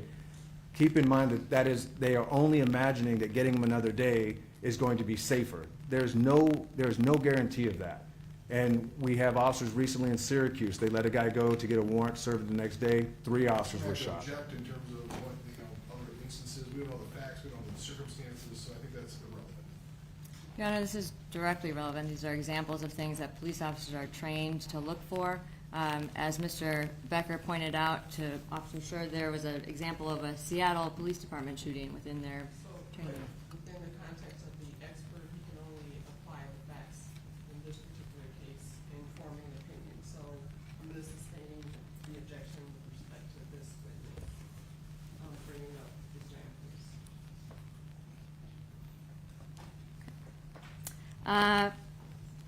Based on your review of Grand Rapids policies and training, I believe in your, did you create a report in this I case? did, yes, ma'am. And I believe you pointed this out in your report.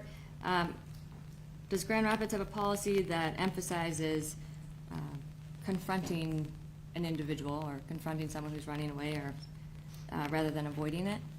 Well, they do. And if I have a copy of my report. If I can read what it is in their policy specifically, if I can refer to my report. Does he have permission to refer to his report? I think it's on, and actually, I think I have it here. It's Defendant's Exhibit E2. Or, sorry, it's the Manual of Conduct. It's E7, I think, Bob? And he said he needed to refer to this report, which he has in front of him. Oh, okay, To help him answer the question, I believe. okay. Yes, ma'am. Yeah, So- sorry. So the answer to the question is yes. In Grand Rapids written directives, as I detail here, the Manual of Conduct, paragraph 12.1 B through F, employees shall professionally and completely perform their assigned duties and the responsibilities of their positions. Employees shall perform their duties in a manner that is compliant with the highest standards of efficiency and the goals of the department. Unsatisfactory performance may be demonstrated by unwillingness or inability to perform assigned tasks, failure to conform to work standards established for your rank, grade, or position, failure to take appropriate action on the occasion of a criminal act, disorder, or other condition requiring or deserving of police response, the neglect of your duty, or the display of cowardice. And what did you interpret that to mean in the context of this analysis? Or how did that apply here? When Grand Rapids police officers are making decisions on whether they pursue or not pursue a criminal, or whether a criminal has decided they want to be arrested or not to be arrested, that they have this guidance that they are actually being encouraged to take appropriate action on occasion of a criminal act. They're being encouraged to actually enforce the law and to not shirk from their responsibility to act just because it's dangerous to them. And is this consistent with standard police practices in Grand Rapids or anywhere in the country? Yeah, so whenever I do a review of a case like this, is one of the first things I look for, because it's very consistent now, particularly, it's very consistent now in these types of cases where we're seeing things like, just let the guy go, just let the guy go, from some experts. And so we're constantly having to go to the policy of the agency and say, that is absolutely inconsistent with the expectations of the agency itself who trained this officer. And I know there's been this generally accepted police practices term that's been thrown around. And I guess we'll talk about that in a little bit. But is it consistent that a police officer's tactics, if a police officer's tactics are imperfect, that they lose the right to self-defense? No, nowhere in the country are officers been trained that if their tactics are suboptimal or imperfect or don't comply with some concept of generally accepted police practice, that they lose the right to defend themselves or that they lose their law enforcement authority. And in your opinion, does choosing not to engage in a threat shift the risk from the officer to the public and to other officers who may have to confront the suspect in the future? Right, so that's what I mentioned earlier, that when you stop, when you pull back for officer safety, for safety yourself, you're basically deferring the danger to the next person who has to confront this person and actually arrest them. And in this case, was Officer Schurr's decision to pursue the suspect a reflection of that duty to assume the risk as a police officer? Yeah, I don't know what he was thinking, but what I saw was consistent with an officer who was assuming personal risk rather than letting the guy go.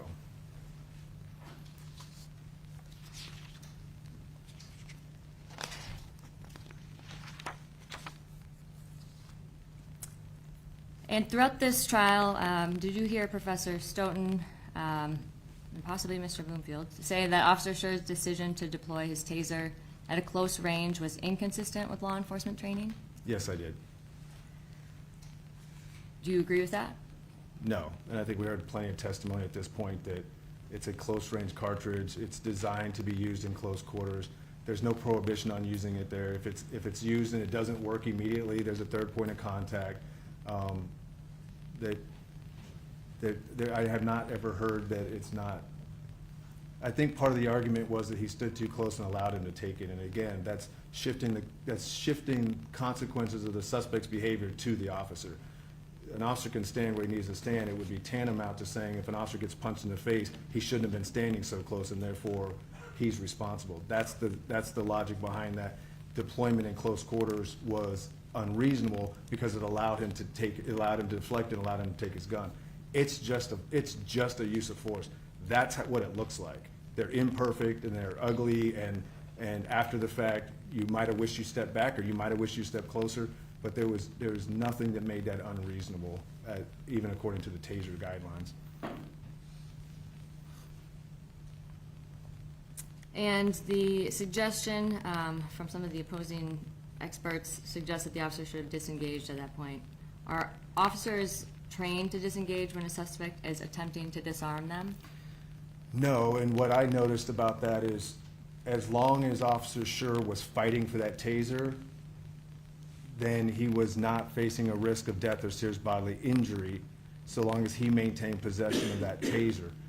He was fighting to avoid, I'll say he was fighting, I don't know why he was doing it. What I saw in the video and what I heard in his testimony was consistent with an officer who is fighting to maintain possession of that taser precisely so he doesn't have to escalate to deadly force. He's fighting to not have to shoot this guy. Because as we heard, once he gains sole possession of that firearm, we go back to intent, ability, means, and opportunity. Right now, if you can infer intent, ability, and opportunity, the only thing he didn't have was the means. And Officer Schurr fighting to prevent him from accessing that means meant he didn't have to shoot him. And based on your review, was Officer Schurr's attempt to retain his taser and get it back consistent with a reasonable officer's effort to avoid having to resort to deadly force? Yes, it was. Have you ever been tased? I have. Can you tell us about that? How did it feel?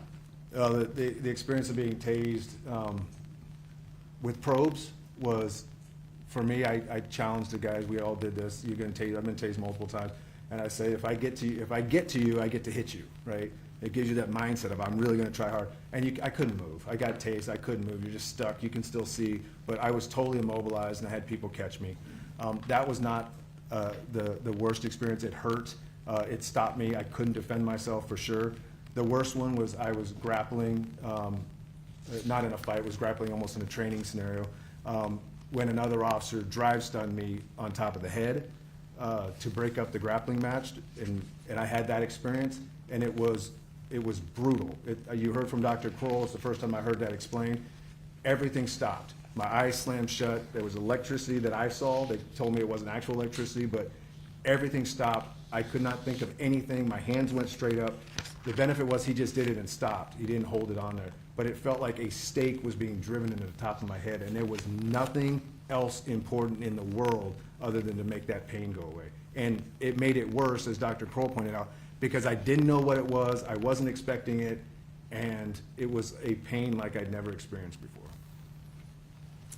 And once you felt that pain, what happened? What happened? Were you able to do anything else at that moment? During that pain, no. Until it was done, there was nothing else I cared to do other than make that thing go away. Did it feel like someone pushing your head with their thumb? No.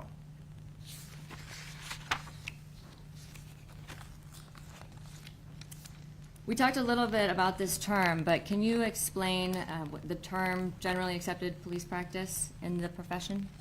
Yeah, I can tell you what it's not. The generally accepted police practice is not a national standard. There were certain, if you're looking at things that we see consistently across the country, yes, there are certain things that are consistent, but that's not a standard by which we hold officers accountable to. They're generally accepted police practices are just things you might see consistently. When you heard about, for example, PERF and IACP and DOJ consent decrees and Lexipol, all of these organizations might have sort of model policies, sort of maybe procedural policies, and some of it's going to overlap. And all that stuff that overlaps, you can say, yeah, this is pretty consistent across the country. These are things you see frequently. What is critically important is that those organizations frequently do not agree on what those practices are.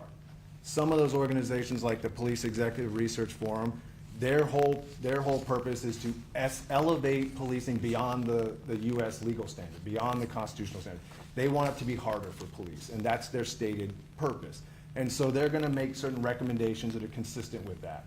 IACP is probably the largest body of model policies, and they're trying to be able to write policies and considerations for the broadest range of police. And they're very attuned, because I'm on their legal officers section. IACP is very attuned to the cultural and political pressures that are on police, but they're also very dedicated to focusing on operational and tactical realities. And so if you look at history, you're going to find that what was being told to you are generally accepted practices. Those very organizations have had very strenuous debates about what is and isn't an acceptable or generally accepted police practice, or what the standard should be. DOJ civil rights, you heard this little idea about generally accepted practices will percolate up from the industry and that these organizations merely reflect that. That is not how that works. Those organizations some of them are activist organizations, some of them are political organizations, some of them are educational organizations and associations, professional associations, and they all have different priorities. What they're trying to do is, from the top down, influence the industry. DOJ consent decrees, for example, they're the opposite of generally accepted police practices. They're actually trying to get organizations to adopt certain standards under threat of litigation. These are standards that aren't generally accepted by police, but that the DOJ civil rights consent decrees can force them on organizations under threat of litigation. So if you're looking at generally accepted police practice, the only thing you really need to take away is they are not national standards, and they are not a standard by which you would judge an individual officer's performance who has never even heard of these standards. And did you hear Professor Stoughton's definition of what he believes generally accepted police practices are? I did. without going into all the weeds of that debate, do you agree with them? No. Why not? Again, what he was imagining is that all of these various international organizations and associations somehow have some consistency among them that create a national standard. But each of those organizations have documents within the organizations that specifically say these are not intended to create a national standard. Local agencies are only to use these for consideration in developing their own policies.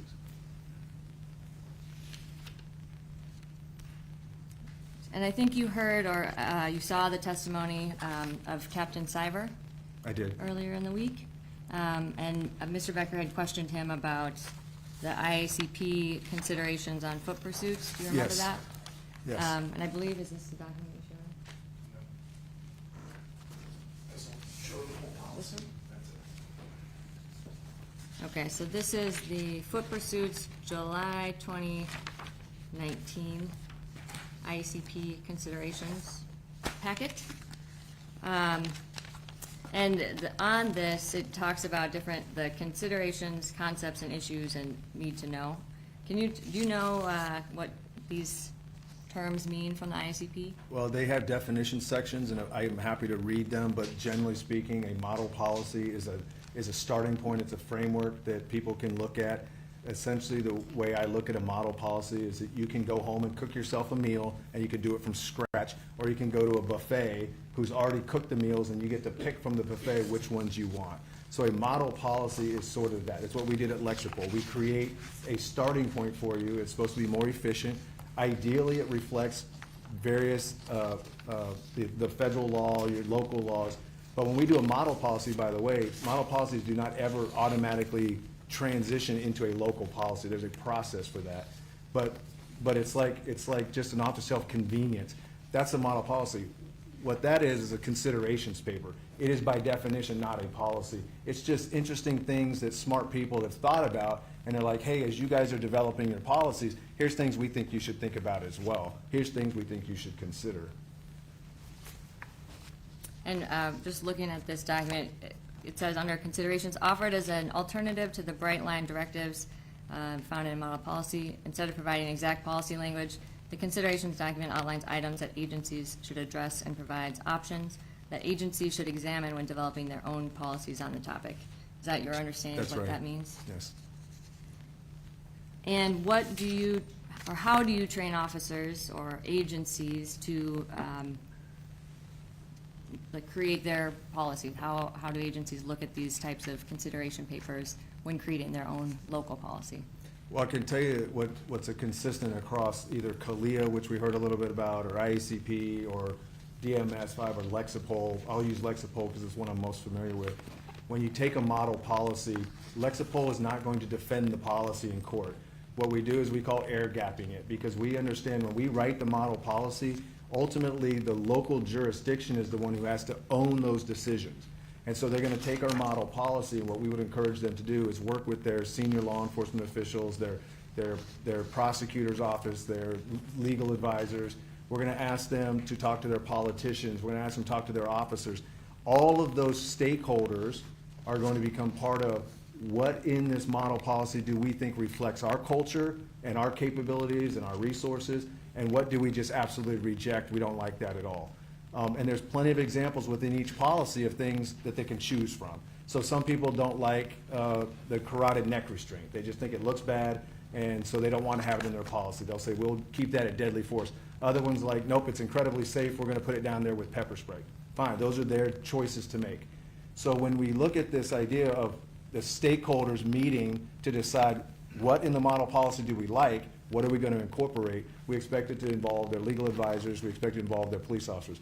Once they've done that, we also would like it to include their community members. And so you'll have community listening groups, or you're going to present these policies. I recently did this in Bakersfield, California. So you'll have the ACLU there, you'll have community members, you have your local police, and then you'll have someone like me to come in and talk about what are generally understood concepts and concerns about use of force investigations or use of force in practice. And then in those listening groups, the community then gets to say, we like that or we don't like that. That's where you might see a community says, we don't want you chasing bad guys. We don't want you chasing them through our cities. Other ones are like, we absolutely want you chasing them through our cities. And that's where those policies are ultimately shaped.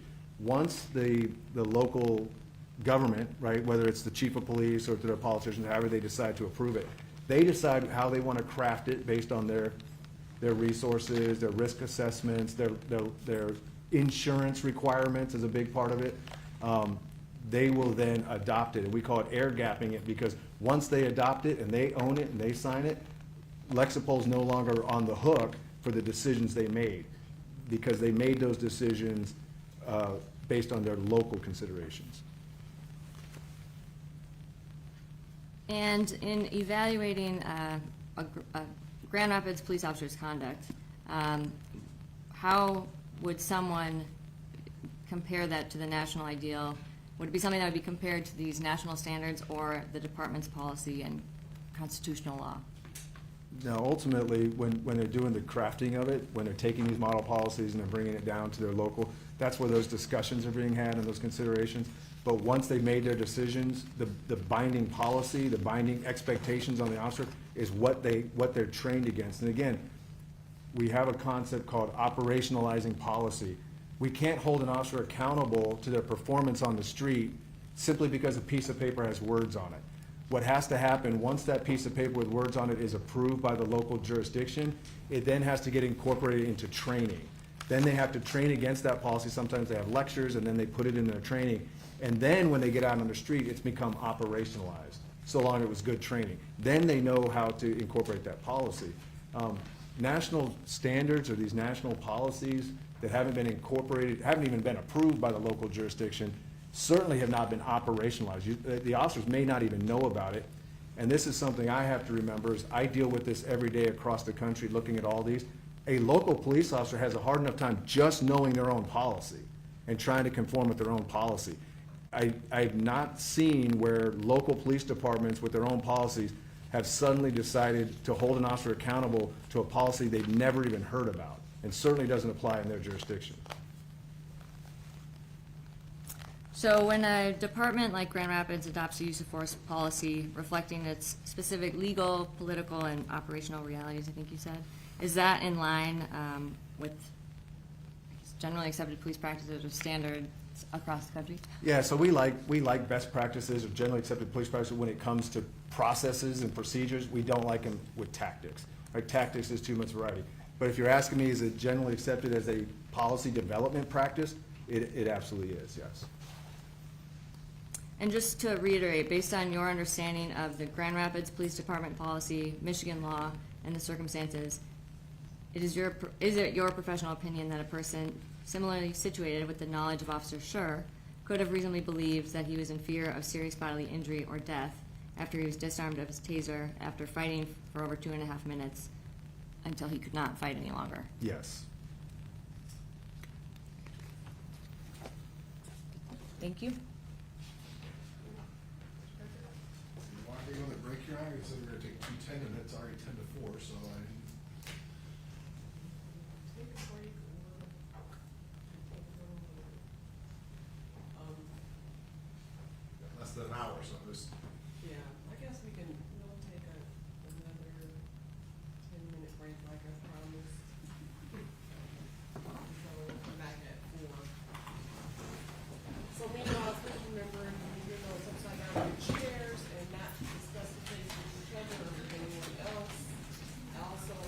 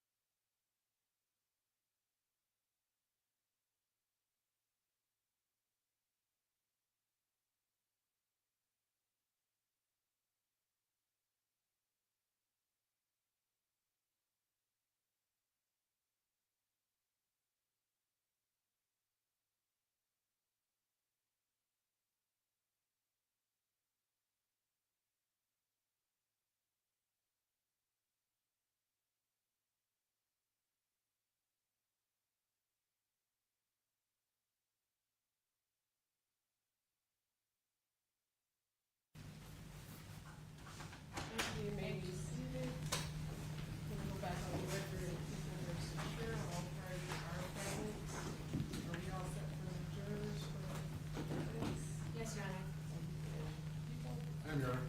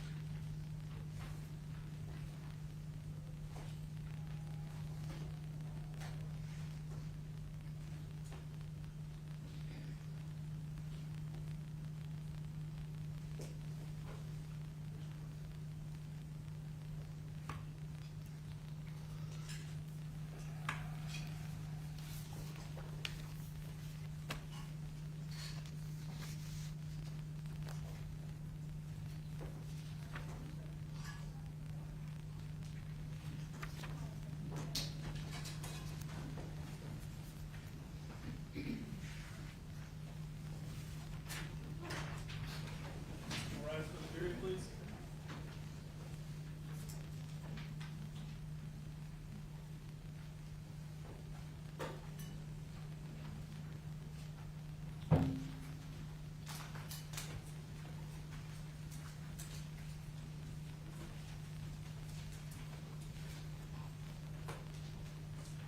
Welcome back, you may be seated. After you may proceed with your cross-examination. Thank you, Your Honor.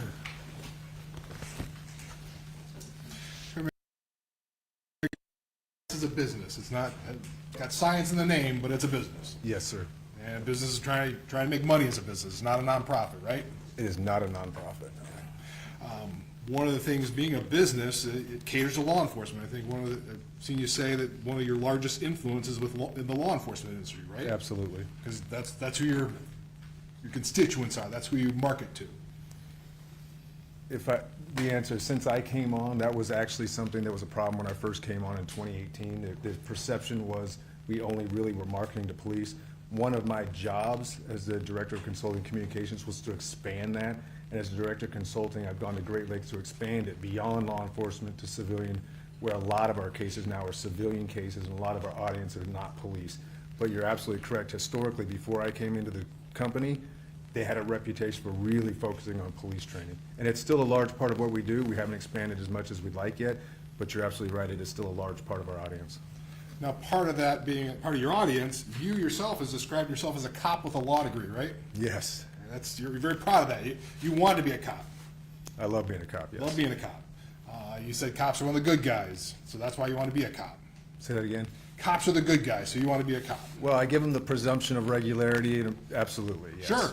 Well, that was one of my other questions, because you go on a number of websites. When you start, you give police officers a presumption of regularity, of the benefit of the doubt, if you will. Yeah, so when we start, we give them, especially in a case like this, we give them the presumption of innocence. That's the first thing. And then we give them also a presumption of irregularity, and then we start to look for deviations from that. But if you start with a presumption of regularity, that's not unbiased, right? No, I'm not unbiased, and the reason for that is because when we as a community hire our police officers, train our police officers, they get background investigations, they're then trained and put into these conditions, that my starting point just as a community member is that I can give them the benefit of the doubt. Now, in my job, I certainly see a lot of bad examples of policing, and so they can lose that benefit of the doubt. It's theirs to lose. But yeah, just as a community member, I do give police the benefit of the doubt. Okay. And you also have stated that Force Science has a reputation that there's not a cop out there that you would not defend, right? Well, Those are your words. Yeah, since I've been on, that's not our reputation anymore. We do a great job of trying to explain, even in court or at our conferences. My job specifically is to change that narrative since at least 2018, 2019. It's absolutely not true. There are plenty of cops. We don't defend cops, by the way. We just educate juries and evaluators. But there are a lot of police officers whose cases we review that we do not have anything to say that's going to be helpful to their case. And we make sure that the communities know that and that the jurors know that. Now, part of the thing you put out, you have a website, Force Science website, that you have articles you put up. Yes, sir. And you went on that website, you got 3 of the top articles for 2024, your own articles. Do you get to vote on that, or are your staff just trying to kiss up to you a little bit? No, the article selection on top articles are based on the number of readers and how many people push them out. There's no people involved. It's really a statistical analysis of how broadly the reach was on it. So there's no voting on it. I would vote for my articles, though, in fairness. Sure, but those articles were, the first one was homicidal empathy, an evolving threat to police officers. That was what you wrote. Right. Next one was officer-created jeopardy, a legal theory that threatens effective policing. Absolutely. The expert trap, protecting police from unreasonable expectations. Yes, I think that was the Michigan. So those Chiefs were of all Police yours, review. those were all your articles, those were what you wrote about, protecting police, threats to police, threatening police, correct? Yeah, and those concepts That's all I against needed. police I officers. didn't need that, correct. I don't need, didn't ask you to explain. You want to You just- rephrase it? I want to answer them, but go ahead. Yeah, well, that wasn't my question. My question was, those were the three things the three articles that were there are all about threatening police, protecting police, how to save police, essentially, correct? Essentially, no. So if I can elaborate that, yes, I it didn't incorporates want to police. elaborate. This is not your chance to just talk. Objection, Your Honor. I ask You a, should be able to finish answering his question in the same way that Professor Stoughton was allowed to answer every single one of Mr. Verbuli's questions as a long narrative. So at least let him finish his answer, please. he's going beyond my question. I'm asking a simple yes or no question, and he wants to pontificate, so. Essentially, no, is my answer. Okay, so, I didn't rule on the objection, so, I mean, I believe the witness should be allowed to, complete his answer, but also not go into extensive elaboration. So, I guess we'll move on from there. Obviously, you can ask him to finish whatever that thought was. One of the other articles in 2024, maximizing the officer's recollections before the big interview. That was one of the articles that was on 4Science in 2024, correct? Yes. Need to look at it? I can show it to you if you want to look at it. Yeah, I'm assuming you're pulling these from the website? Correct. Yeah. This is what year? 2024, Last year. yeah. 2024. I don't think I wrote that one, though, but I yes. did not write this one. But part of this, the big interview is officer-involved shootings. That's what the big interview is talking about, correct? I would consider that a big interview, yes. Sure. One of the things they talk about in the article is perhaps the optimal solution is to conduct face-to-face interviews as part of the attorney-client preparation phase, where nothing is generated during the unclean recollection process will be discoverable under the attorney-client privilege.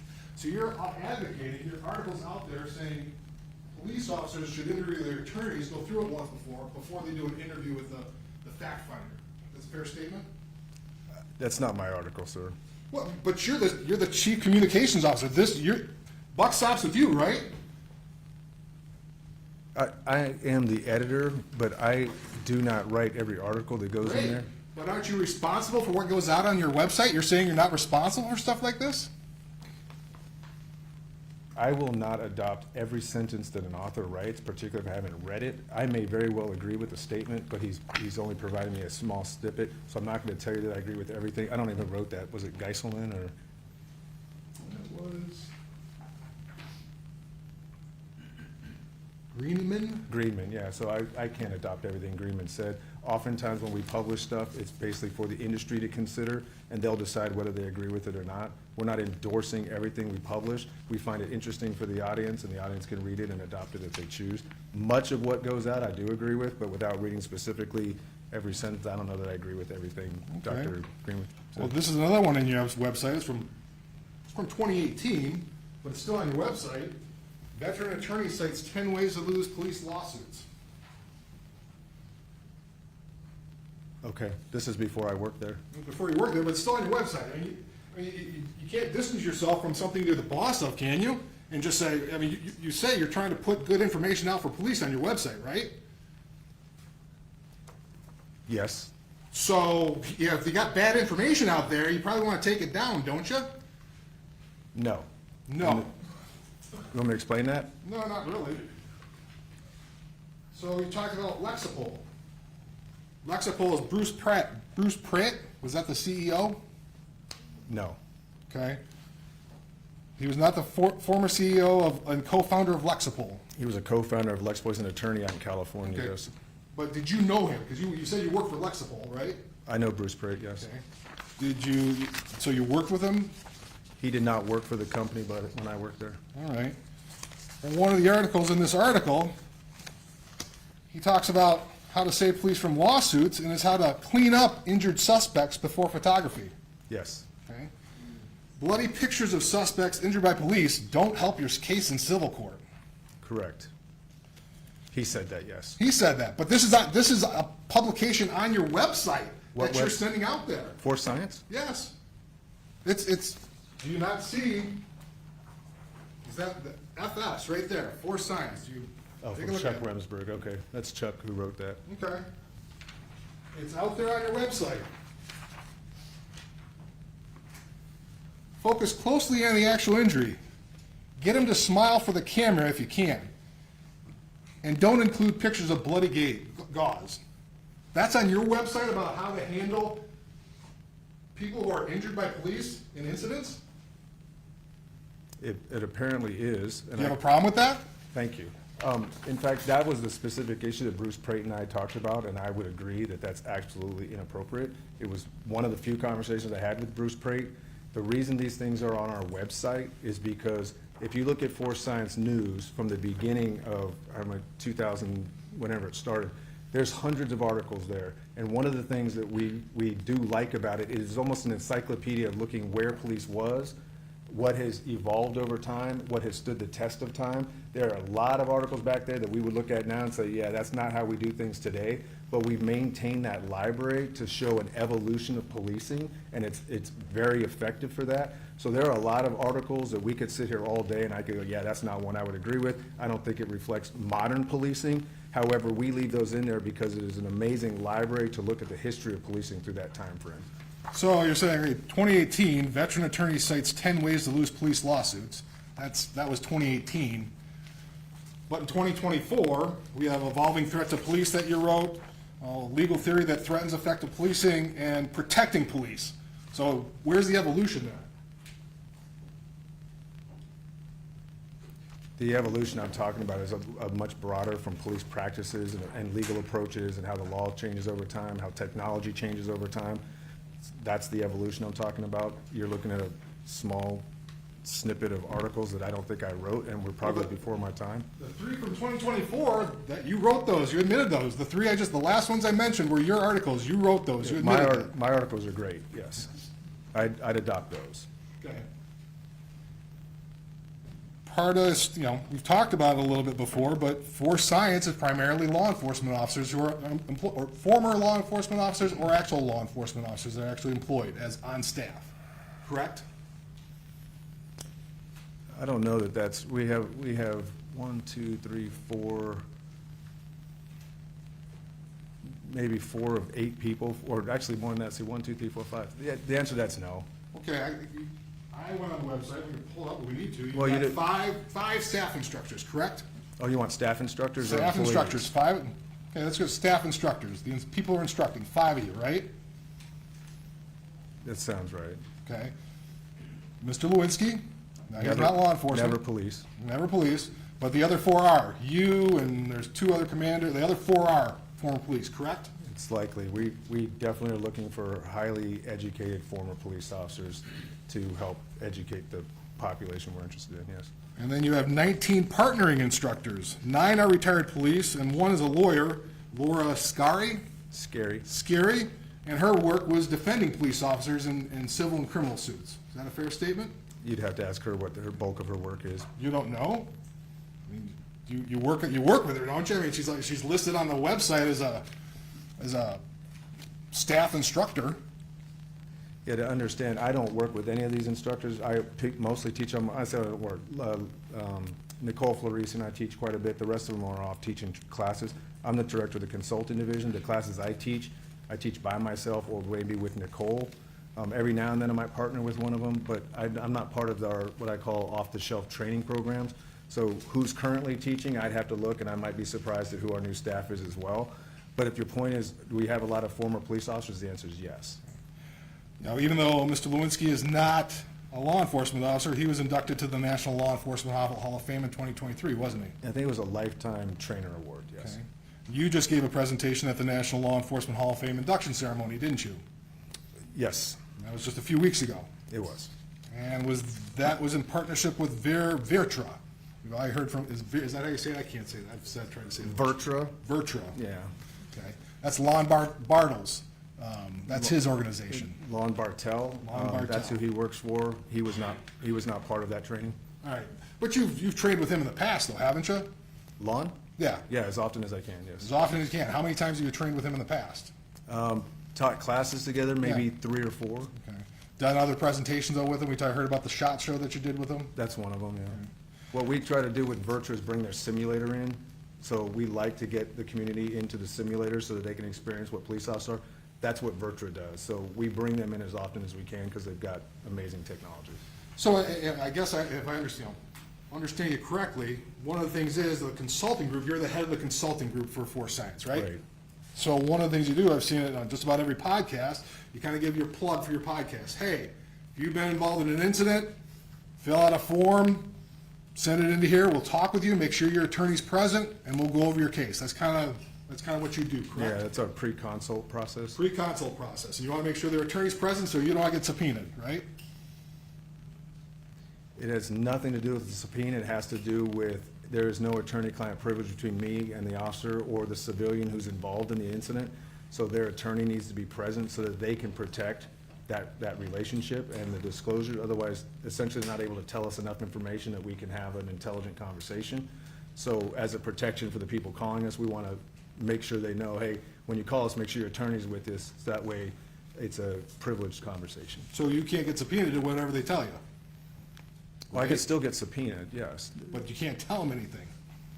You can't tell anything if there's an attorney there, there's attorney-client privilege. If they're not there, you're free to talk to anybody about what happened.